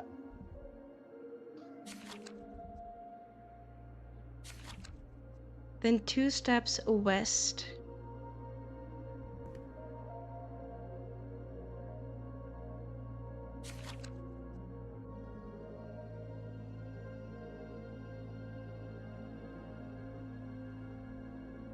Yeah.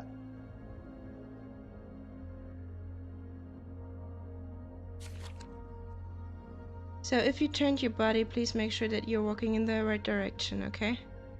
Let me check again which direction, just to be sure. So 2 steps north, 2 steps west.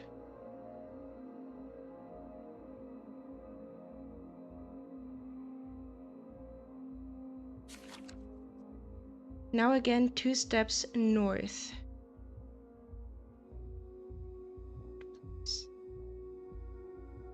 Wait, which way is north? Is that towards the door or towards the other way? The way I just went.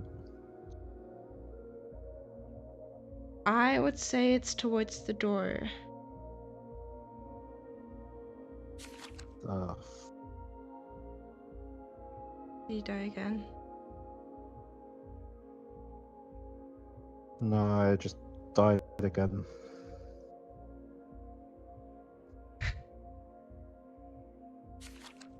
Okay, if you're standing in front of it, you are facing the door, right? So that is north.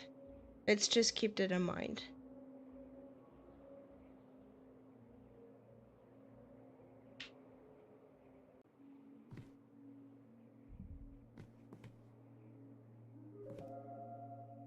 So I need the symbols again.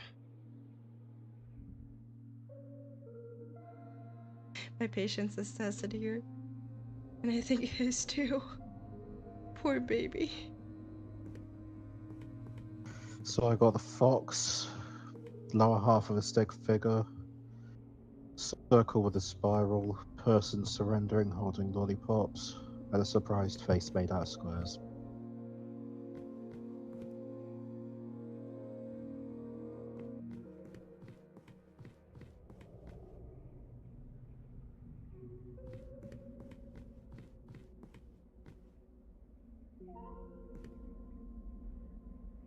So it's a big, skinny fox with arms, no legs, right?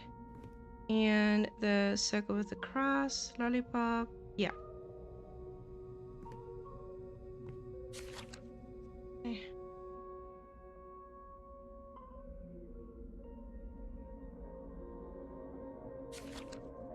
Far west.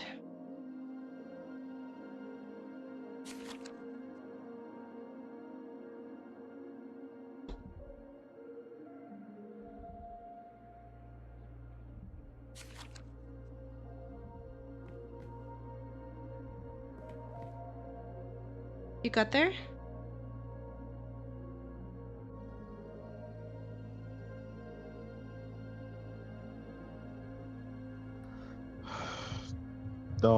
But I died.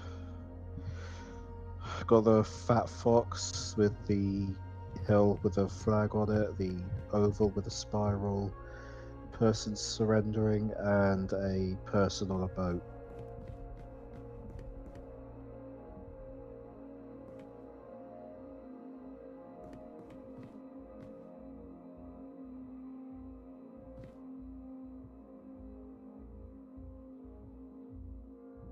Okay, I mean, you can always say if you don't want to play any longer, we can do something else. That's okay, right? It's okay. I know it's frustrating. Oh no, I'm sorry, I didn't mean to come across that way. No, I really didn't mean to. I'm sorry. No, it's okay. I'm just saying that if it's getting too much at all, I just need to try to figure this out. It's all good, honestly. That's on me. I'm sorry. It's alright. You don't have to apologize. Yeah, it was the far west corner, but let me check before I say something wrong.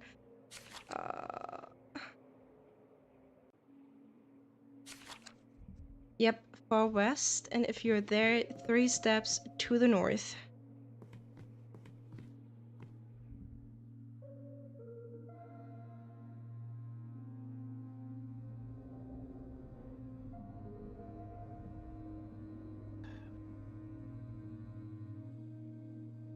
Uh-uh.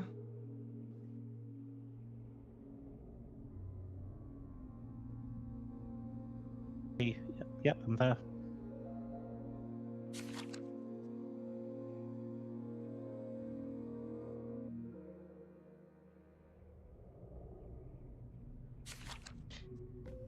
Okay, this is even a bit confusing to me. You took the 3 steps north, then you have to take 2 steps east, if I understood it correctly.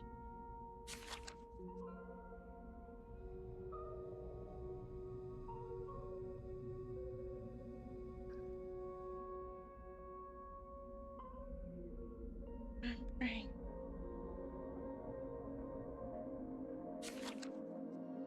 You took the 2 steps east?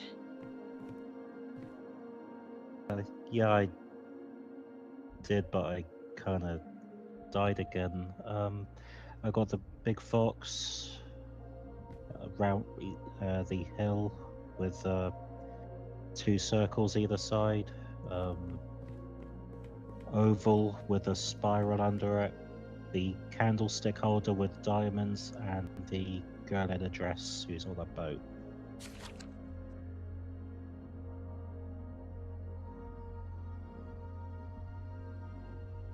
Oh.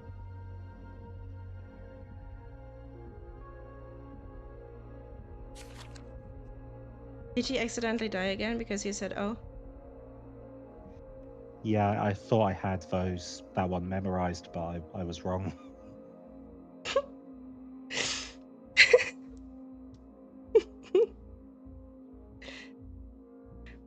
Don't know if I should laugh or cry. The same symbols or different ones? They're different. So I got the fox. He's a stick figure fox, the lower half of a stick figure, who I'm kind of starting to suspect might actually be that fox's legs. The circle with a cross through it, and it's got a spiral under it. A surrendering stick figure, and a surprised face made out of squares.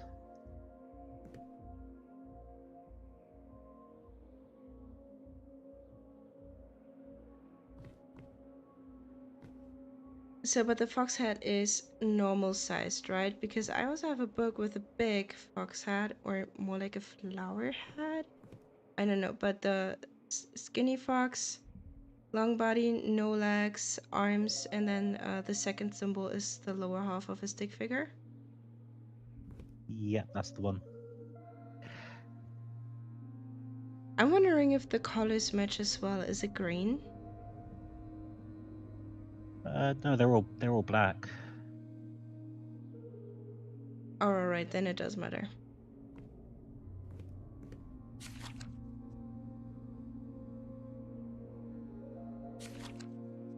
So it's far west.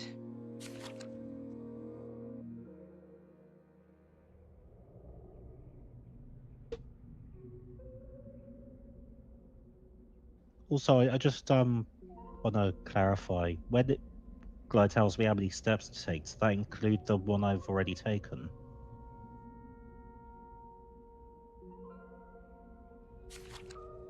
That's a good question. I don't know.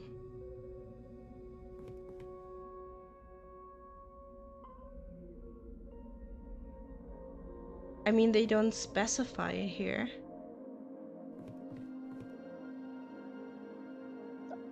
So I'm just wondering if maybe that's why I've been dying so much. Then I guess don't step on the first one and then just stand in front of it, and we'll try like that. Unless that's what you've done already. Yeah, that's kind of what always been doing. So I'll stay off it for now until you tell me how many steps to go. All right, perfect. Then let me check again.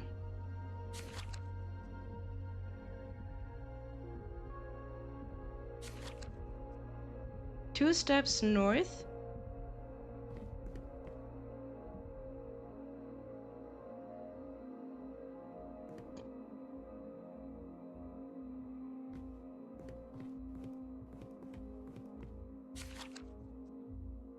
Yep, done it.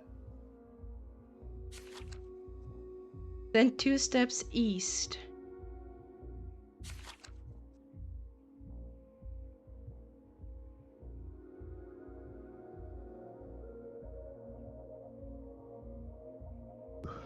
Yep, done it. I guess that was the problem.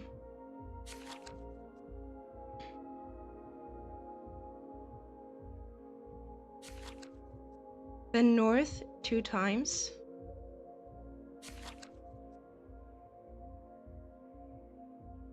Yep.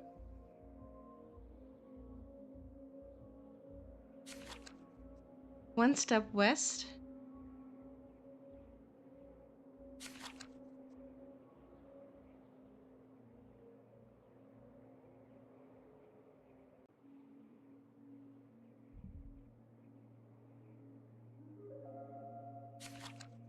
You took the step west?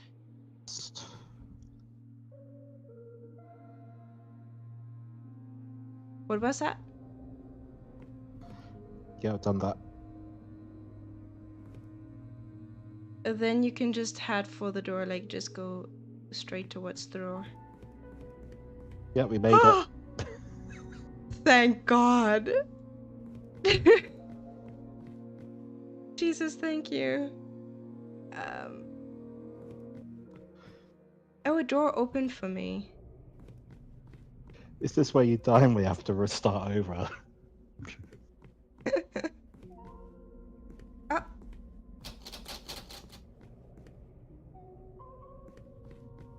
Ladies and gentlemen, welcome to uh-oh. tonight's feature show.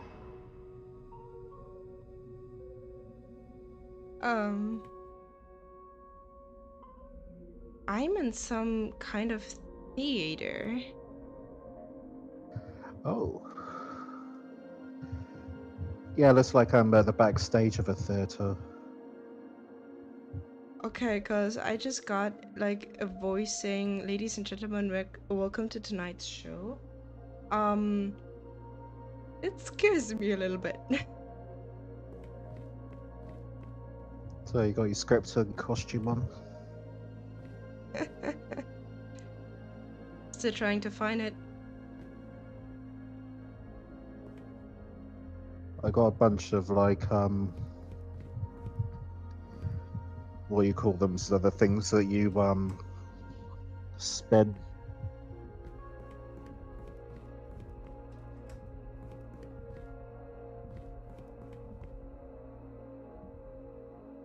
What do you mean? Like, which ones?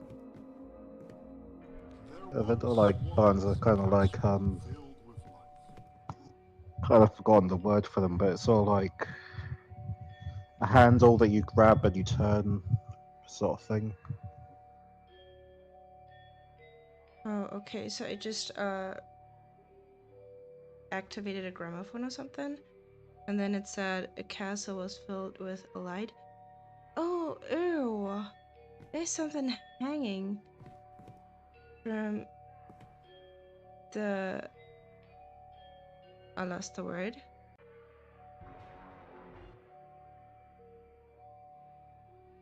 I think you have to do something to make it play.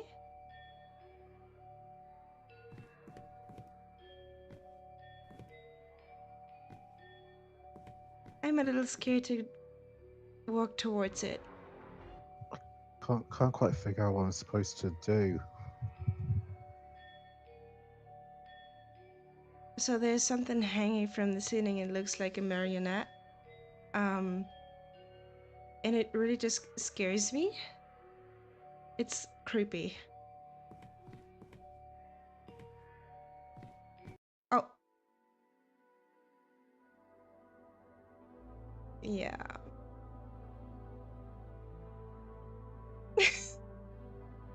That was absolutely my fault. I'm sorry.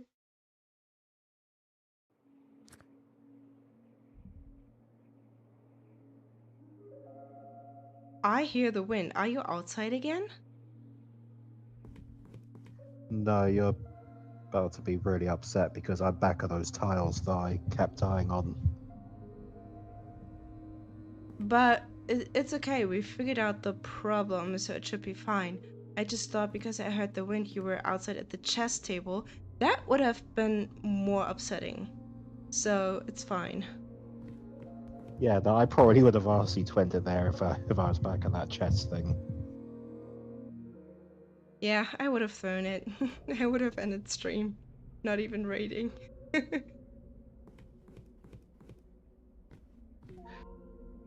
So yeah, I'm at the round. I've got the round fox, the hill with a flag on it, the oval with a spiral under it, a stick figure who's surrendering, and a person on a boat made of squares.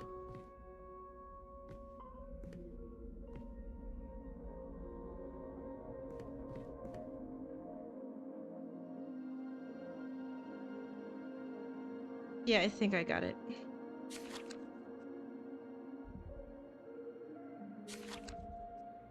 Far west corner, 3 steps north.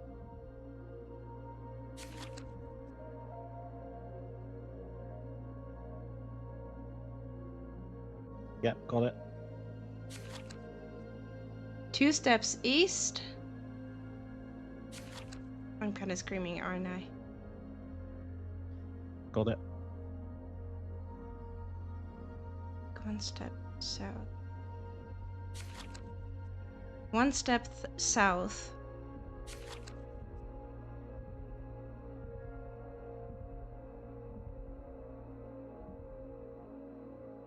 Got it.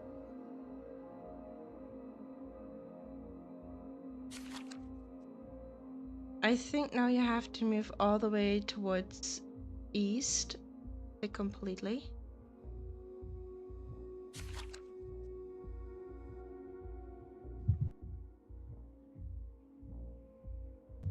I got my east and south mixed up.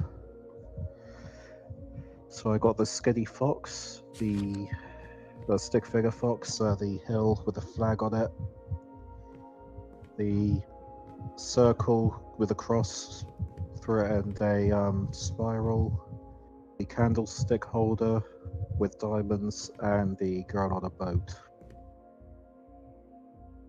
Yep, I think I got it.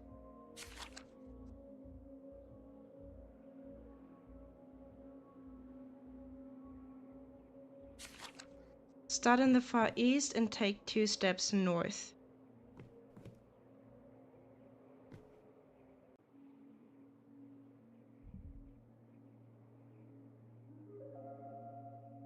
Help.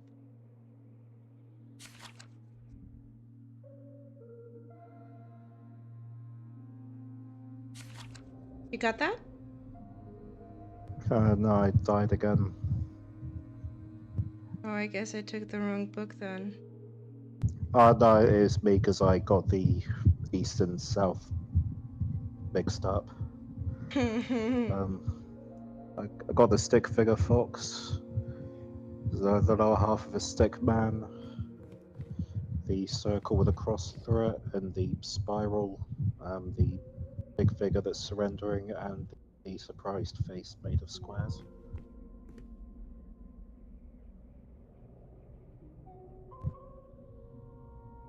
Just to make sure, skinny fox with arms, lower half of a stick figure, circle with a cross and a spiral, the lollipop surrendering stick figure, and the surprised face.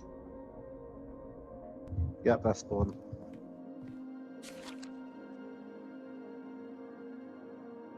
But the last was my fault because I got the south and east mixed up.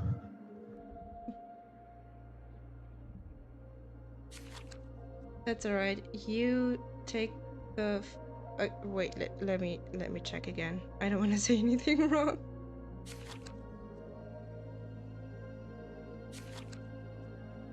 Far west, 2 steps north. I'm also mush, honestly. Never gonna get East you. far west, 2 steps north. Yes. Did you do it? Yep, got it.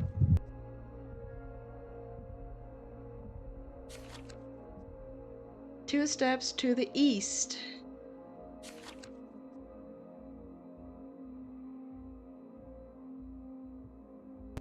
Got it.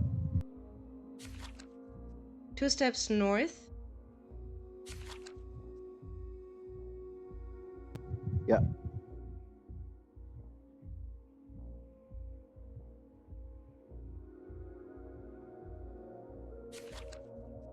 One step to the west.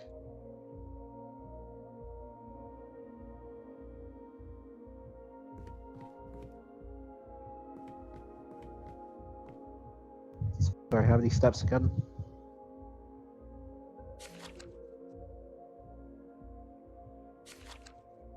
One to the west.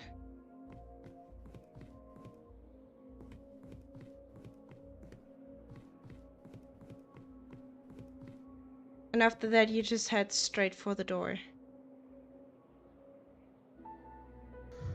Got it.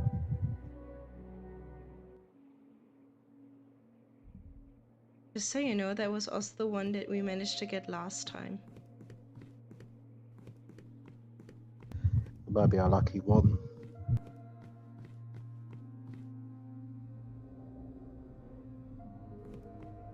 Ladies and gentlemen, welcome to tonight's feature show. So I'm in the theater again, and by the way, the last time that was absolutely my fault. I guess curiosity got the better of me, and I walked towards the figure, like the marionette, and it killed me apparently.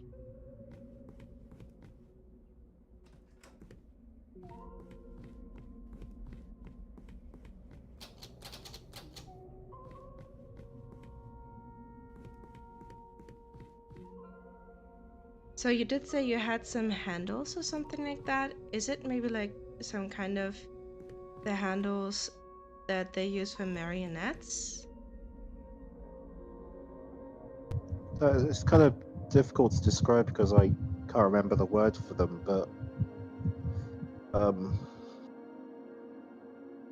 you know how like on an old car you'd have that thing on the front that you have to like rotate to start the engine.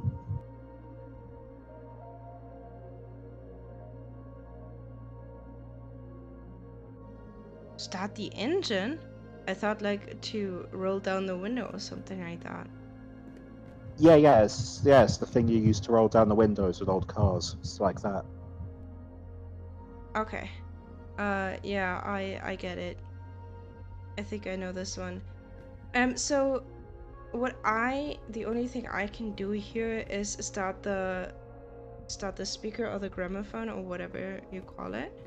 And then the stick figure appears, the marionette appears, and then I guess you have to tell the story somehow.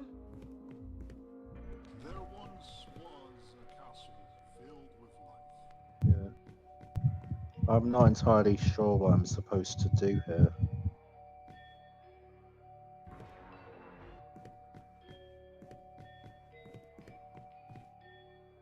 So basically, the line I got is there was once a castle filled with life.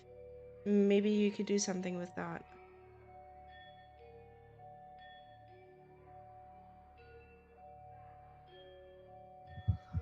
Yeah, I just flipped a switch that said bloodlight. Not sure if anything happened for you though.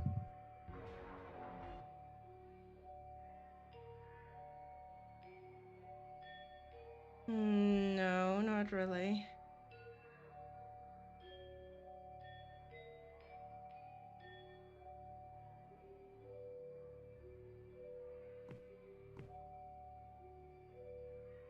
Oh, actually, the light? You said bloodlight, like red light? I think I'm standing inside of that somehow.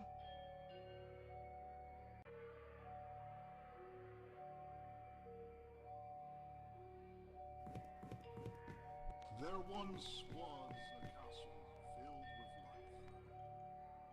with life. Ew! Ew! Did you do something? Because the marionette just changed. Ugh. I've not done anything. Ew.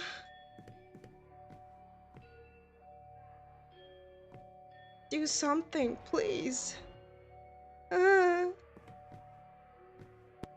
anything happened? No, I just got the sound as if you did something wrong.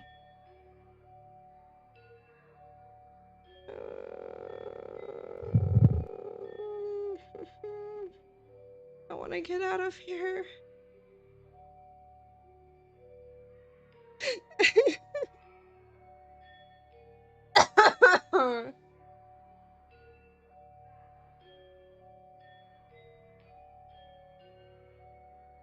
So what exactly do you see? What is there? Oh, yeah, I just found a picture of a crown and another picture of a sword going through another crown and 3 children. Can you do something with the 3 children? And it changed again. Oh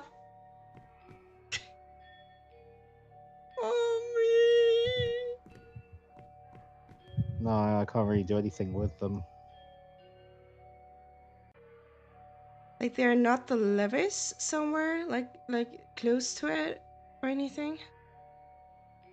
Like, I think because the children could be the life in the castle. Yeah, there's nothing.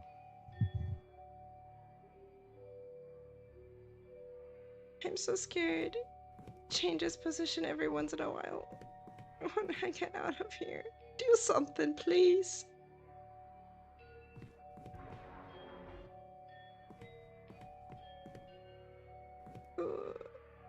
Okay, the red light is out.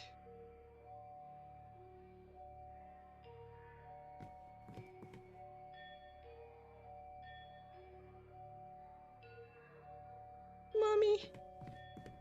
I wasn't aware that it was a Can't hurricane. really figure out what I'm supposed to do.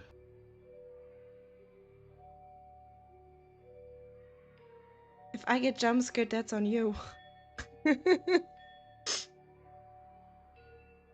And it changed again. Please, I just want to get out of here.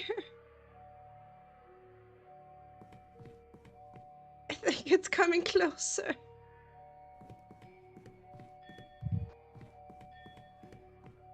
There once was a castle filled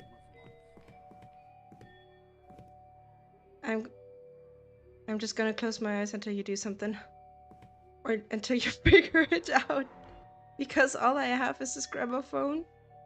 And this figure, the marionette that is changing positions and coming closer. Mommy.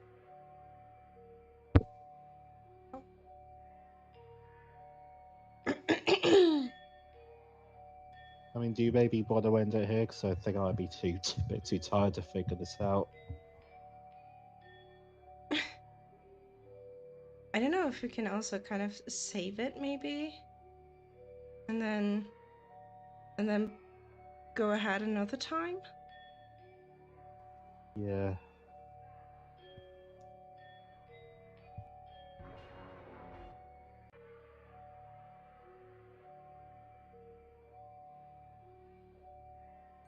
Uh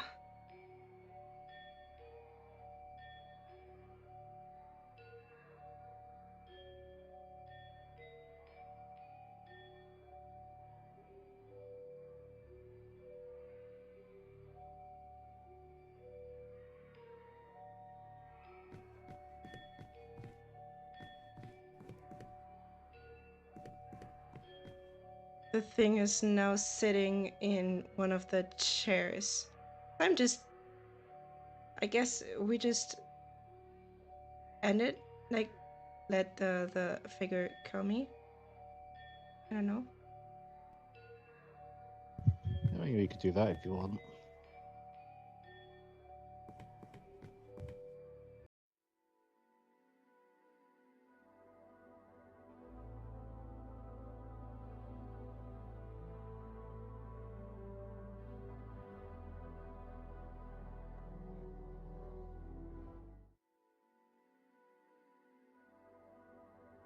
Honestly, that was kind of nerve-wracking.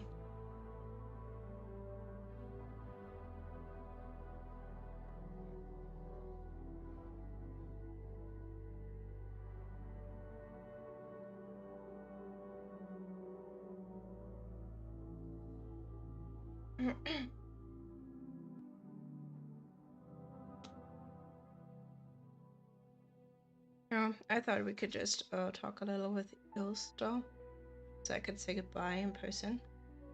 But I guess they're coming back.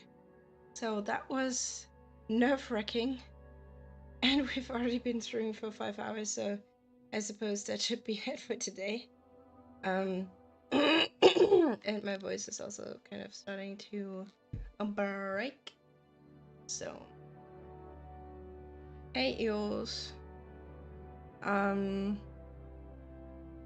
Yeah, let me change the just chatting here.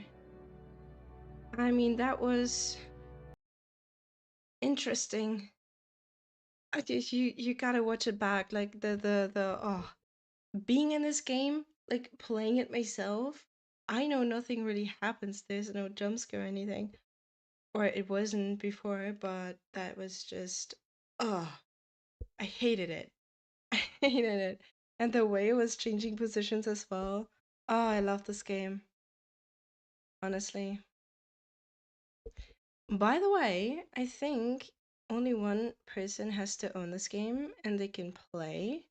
Because I believe it's cross-play kind of thing, where you can invite a friend even though they don't have it. And I basically have all of the games of this line. And so if we finish this someday, we could play the other one. If you're interested.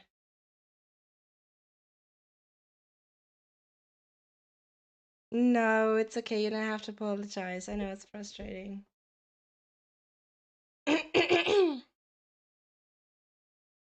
And I didn't think you were upset with me. I just think you were probably just a little frustrated at the game, which is understandable. Me too. So it's okay. Don't worry about it. Don't worry. But I just want to say that again, if we play together and at any point you feel like it's too much or you don't want to keep going, you just tell me. I'm not going to be mad at you. You don't have to push through being uncomfortable. Just let me know. Okay? mm. Don't worry about it. I was just trying to make sure you were okay.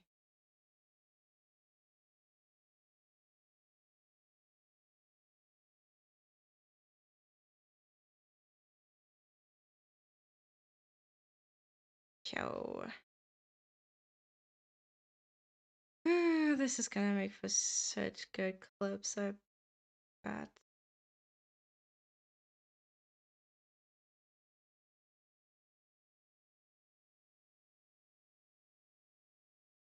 Mm.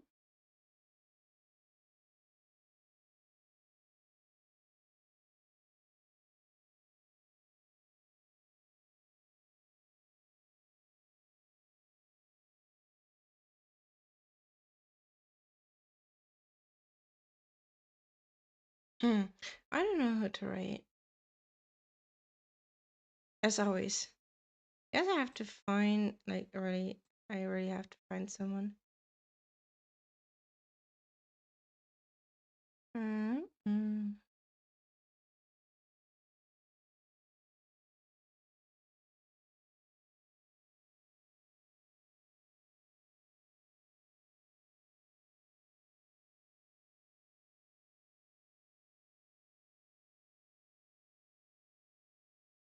Uh, Random roll.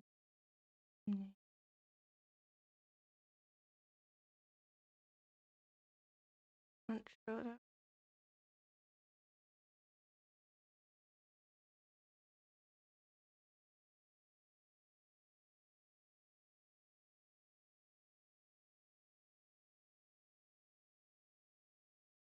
Okay, there's some kind of Bible study that we could read into.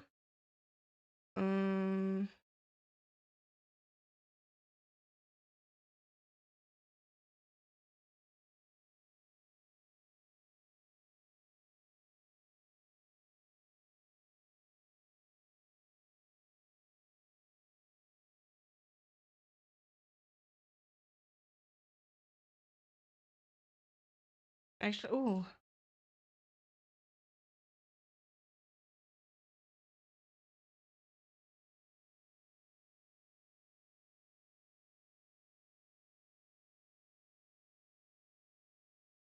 Actually, there's a game that I want to play.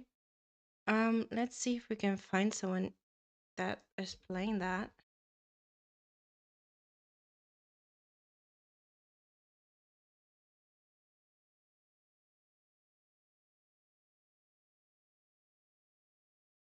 And you're gonna laugh about it. Um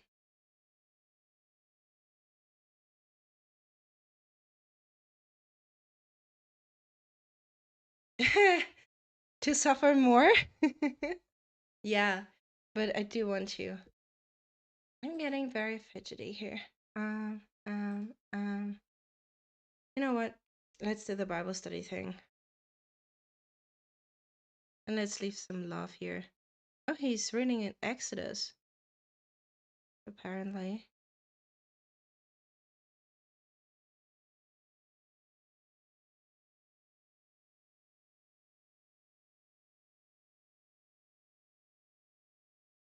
Oh, he's just oh, he's wrapping it up. I'm so sorry. Oh no.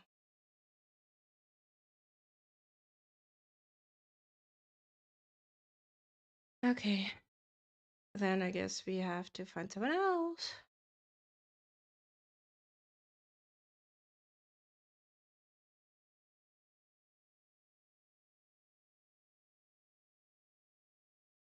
Like, it is so funny that there are so many people, like Christians, are playing such, I don't want to say awful games, but you know, shooters and stuff like that. Yeah, I don't know.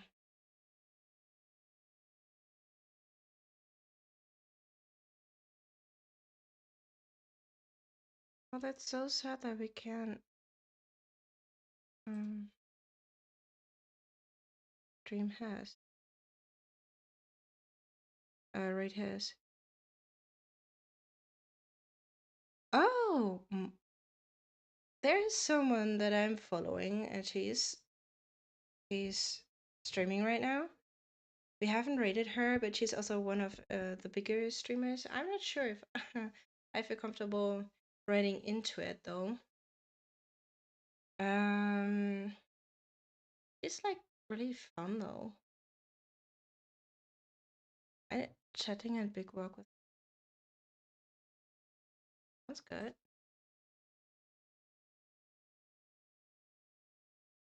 But she's just talking, so I don't think so.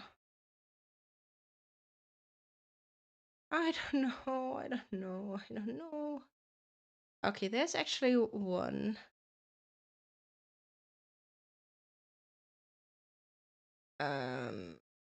I'm gonna rate now though.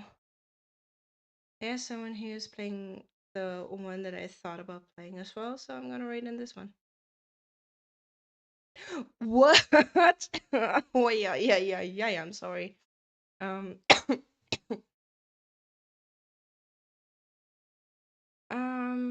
just gonna rate into this person. I would prefer rating someone Christian right now, but it's okay.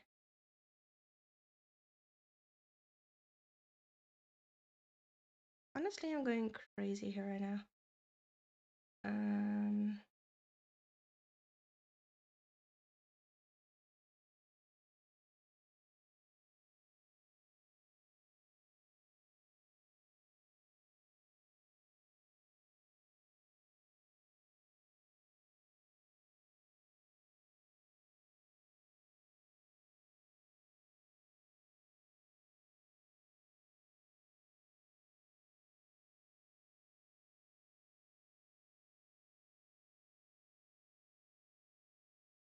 Okay, there are a few ones with 0 viewers, so let's just leave some love there.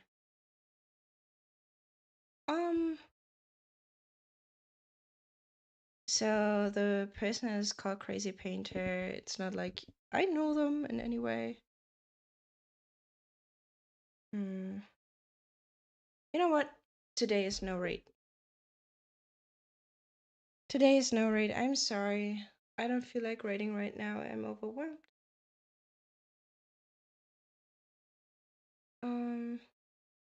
Yeah, I'm still gonna pray.